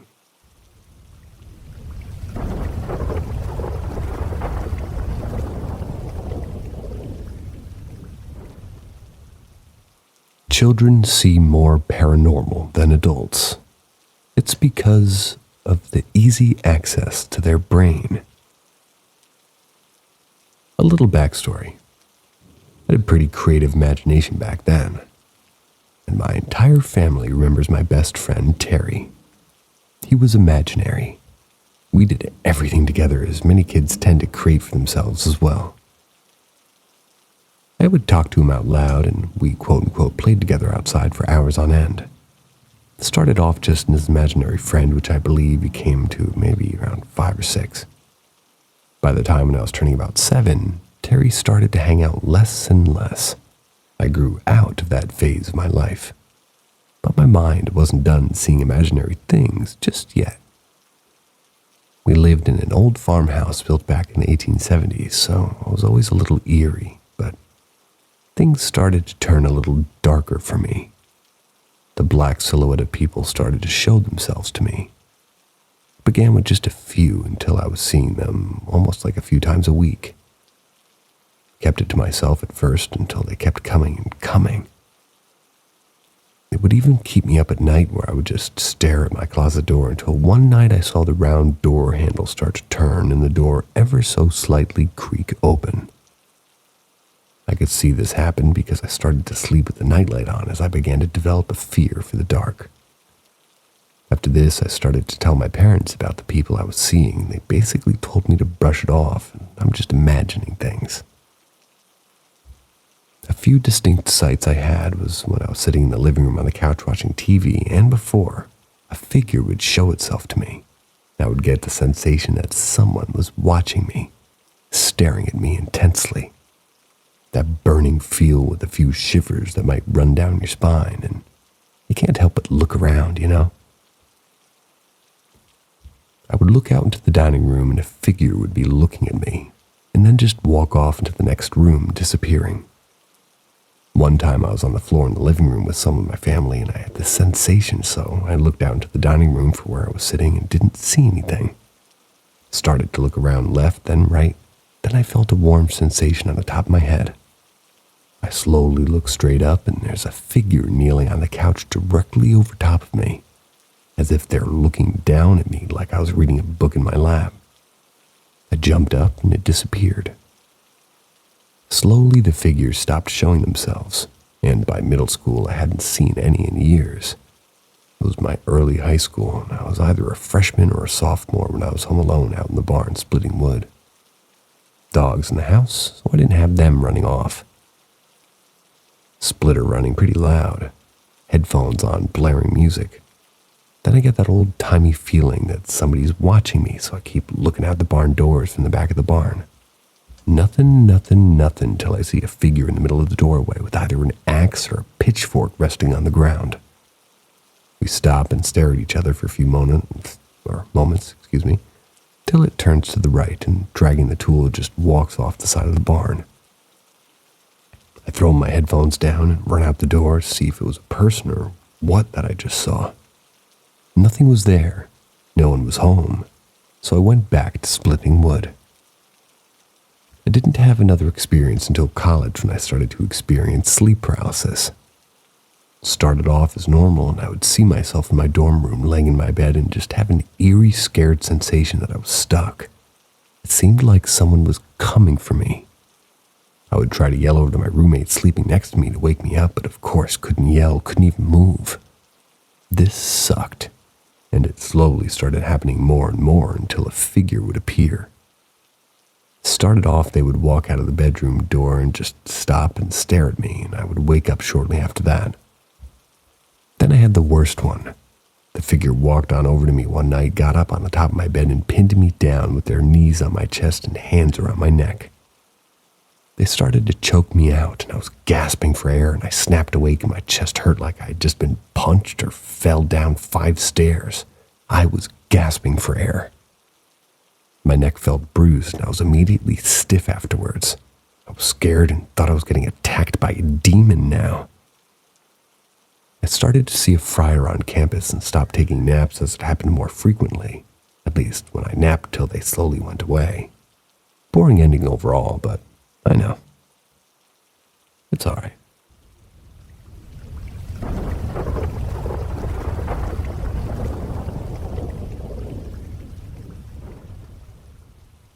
What would you think? I live in my late mother-in-law's house with my husband, sister-in-law, and my brother-in-law. After the past 11 years, me and my husband being together, there's been varying uncertain things happening in and around the house. So I'll start from the beginning. Before my husband and I got together, a friend of his remarked as they were going down the driveway that they didn't want to go any farther because, quote-unquote, demons were all over the yard. Another story I heard was my husband's ex-wife was asleep and my mother-in-law came into the room to wake her for church. But my mother-in-law wasn't even home at the time. Obviously, before she passed away, but... Okay, now onto the things that I've experienced firsthand. I have heard the voices of everyone inside of the house speaking or calling out to me or just talking in general. I've heard my husband calling out to me saying, "Baby." Not like he was stressed or scared, but the tone was like he was trying to get my attention. When I didn't see him, I call him and he's next door at the neighbor's house. I have heard growling. My brother-in-law, who's a very logical man, saw a man in a top hat. And to this day, if you ask him about it, he'll deny it. My husband swears up and down he hears, just hears me, just talking all the time. And if you don't believe anything I've written here, this is the part you should believe. My husband and I were coming home, and this black mass runs across our path. I swear to you, we should have hit it, and I to this day don't know what it was, and it still brings both of us chills. Whether it was a hellhound, whatever it was, I'm still unsure, but it shot across the road. I saged my home, and it's one of the most negative environments I've ever been in. From what I've researched about the land, there's no Indian burial grounds or traumatic events and no horrible deaths. So why it's there, I do not know, but I know something is within the walls of this house.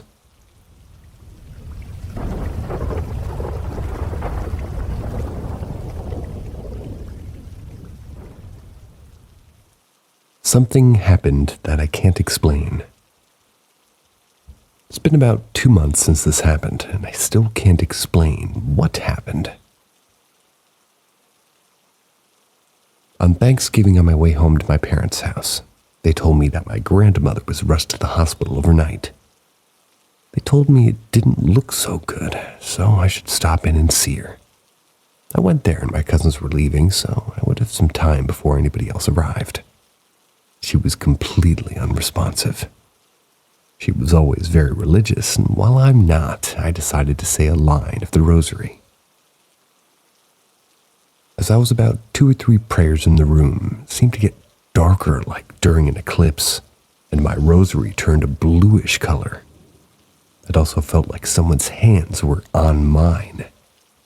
When I finished, the sky seemed to open back up. I went outside the room after saying my goodbyes, and I mentioned the darkness to someone. They asked what I was talking about. This was someone at the front desk, so they would have seen it. And later that day, my grandmother woke up and was fully responsive. She continued on for about another month before she just got too sick, and well, all of her grandkids and children made a trip to see her in that last time.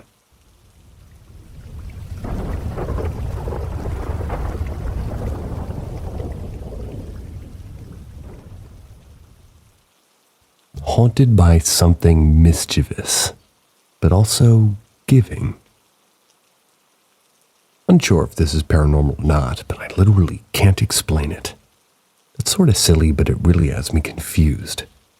And paranormal happenings is the only thing I can think of. So, this past week I've been losing things that I set down somewhere very obvious, like on my bed in a specific box on the counter. The most recent few experiences are when I was sleeving my text and 17 photo cards that I had like my baggie of card sleeves in the middle of my bed, and it was made, by the way. I got up to grab some washi tape, and when I came back, the baggie of sleeves were gone. I looked all over my room, under my bed, around the bed, in the sheets for almost an hour. Then I gave up. Went to fill up my water, and when I came back, the sleeves were back on my bed. And I was all alone in my house. The next day, I had put a small bundle of photo cards that my friend got into a box. I knew for a fact that I'd put them in there. When I forgot a card in her small bundle, I went to grab it and put it in there, and it just wasn't there. Literally thought I was losing my mind, and I looked all over. And I gave up, found a bundle of cards in a reusable grocery bag in my kitchen, and I really thought shit was getting strange. Later that day, I was leaving to meet my friend and give them their box of stuff. Couldn't find my keys where I always put them. I'd gotten up from my bed before getting ready to leave, and I knew nothing was on it, but guess where my keys were? On my bed. Today I had my purse in the passenger seat and it tipped over, so I went to put the couple things that fell out back into and found a text free fall Kai photo card in between the seat and my center console. I had all the cards in the set, except that last Kai one, and I even tried trading for one trading event earlier that day but didn't get it. Then randomly it showed up for me. What's going on? Am I going nuts?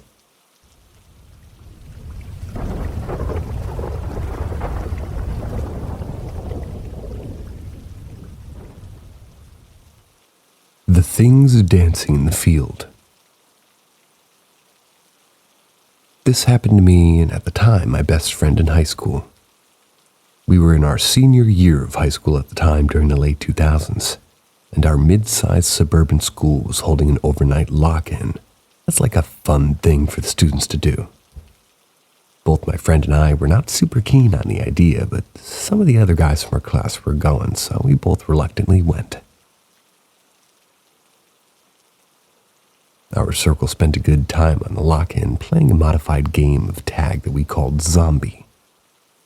We had a good time, but as things were settling down around 1 a.m. or so, my friend and I both agreed that we didn't like spending the night at the school. My house was like a 20-minute walk from the school, so we both snuck out of the gym and started walking down the road connecting the high school and the middle school. It was toward my house. The sports fields were situated between the school, and on the left side of the road was a sizable area of forest.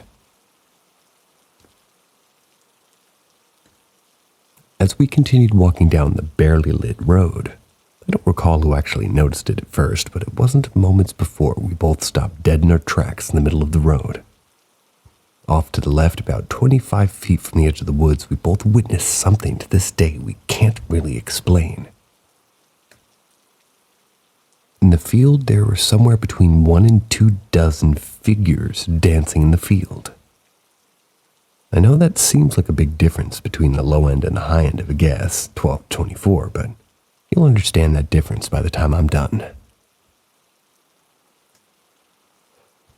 These figures were all white. They looked like they were wearing white hooded robes. They were dancing in an odd, almost playfully ritualistic way. That's the best I can decide. They're circling in and out of each other. You might think we had run into another group of students having a weird lark in the field. But what we were looking at wasn't human. They had the vague shape of humans, but their movements were impossible for humans to make. It's like they were made of jello or some kind of amorphous kind of material. The bodies would almost seem to fold in on themselves, bending and only to really reform a similar shape of a hooded figure. The worst part was how during their odd dance, some of them seemed to merge together, which made it very hard to get an accurate count of their number. I remember watching a hooded head bend forward toward the thing's stomach and bend up the other way like it had no spine or form.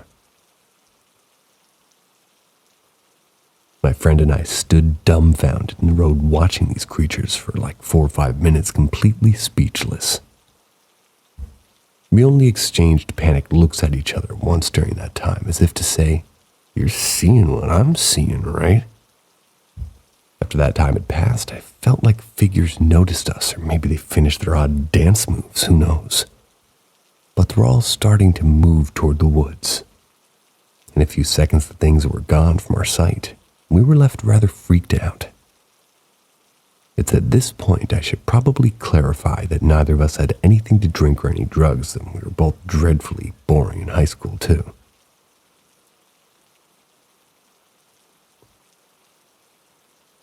We both, with fear in our hearts, started down the road again past those woods where those figures had disappeared into. We watched the woods with keen eyes, not sure what we'd do if these things came out again. But we didn't see them again. We continued on to my house, making damn good time with how fast we were walking. It's obviously been years since the encounter, but he and I still bring it up from time to time, and we're both at a loss for what we inadvertently stumbled upon that night.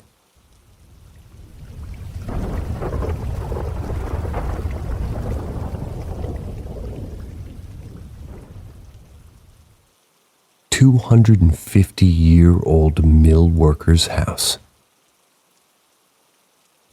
Okay guys, so around 4 months ago, my wife and I moved into an old mill worker's house in the middle of the Scottish countryside.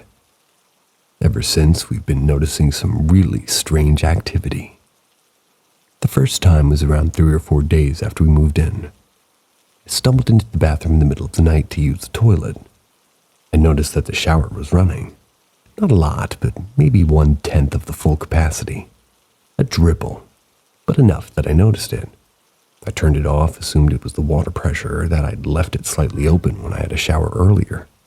Went back to bed with no issues. This happened again a few times over the last few months. Always the same amount with the same assumptions that I'd left it open. until about 3 days ago. My wife and I were about to go to bed, and I was walking through the bathroom when I stopped dead in the hallway. The shower was running again, but much, much louder and with more power. I opened the door and the shower was on at maybe half or 3/4 to full power. I very audibly just stopped in the door and said, "What the fuck?" My wife shouted, asking what had happened. I walked back through and explained to her, and she came out to look. Sure enough, the shower had been turned on and had actually been powerful enough to also soak the bathroom floor. It's a shower over bath combo with mixer tape. Ever since then, I did some investigating. I only recently learned how old the house is. I knew it was old when we moved in, but that's much more obvious. But I had no idea exactly how old. Turns out the house was built around 236 years ago. Would make sense with how many people have lived in the home in the years since it was built, but at least one person must have died, whether from injuries sustained at the mill, old age, or things like smallpox. In the time since I've been investigating the history of our home in the area, things have gotten worse. As I was writing this post, I heard a massive bang from my living room. I initially thought it was one of the two cats, or perhaps them working together. But I went in, turned the light on immediately after. They're both asleep and looked very disgruntled that I woke them. I've been hearing what sounds like footsteps from our loft, although I've never been up there as the ceilings are quite high and I don't have a ladder right now.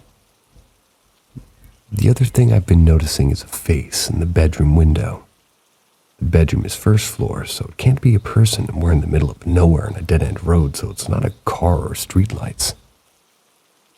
With the activity getting worse, I'm worried that it's going to start becoming more aggressive. I'm not sure really what I'm going to do about that.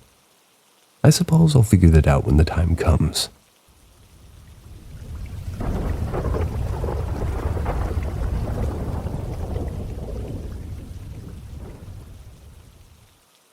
The Kentucky Holler Crawler. When I was about 9 or 10 years old, my uncle told me a story that stuck with me ever since. Growing up in Kentucky, I've always heard tales of, Bigfoot or the Pope-licked goat man, the usual run-of-the-mill urban legend campfire story. But in the case of the story my uncle had told me, it was different than all the other tales I'd heard before or since. Kentucky is home to the world's largest cave system in the world, Mammoth Cave. Since its founding in July 1st, 1941, only about 365 miles have been surveyed by the human eye. It's believed that there are still over 600 miles of passageways and caverns yet to be discovered. The national park is stretched over 3 counties, spanning more than 50,000 acres: Edmonson, Hart, and Barron counties. My uncle owned land in Edmonson County since the early 1980s. I remember hearing how about when they were out hunting for deer, they would occasionally come across pits in the ground of various sizes. They were the mouths of cave entrances. They would usually just toss a barrel or a large tree branch to the hole so no one would stumble across it, fall in, or become trapped. Besides wildlife or just getting lost in the woods, there wasn't really much else you had to worry about, according to most people. This story takes place in the early 1990s, about 5 years after my uncle purchased the land. His closest neighbor, who I'm going to call Ken, lived about half a mile down that dirt road, and that road ran parallel to both of their properties. They naturally became good friends over time and on occasion would accompany each other hunting. My uncle lived in Louisville and would sit in his property when he had off days or needed to do upkeep like mowing or restocking his pond. So unlike his neighbor Ken, he spent more than most of the year in Louisville. On this particular weekend, Ken went out hunting for deer. He left his cabin and head off into the woods. He had done it 100 times before. He followed a path that he had used plenty of times to a small grouping of trees overlooking a large meadow. According to him, it was like a perfect sunny fall day, with not many clouds in the sky. He sat in the shadows underneath some low-hanging tree branches, feeling hidden from any would-be prey that might come by. Despite it being the ideal weather for hunting, he didn't see much in terms of game. Just a few fawn in the doe, not a big trophy buck he was hoping for. He'd been entertaining the idea of just grabbing his gear and heading back to the cabin, but now wanted to go home empty-handed. He decided to stick around for a little while longer in hopes his luck would change. His chest fluttered when he looked across the meadow to the left. He saw movement in the tree line opposite of him. He pulled his knife to his shoulder and looked down the scope.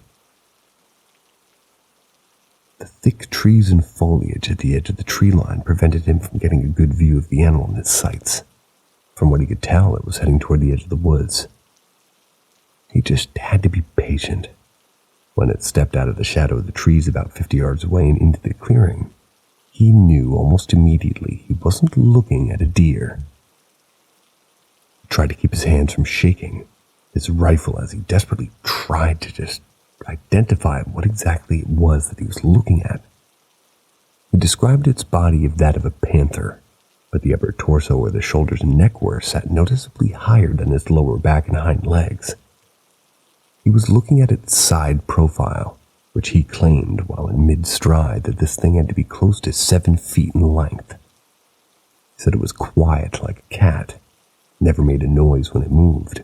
The front legs, he said, looked more like arms, significantly longer and skinnier than its hind legs.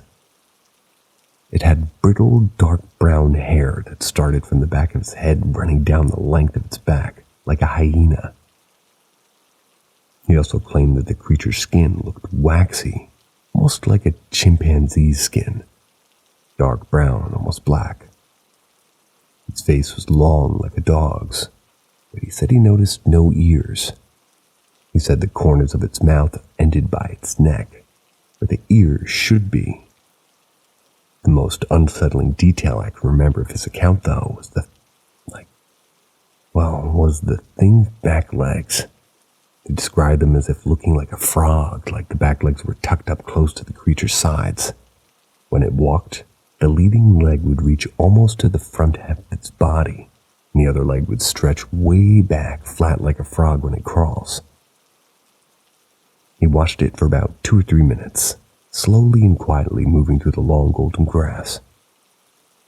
A black shadow surrounded by color. He watched it disappear into the tree line directly across from the woods that he'd seen it come from initially. After a few moments, he left and headed back to his cabin. Now, I don't know how long it was after this incident occurred that Ken told my uncle about it, but he was reluctant to speak about it at all. He dubbed it the Kentucky Holler Crawler. Eventually, Ken explained the story in full one night while sat around a fire with my uncle. Ever since then, Ken refused to go into the woods. He claimed to only hunt from the dirt road running through his property afterward. Both my uncle and Ken have sadly passed away since, but their stories never changed over the years. I even had my uncle retell the story to me a few years back, just so I knew I had all the details right. Maybe this was just another tall tale used to scare me and my brother when we were kids. Can't be on my uncle's land, but I know one thing for sure. He was an honest man, and his eyes told the truth when he would tell me that story. He had his fair share of unexplainable instances as well, but I'm sure anybody would be after frequenting a cabin in the middle of nowhere, Kentucky for over 30 years. The thing that keeps me up at night, though, isn't the thought of the creature. It's the thought of where it came from. Who's to say this thing didn't crawl up from the caves, spanning hundreds of miles in every direction, hidden from civilization, thriving off the ecosystem? Nothing is impossible when it comes to nature. Nobody really knows for sure what's out there in the dark.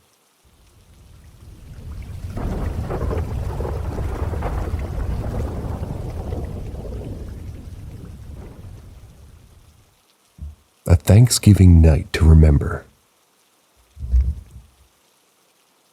When I was 16, my parents, sister, and I drove 5 hours to my uncle and aunt's about the day before Thanksgiving. My uncle and aunt set the entire family up to sleep in their upstairs guest room. They had a bunk bed, an air mattress, a futon, and a twin bed. They warned us the room gets very hot, especially when a lot of people sleep in it. I shared the futon with my mom and fell asleep with a sheet and a blanket without issue. In the middle of the night, I woke up laying on my back, very hot under the covers. I immediately removed them and turned to my left to go back to sleep. I felt my mom put her hand on my right side, just above my waist, and was annoyed because it was hot and she was making it worse. I reached my right arm over to move her arm, felt the empty futon bed beside me instead. I looked, and I was alone on the futon. Immediately, I had goosebumps all over. My mom had moved to the floor to cool off and was nowhere near to touch me. I woke her and begged her to come back to the futon. She returned and I put the blanket back on regardless of how hot it was. I did not want another unwelcome cuddle from who knows what. The next day, my uncle and aunt mentioned that the others had had experiences in that room. Voices and touches, but they didn't want to scare us beforehand. That surely was a Thanksgiving to remember.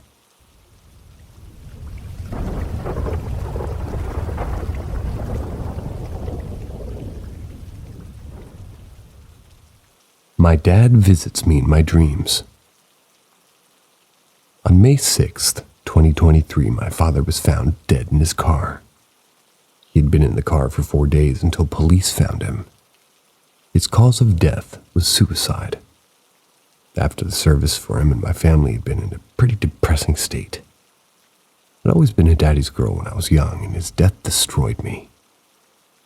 3 days after the service, I remember the night he first appeared in my dreams. It started like any other of my normal dreams, colors, cartoons, wacky physics, etc. Then after a while, everything cut to white. It was quiet, not in an eerie way, but more of a calming light. After the peaceful light, I'm at my grandma's back porch where she had her pool. We go to my grandparents' house every family holiday or in the summer. It was empty and I was staring at the bright blue pool and it felt like summer. The trees were lush green and it was bright outside. It felt oddly real. It felt so real that I could feel the warm summer sun and light breeze. It was quiet for a few moments until I kind of heard like the sound of a can opening. I turned to look around and see my dad in a lounge chair, Bud Light in his hand. He looked healthier like he used to look back in 2020. My father, before he died, had a critical case of diabetes and made him unhealthily skinny. He was wearing his favorite pair of shades and his black sleeveless top and bathing shorts. He drank from his beer and pulled up a chair beside him and just invited me to sit with him. His eyes were watering and I sat down beside my dad. I could hear the distant sounds of birds and my dad's breathing, his occasional sipping of his Bud Light. It felt calm. After a while of sitting there with him, he turned to look at me, gave me a warm smile, and gave like a soft chuckle telling me that it'd be all right. I remember him saying to me, "I'm all right, it's peaceful here." I remember his hand just gently rubbing my back. It felt real too. He used to rub my back when I was like upset or tired. Couldn't stop my tears from falling and my breath caught in my throat as I could choke out a word. He wrapped his big arms around me, giving me a big hug, his hand rubbing my back, still telling me that he loved me. After he told me he loved me, I woke up with my eyes watering. It was strange, but it comforted me. Maybe it was his way of saying his final goodbye. Ever since, I've never had another dream about him.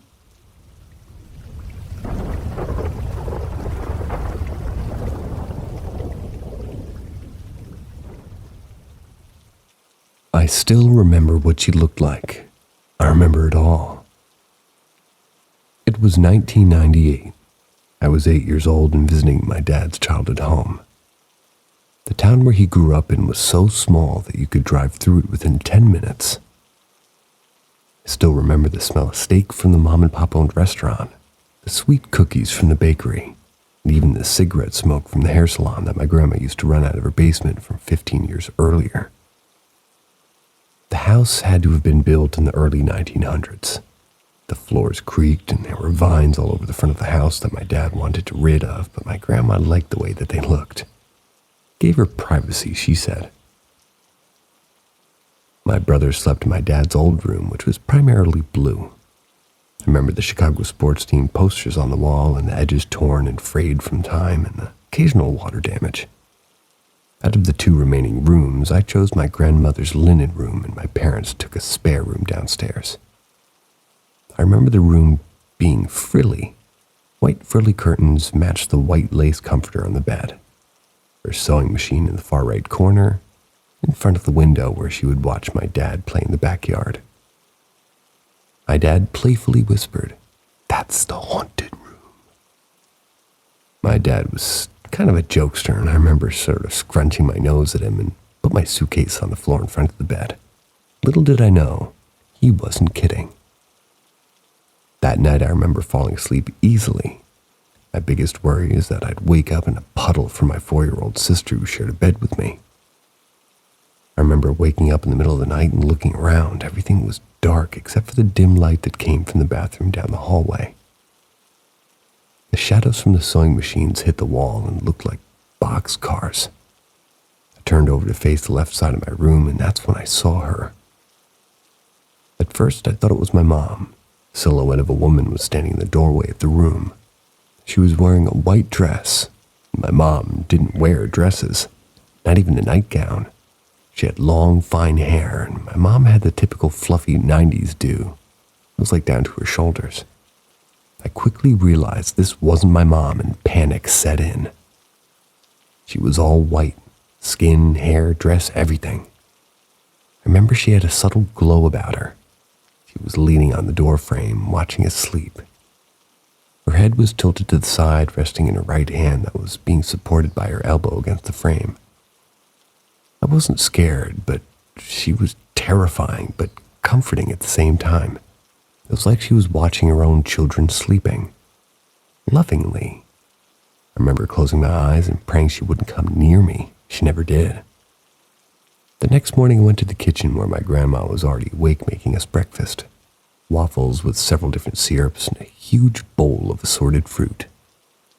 I didn't talk or eat much for the majority of breakfast, and my dad definitely took notice. After a few minutes of coaxing, I finally kind of told him what I saw. He immediately looked at my grandma and said, "Ha! I told you. Ha! I told you it's the end of the stories.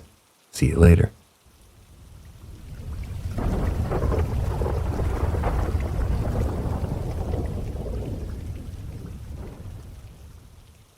Enter the world of the unexplained with Paranormal M. Subscribe and turn on notifications to embark on a journey into the supernatural. We promise to keep you intrigued with our captivating tales of the mysterious and the paranormal. Why you should trust your instincts in life. When I was 19 in the Canadian military back in 1981, I was going on a month's leave for a trip to the UK and then France. The night before I leave, this guy, Perry, who I hardly knew just to say hi in the halls now and then, had heard of my trip and asked me to have a few beers in his room. Sure. So Perry asked me if I'm into the paranormal. Again, yes, as I had grown up with an Acadian and French mother and was well versed. The short version of this story is Perry tells me that he goes into a trance, but can't remember what he says. Dude tells me a few things that I can't recall. Said I was going to have a good time and not a great time, which was true as I had to constantly keep my wits about me.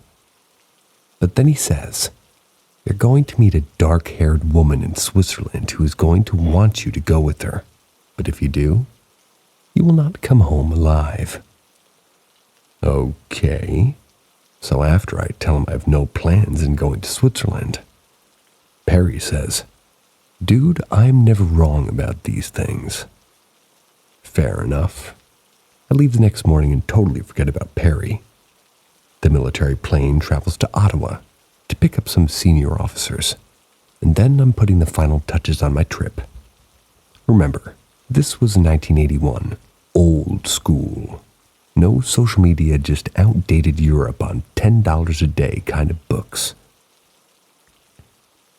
The captain suddenly says that the plane is being rerouted to our base in West Germany. So I'm like, okay. Now start from scratch, as the original plane would have taken up far too much time. Okay, so we arrive in West Germany. I traveled through the Western Europe, and finally when I'm on the trail headed to Geneva, Switzerland from Austria, a dark-haired woman approaches me in the corridor of the train. Just starts chatting me up, like where I'm going. Kind of plain Jane, like the cartoon character in the old Scooby-Doo cartoons in the 70s kind of a look. She asks me if I want to spend some time with her for a few days. Sure, I'm 19, why not? We arrived at the station, I think it was like Lucien. And then I'm waiting, she starts walking up and down the platform. I'm like, okay, so... She looks at me and says very angrily, "No, you stay here, I'm waiting for my brother." I'm like, okay, lady, you're not that hot anyway. Then, as I can still remember, it was like it was yesterday. I'm looking at the train on the right platform, getting ready to leave for Geneva. I look at her again, and then Perry's words come crashing into my head. Man, I nearly fainted. As she walked further down, I ditched her, got onto the train as the conductor, and took my pass.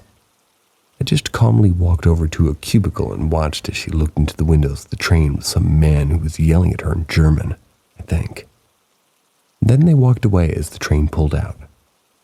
I soon enter Geneva, then head back to the base in West Germany. When I arrive home, though, I see Perry, and he asks, "Well?" I told him the truth. He just looks at me and says, "Dude, I am never wrong. You would have been killed. In a few months, I'm gone, and on to bigger adventures in life." Now, after 40 years plus, I still think of that time and actually told this story with my wife a few years ago.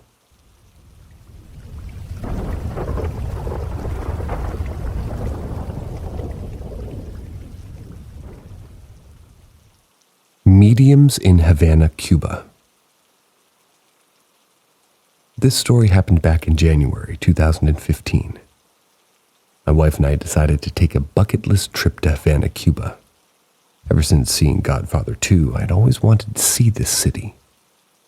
When we left the plane in Veradero, the bus was to take us to our hotel in Havana. Havana is not exactly like you see in the pictures of old rundown tenements that look like the 1860s. There are some very modern areas of the city that look like 1996, but that's another story. On the bus, this lady began to chat with my wife. Now, normally we don't talk to other tourists, simply because I'm traveling to enjoy the city or the country, not talk to other Canadians who I just saw a few hours ago. The lady starts talking to my wife, and only my wife. As I look out the window, I hear familiar names and places from the early 90s. Turns out this lady from Canada is a professional medium who'd lived with my mother in the early 90s in Fredericton, New Brunswick. My wife was intrigued, being Barbadian British, but I was more like, just leave us alone? The lady kept staring at me and saying the word forgiveness. My mother and I had not been really on good terms before she had passed several years earlier.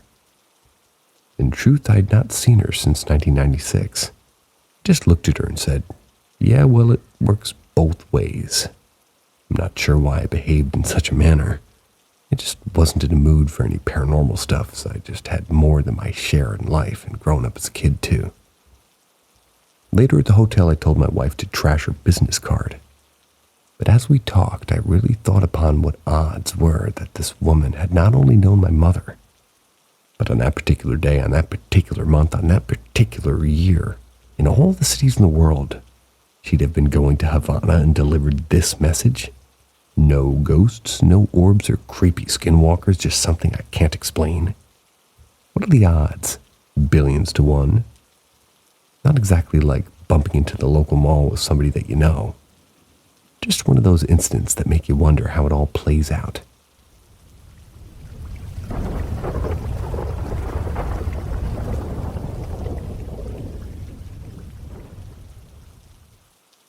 taking the subway in Toronto in the 1980s. This story happened around 1985. I was 23, working on a night shift in Toronto. I really hate working the midnight shift, but it was part of my job working at Atlantic Packaging in East Toronto. I was on the subway heading east towards Kennedy Station in Scarborough. Like most blue-collar guys, I had a routine on which bus to take so I could arrive on time and all that. I got on the Coxwell station sitting at the front of the car. Now this was in the days when the subway late night was far less crowded than today. I distinctly remember to this day across from me was a man just reading his paper, and a few guys further down just sitting there as bored as I was. That's Kennedy Station as the last stop. I had plenty of time to see who was around me, just being smart in the big city. So the train goes by, station after station, very little crowd. As the train pulls into Kennedy, I'm standing at the doors just as I do today at Kennedy, and I feel someone moving right behind me. I had, as I recall, one of those what the fuck moments because there was no one around me at all, just the guy in the front who had walked down to the next door. I turn around, and right behind me, like literally 2 feet, is this woman with black hair just staring at me and smiling. I look at her like, what are you doing here? Where you come from? But you were not on this train. Again, there were no women in that car, none when I arrived at Kennedy, so I step off the train and just stand there as she walks up the platform. I can still remember her, dark hair, wearing clothes from the mid to early 1970s. Feathered hairstyle, like a flowered print shirt with gray slacks. A woman you would have seen from one of those old Kojak shows. I just stood there thinking, well, maybe I just missed her. But she was quite attractive as I recall, and I would have noticed her. One thing I do remember were her eyes. She just looked at me with these freaked out looking eyes, like a sinister smile like some old 70s vampire movie.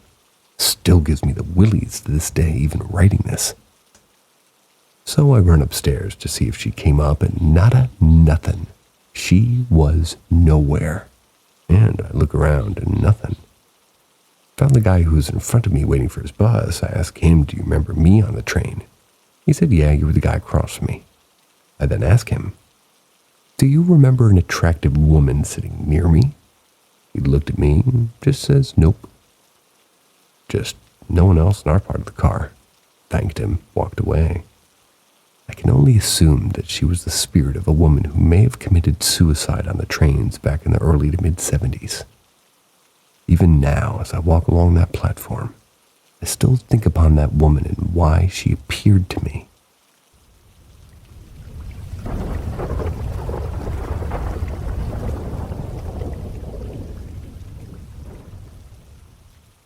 On the way to work at Nike in Toronto in 2001, past the graveyard. Now this is one of those strange experiences I can't explain. No ghosts, no demons, no aspirations. As I once worked at Nike in Canada in Scarborough back in the early 2000s, this occurred. I started my shift at 5 a.m., so I would leave home around 4:20. The company was literally only a 20-minute walk from my home, so I saved a ton of TTC money. This little cemetery on Brimley Road is one of those old-styled vertical headstone types with a closed fence. One morning in the late fall, I was walking past. They had just finished putting a fence in the front a few days earlier. Lucky me. When I approached, I started hearing a sound like someone dragging their feet through the leaves, matching my stride. First, I thought it was just an animal scurrying in the underbrush at this part of Scarborough. It's got plenty of woodland. But then as I walked, I could feel it wasn't an animal. At first, again, I thought it was just some kids playing a prank, but at 4:30 in the morning, the gate was locked, so I stopped and it stopped. I walked, it walked.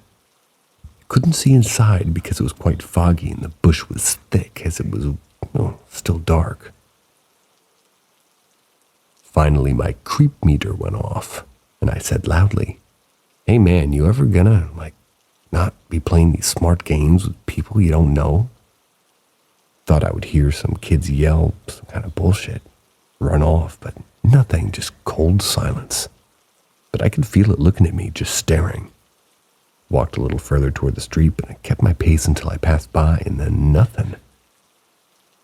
Since that time, I've walked past the cemetery thousands of times.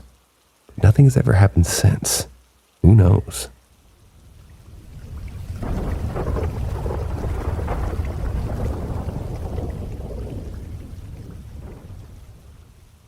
Riding the TTC back in the early 2000s. Riding the TTC in Toronto is always a challenging expedition, especially during the last few years. This post is more about my unusual encounters than the paranormal. Or perhaps just a strange occurrence that may have an explanation, or both. The first one involved this elderly black lady.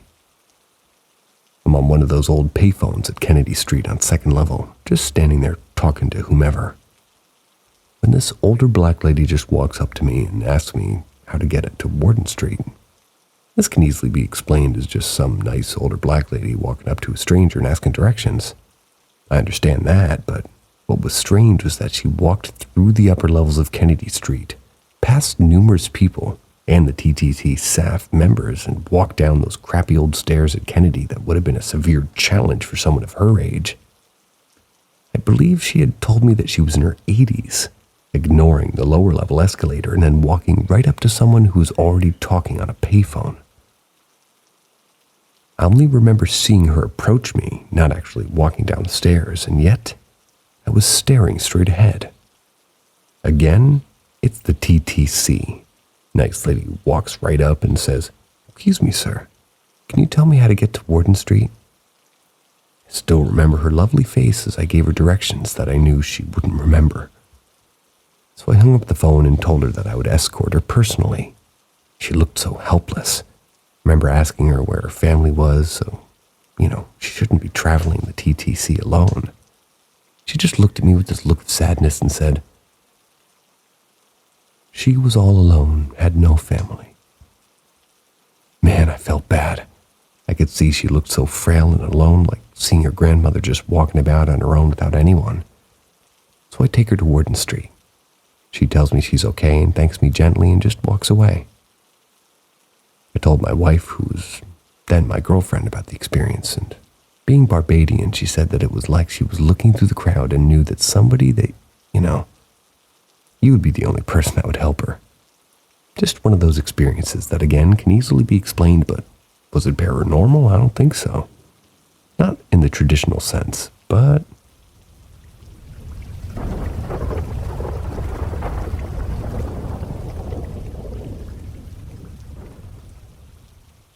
strange happenings at home I can't explain. 2 months ago, I heard a loud groan-type noise over my head while watching TV on my couch. It lasted about 4 seconds. I immediately stood up and turned the lights on. Listened to the street sweeper go by my house.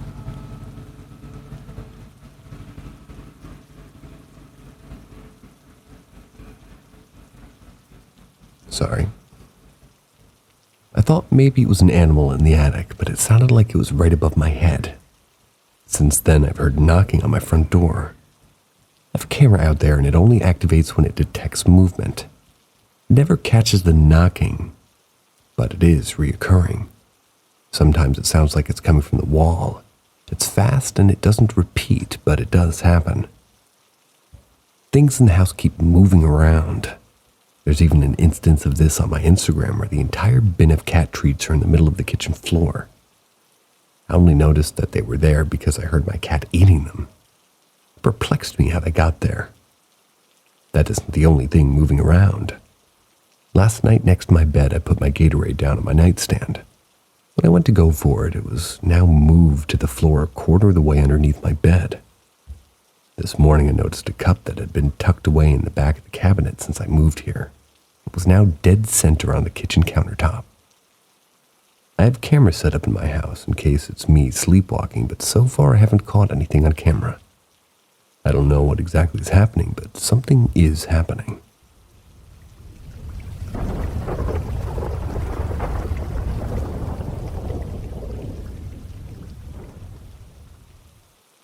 My work bathroom is definitely haunted. Okay, I'm a male 19. I started working at this restaurant a few months ago. The women's bathroom at my work had always given me bad, energy since I started working there. And today I feel I finally think I'm actually right. So let me go over the evidence. For context, there's 3 stalls and a sink next to the door. At first, the second stall would just kind of always be closed and a light would flicker. It'd be like that every morning. I would always ask everyone, who closed the stall? And everybody would say no. I also clean them every night and make sure to leave it open, and every morning I come back, it's closed. And that light is always flickering. Not a big deal, but whatever. Which brings me to my second evidence. So I also changed the toilet paper in each of the stalls throughout the day. I need a key to open them. This one time I was doing my job normally and I went to the middle stall and the light was kind of weird, but at the time didn't think about it much. I opened the paper holder, put the paper in, closed it, and made sure it was closed shut. As soon as I go to walk out of the stall, it slammed down. And the light just cut off, scaring the shit out of me in the process. Still weird, you know. I have a lock, so maybe it didn't do it all the way. Now this leads me to my third evidence. Since the heater is connected to the women's room for some reason, it's super hot in there. Anyway, recently every time I go to the middle stall, I always get a chill and I get cold, even though everywhere else in the bathroom is very warm. That's not all. I also kind of more recently been getting the feeling something's watching me and I get all paranoid. My body also feels the urge to run every single time after I finish cleaning the middle stall. So that's all my experience for now, but I'll give updates if more happens. But what do you guys think? Am I just paranoid?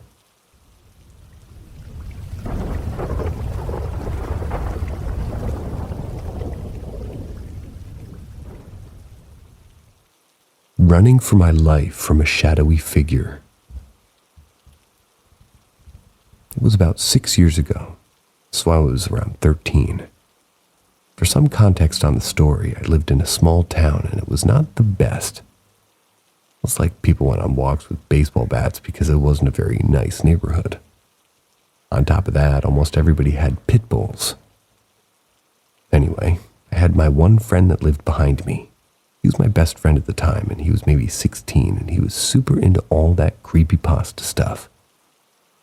At the time, I wasn't really exposed to that stuff, but he basically always scared me into thinking that they were real and would always try to jump out and scare me.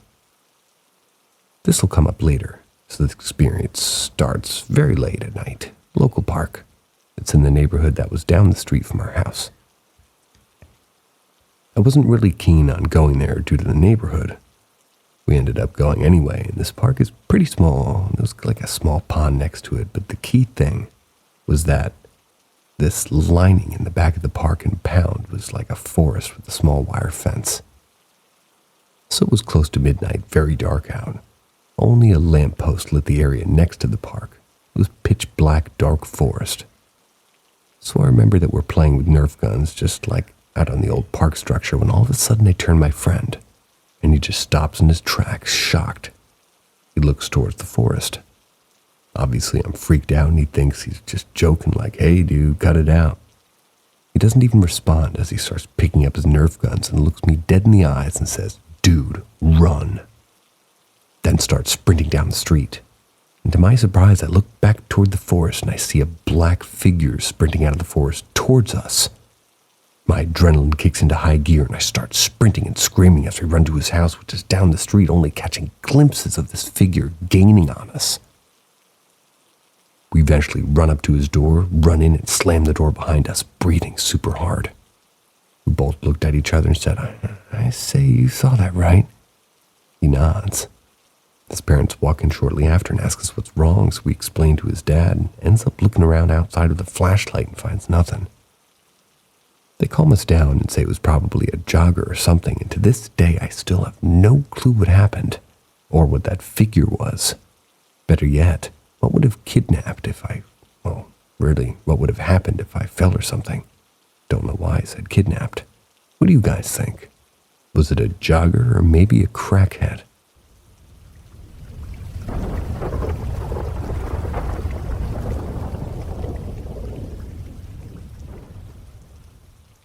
What is this?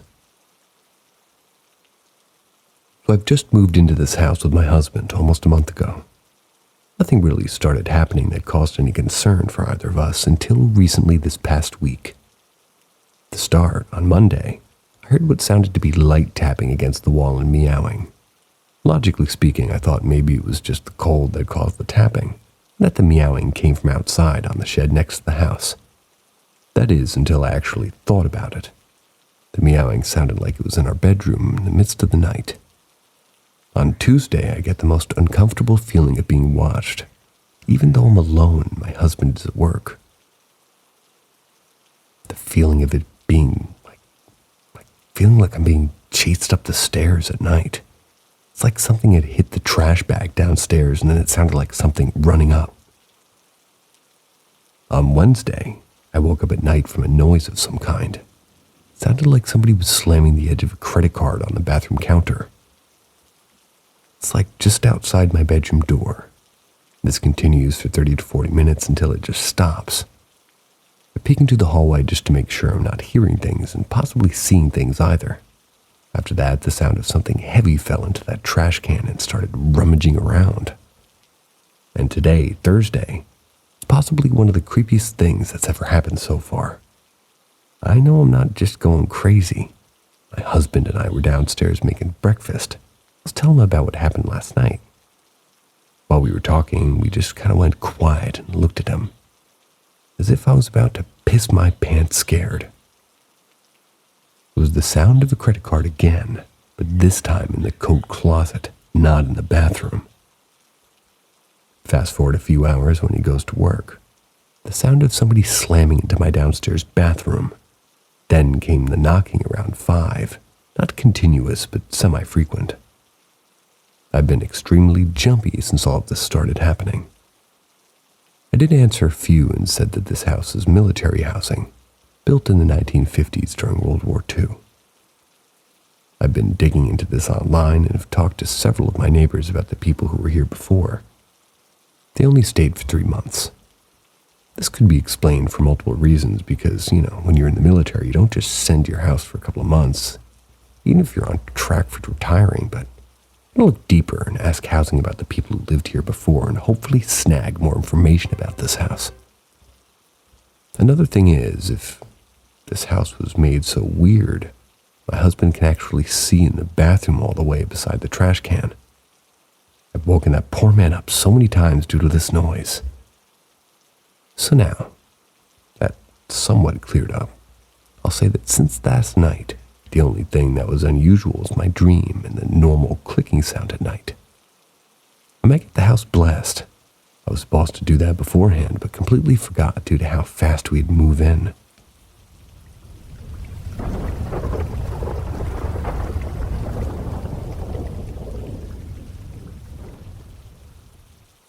My house is haunted.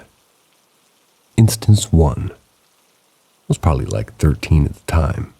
We just moved into my house and my family went out to eat. But I didn't really want to since it was late and I don't really like eating too late. This means it was just me in the house.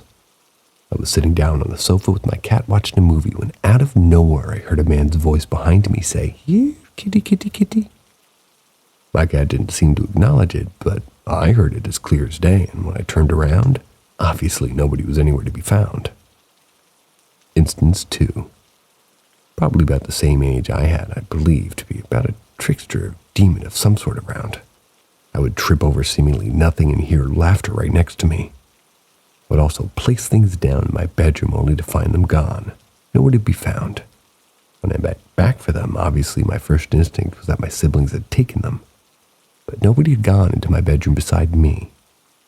Eventually I would just say, "Could you put my insert item here back, please?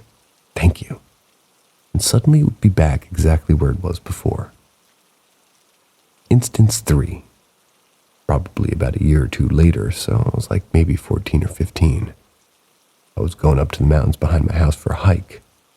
But it was dry season, so all the prickly bushes and such were all over the hill. So I turned around to go back home, and I'm walking back home, and I hear indistinct talking, and then what sounds like somebody muttering through a megaphone. It sounded like it was right in front of my house. Definitely would have been heard from inside, so I ran inside and asked my mom what all the noise was. What noise? Instance 4. About 3 months ago, so I'm like 18 at that time. My grandfather had gotten sick in another country and wasn't doing too great. My mother had this weird feeling that he was lost. I'd gone into the den of my house and started pacing a bit because I have anxiety, and that's what helps me not panic. As I'm walking, I see out of the corner of my eye somebody following me, feet behind mine, glimpses of a face when I turn. But only out of the corner of my eye, never in full sight. Instance 5, about a week ago actually. My mother and sister and I, coincidentally the only people in my house that believe in the supernatural, were standing near the fireplace talking about whether or not my mother was going to buy my grandfather's ashes from the funeral home in another country. All of a sudden we heard a loud bang on the wall, and my mother's mailbox, which keeps letters and bills and such, fell to the floor. It was nailed into the wall. The only things that fell out were her checkbook, a pen, and a few old credit cards. Guess my grandfather really wanted her to pay for him.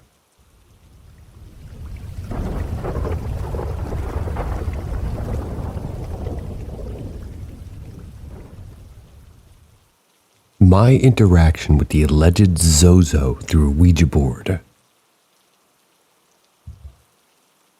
So it's probably 9:30 p.m., April 2018. My girlfriend, her buddies, and I were in a backyard having a bonfire at a typical night for that time of year in our area. A little chilly and it was dark out. To give you an idea of the layout of our yard, there's maybe a block-long driveway. Longest driveway I've seen in person that doesn't turn, and it leads up to her house. Surrounding her house is a huge apple orchard. So she has no neighbors on either side. Her backyard is huge with a bonfire and a little play park for kids and a trampoline. We were sitting by the bonfire. My girlfriend, her friends, and I were getting a little bored, so we started to think about making a homemade Ouija board. One of our friends started making one, so we decided to go for it. Just for the record, I've never used a Ouija board in my life before this. This is a unique experience for me, and it's my first one ever. The first time we did it, the stone we were using to cover up the letters kept moving around in circles and zigzags. After that, we closed it and said goodbye. Then, maybe 10 minutes later, we decided to open it up and try it again. Once we tried it again, it almost started doing the same thing. But then it went off the board and started going towards one of my girlfriend's friends. She started to freak out and just kind of, she started to freak out and started my girlfriend. I don't know what that means. She started to freak out and started my girlfriend, so we grabbed the stone and wanted to close it again. So we said goodbye and closed it. Maybe half an hour later, we used it for the last time, and it was definitely the most interesting. Freaky thing that happened that night by far. So we opened the Ouija board and welcomed any spirits to come and speak with us. We asked if there was a spirit there with us, and all of a sudden it drew its hand over yes. We asked who we were talking to, and then it told us we were talking to a little girl. We asked how old she was. I think she said she was 12, and this is when it gets creepy as fuck. We asked what happened to her. Then it didn't move for maybe 5 seconds, so we asked again. Maybe 5 more seconds passed, and the stone started moving to the letters Z and O over and over again. Thought it was saying azazazazaz. Pardon my French.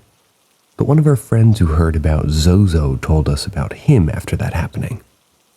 We asked why he did that, and what he did, and I don't think we got an answer for that one. We then said goodbye, closed the board, and we were done with it. My girlfriend and I woke up the next morning, and I shit you the fuck not that I woke up with a bruise the size of maybe 4 grapes. Then the next morning, I woke up with 3 claw-like thick red marks on my bruise. 2 days later, the bruise is the size of 2 grapefruits. Scary.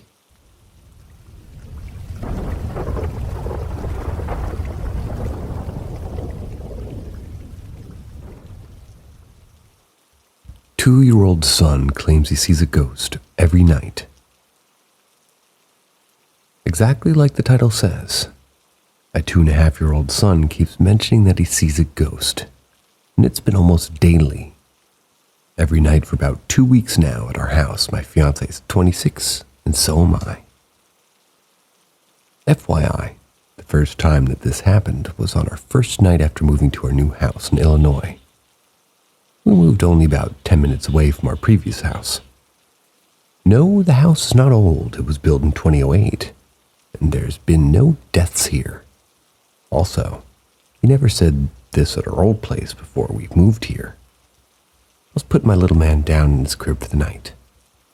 And like I've done every single night for over a year, I said goodnight to all of the stuffed toys in his room, and then him. Then I kissed him on his hands. Something he's had me do for quite a long time every night. As I walked to the door to leave the room, I walked outside of his room, turned around to look at him with the door open, and said, "Good night, love you," like I do every night. Now, instead of him saying "night, night, love you too," which he always does, he simply laid in his back, pointed to, and I know this sounds corny as fuck, but the corner of his room.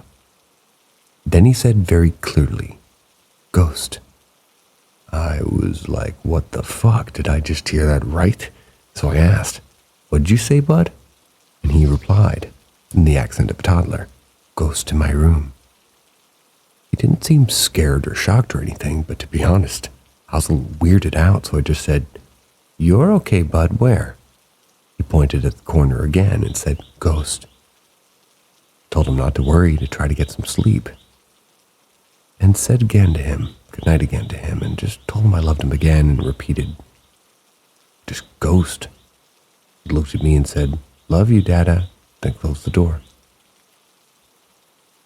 Now, before I go on, I just want to say that we've never talked about or mentioned anything about ghosts with or around him. There isn't one situation I can even think of that we've ever talked about ghosts in front of him or with him. And even if we did, he's freaking 2.5 years old. Pretty sure he wouldn't have even have an inkling of remembering or even understanding what we'd be talking about. Also, the kid doesn't even know what death is. I don't think he would, just saying that just to try to freak me out.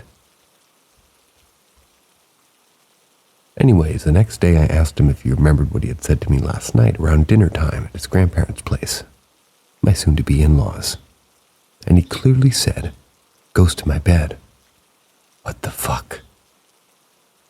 Well, we all just kind of laughed it off because we all thought maybe he heard something about them at daycare during past Halloween or something. I mean, really have no idea where else he could have heard about ghosts. Last night he did it too.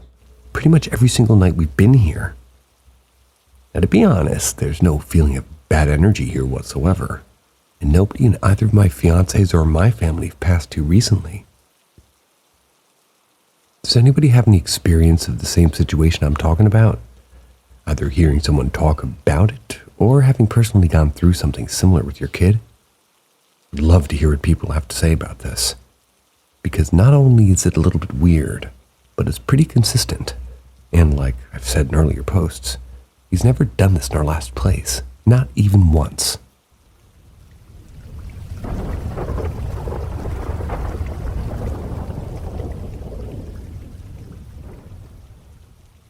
This happened during my mid-teenage years. I had a strange dream that involved me and a group of people I'd never met running through a cornfield while being chased by what I can only describe as living shadows. I woke up in the middle of the night on my back. I sleep on my stomach. I couldn't move any part of my body beside my eyes. And when I say could not move, I mean it. This wasn't like sleeping on your arm, having it got limp and barely responsive, so you have to move it, with your other hand, but I mean, I could literally feel my brain send and my limbs receive, like signals to my nerves and muscles. telling them to move only for them to not so much as twitch. I couldn't even twitch a finger. After a few moments, my brain woke up enough to register sound.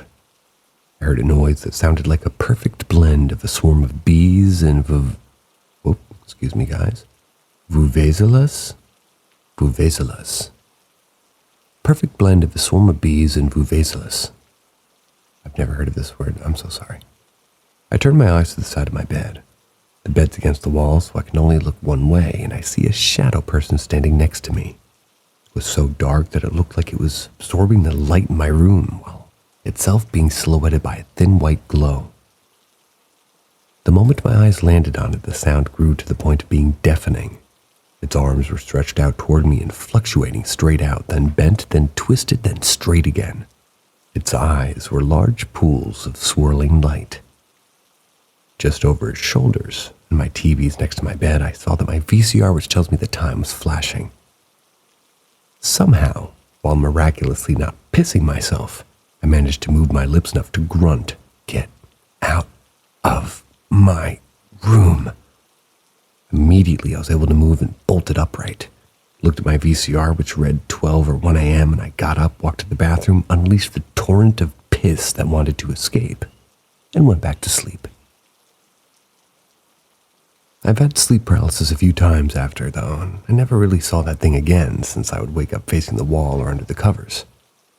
But each time it happened, I would say, "Get out of my room," and would be able to move again.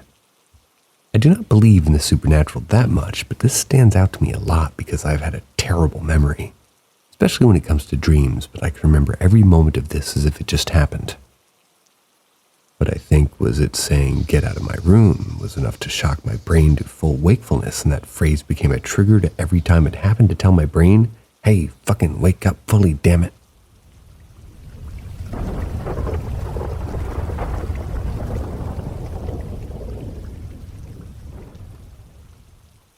Ask Reddit. My sophomore year of college, I was in the library late one night and suddenly heard, "Hey," in one of my ears, just the one. Now, I had headphones in listening to a podcast while writing a paper, so I ignored it at first, but quickly I heard it again louder in the same ear. I took my headphones out, look around, and see no one. I hear it again, and it's a harsh whispered "hey" in one of my ears. Starting to think it's one of my friends pranking me, hiding between the shelves. I go check them out, find no one I know, at least who looks like they're trying to get my attention, and this is when I start thinking that someone's messing with me to get me away from my laptop. So I hurry back to my table, but I find everything untouched. At this point, I'm freaked out and decide to go back to my room for the night. I tried rationalizing it like, "Oh, I'm tired," or maybe I'm just stressed out. But as I'm packing up my stuff, I heard "hey" in the same low whisper and felt a sudden warmth on my ear, kind of like when somebody actually is whispering into it. I hurried out of there as fast as I could without drawing attention to myself. Called my sister to tell her what happened. She told me that it was probably someone messing with me, or just overheard someone behind me in another room or around a corner. That's when I told her that I was sitting at a table in the corner of the room, my back to the wall and my ear that I heard the whispers in was facing the closed window on the 3rd floor of the library.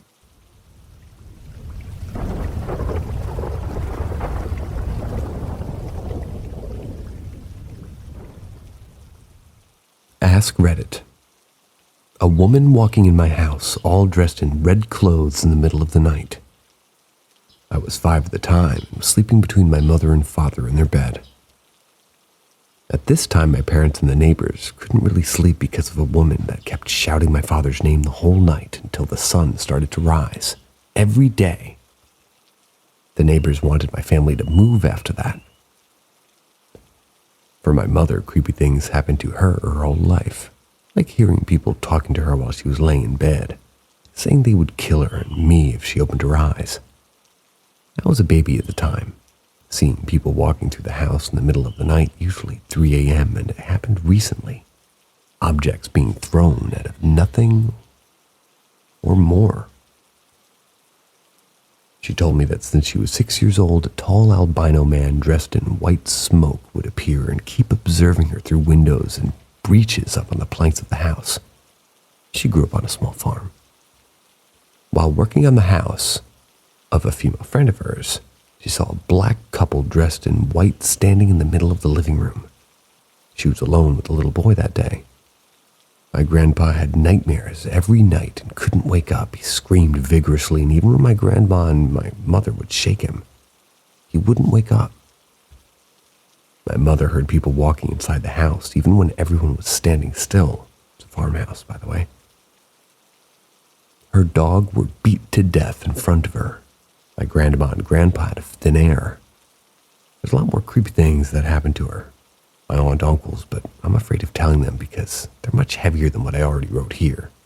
Also, I don't know if it's related, but I rarely have a normal dream. I mostly have nightmares, and my father too.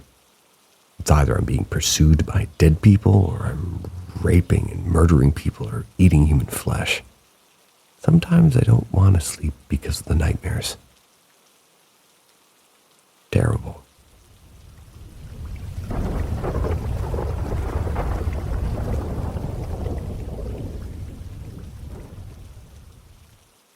Ask Reddit. In the middle of the night a few years ago, I saw a figure pass in front of the glow of the alarm clock. It went into the darkness at the foot of our bed. I thought it was an intruder. I had awoken because I thought I heard our apartment door open and close. And then the figure. First, I thought it was my husband, but when I inched my foot over to his side of the bed, I felt him next to me. My heart was pounding so hard I could hardly hear anything else. Till then, I'd always thought it was silly when someone felt afraid that people can hear their heart pound, but I get it now. So after about a minute of staring into the blackness where the figure had disappeared, I grabbed the bedside lamp and threw it at the foot of the bed. I heard it crash into the wall, leap out of bed and grabbed the flashlight in the dresser, dropped it, made 2 huge steps to my left, turned on the bedroom light. No one there, just my husband staring at me like I'd lost my mind and the lamp lying on the floor. I explained what happened. He made a sweep of the apartment, even though the bedroom door was shut. The apartment door locked, and there was absolutely no way anybody could have entered without making every single floorboard in that old apartment creak to wake the dead. It was 3 a.m. or so on a Saturday, so we got up for some hot chocolate and just watched a few episodes of Frasier until we were both able to calm down. Nice choice. I've had sleep paralysis before, and this was nothing like that. Lucid dream? Maybe. Who knows?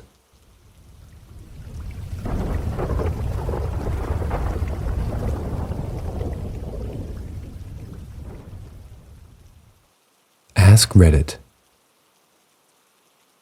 When I was 11, I was sitting in my room with my dog with the door closed. I heard what sounded like my aunt call my name, which caused my dog to also perk up. Ran down the stairs and asked if anybody called my name. My father was the only one in the house and said that he thought my mother yelled for me. I go outside to the garage as my mom's walking in. She said she swore she heard someone yell for her to come in the house, and, well, at 15 it happened again. But this time it was at a different house, and my dog was with my mom in the kitchen. I was in my room with the door open. Swore I heard my mother call for me, so I get up and nearly run right into her in the hallway. Turns out she thought I had called for her. I would always hear someone call my name for around 4 years, around 20-ish years old too. The first house we lived in had a guy pass away in the living room from a heart attack. Things would fall from the shelf in the bathroom whenever we would take a shower in that house. My sister recently told me how she hated living there because she felt like she was being watched all the time. Since I was around 15 or 16, I've been getting random scratches. Played it off as like an itching myself in my sleep at first, but it always ended up happening whenever my mother was angry at my father or me. They would always be on my upper arms and chest, never lower. My father gets them far less than I do. Stopped mentioning them altogether about 6 years ago, and my mother claimed my dog must have done the latest one when he didn't even sleep in my parents' room since my father had just gotten up for the day. Long sentence. I've honestly tried to find ways to explain the scratches, but I don't have long nails, and there's nowhere near sharp enough to leave the marks that I get. For now, it has become a small amusement for my boyfriend and I to guess what exactly my mother is angry about when new scratches appear. Wouldn't surprise me if she has some sort of attachment with how much negativity she gives off.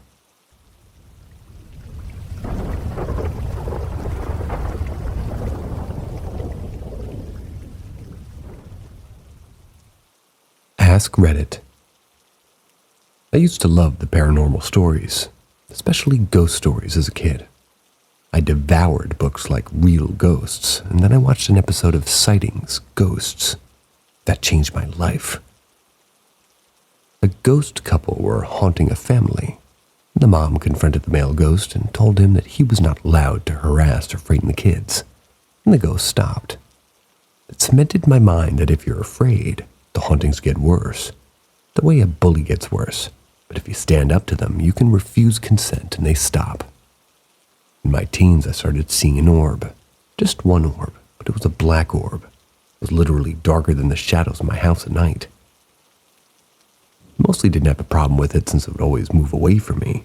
I'd just wait till it was moved on and then go on with whatever I was doing. Then one night I was lying in my bed when suddenly I felt a blinding pain in my right eye. I felt like somebody had punched me.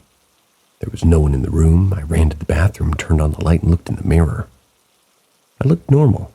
There was no bruising, but just touching the skin around my eye hurt. It felt like there was a massive bruise on the soft tissues. Every time I blinked, it would send a fresh wave of pain through it. Went back to bed and lay down again. Then it felt like someone or something was poking me, jabbing at the bruised feeling with their finger. I rolled to the left. The poking feeling stopped for 2 seconds, then started up again. I rolled to the right, burying my bruised eye in the pillow. The poking stopped for 2 seconds, then started up again. It was like something was reaching through the pillow just to cause me pain. I finally sat up, feeling royally pissed. I said out loud, "Stop it! You do not have permission to touch me. You do not have permission to hurt me. Get your hands off me." There was a pause, and then the poking sensation stopped. The pain in my right eye began to fade. I lay down again and fell back asleep. The next morning, my face and eye felt fine. There was still no evidence that I was bruised or physically injured. A few nights later, I woke up to the silhouette of a tall man wearing a hat standing next to my bed. I don't know how I pulled it off without getting tangled in my blankets or anything, but I basically jumped to my feet, so I was standing on my bed and stood face to face with it. I couldn't see its face or eyes, but I swear we were face to face and just stared right the hell back at it and didn't back down. Then it disappeared. I got some sage and basically saged the whole house, every door, every window, then the actual room. Cleansed it with the statement, "Negativity and malignancy are not welcome here. I sealed this portal and room against them." The house felt lighter afterwards. Then I held the sage underneath my face and said, "Negativity and malignancy is not welcome. I shield my body against them." Took a huge breath of the sage smoke. It's weird, but I thought I got really bad allergies to smoke or just about anything else. Sage smoke didn't trigger those allergies. When I exhaled, I felt better too. Never saw the orbs or the Hat Man again, and I never got hit in the eye again either.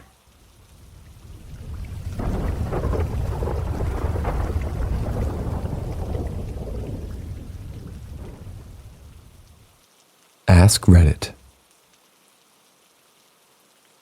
So I went to college in a town with a giant cemetery with graves dating back to the very late 1700s.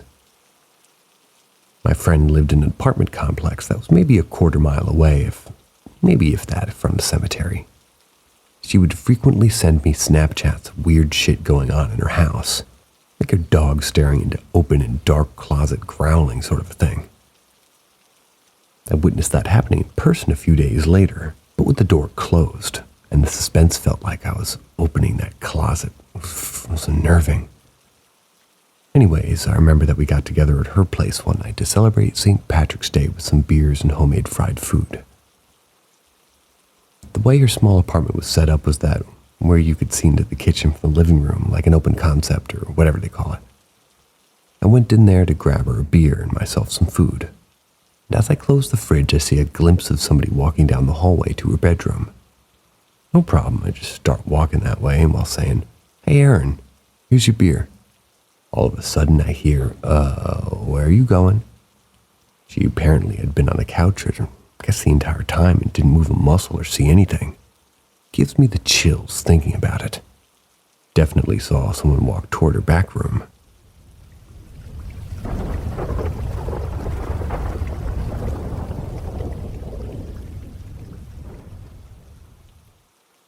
Ask Reddit. In 2007, my cousin was killed in a car accident. She was the passenger in her boyfriend's car, and he was driving like an asshole. He ended up being fine, but she got hit on her door and passed away. At the hospital a couple of hours later, she lived in Missouri, and most of our family was in New Jersey. I grew up Catholic and never really questioned it. I wasn't really religious, but I didn't really refute it either. When my cousin passed away, I stopped believing in any of it just because I felt like she was stolen from our lives. If there was a God, then why would he ever do something like that to us?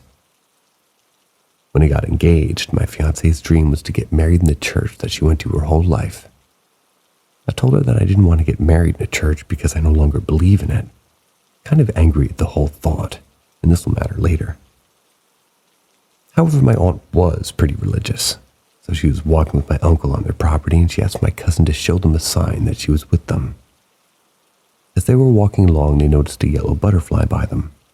I continued to follow them for an odd amount of time, since that, at least a yellow butterfly at that time is our family's symbol for our cousin. My aunt and my other cousin even got a tattoo of it, but fast forward a couple of months. I'm lying in my bed trying to sleep, and I start to get this weird feeling. Something was not right. I know I was wide awake, so it wasn't a dream. I started to hear something, but only in my head. I also started to see something bright, but it wasn't in front of me, it was in my head.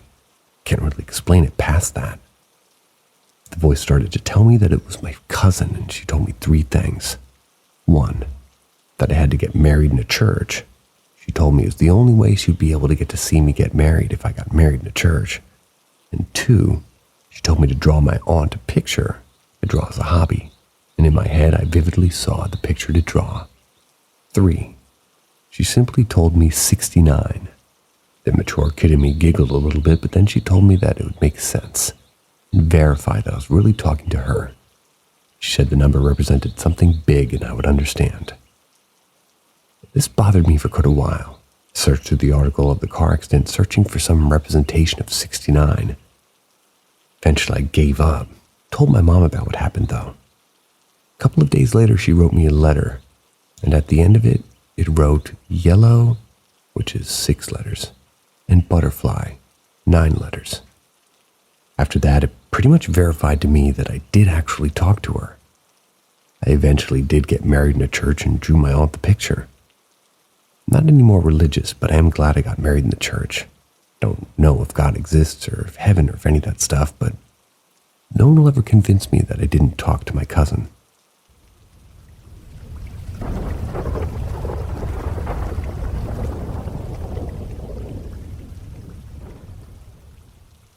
Ask Reddit. This happened just last week. I was sleeping. I believe it was roughly 2 a.m. My dreamscape was creating this very odd scenario where I was observing a small dog with a terribly disgusting bowel movement that smelled horrible. The smell here is the key. That exact smell actually woke me up. Now, I thought perhaps the cat had used his litter box, but upon further inspection the next morning, I realized this was not the case. A rotten, nasty shit type of smell. For those of you who may not know, this smell is often associated with the presence of a demon. In my now half-awake state, I can smell this horrible, horrid stench, and I'm instinctively concerned for my safety. At this point, the next thing I can is recall that I was contorting into this strange and severely uncomfortable position on my bed. I was screaming bloody murder, but no sound was actually coming out. And fast forward, maybe, and I'm in like a dream again. In this dream, I'm very vehemently reciting prayers to this thing over and over and over. Eventually, I believe it must have left. My consciousness or subconsciousness was under a demon attack. I don't know what happened, but I know it affected me enough to freak me out through the next couple of days.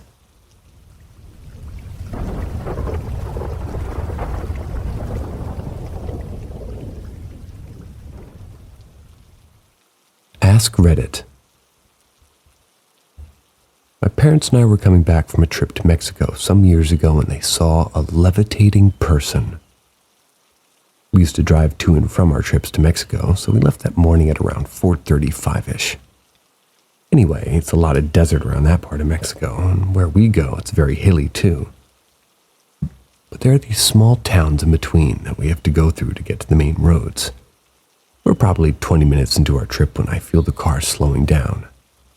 I didn't make too much, well, I don't make too much of it really, since there's a lot of huge speed bumps around those parts. I was in the back seat playing on a DS and I looked up. My parents were both looking into an alleyway trying to see something. I asked what it was they were looking for, and they described it as a person wearing a white robe. They said it kind of looked like E.T., that kind of robe he was wearing at the beginning of the movie.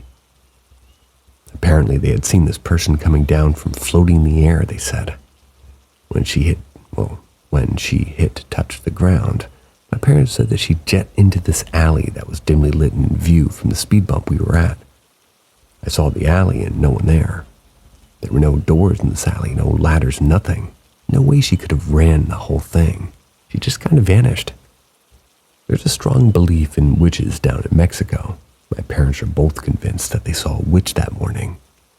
They're both from Mexico, and have both run into paranormal stuff there, including witches.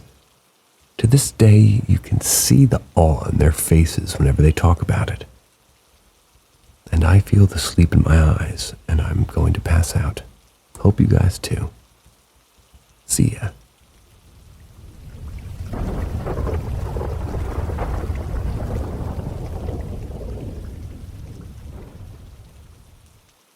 My parents and I were coming back from a trip to Mexico some years ago when they saw a levitating person.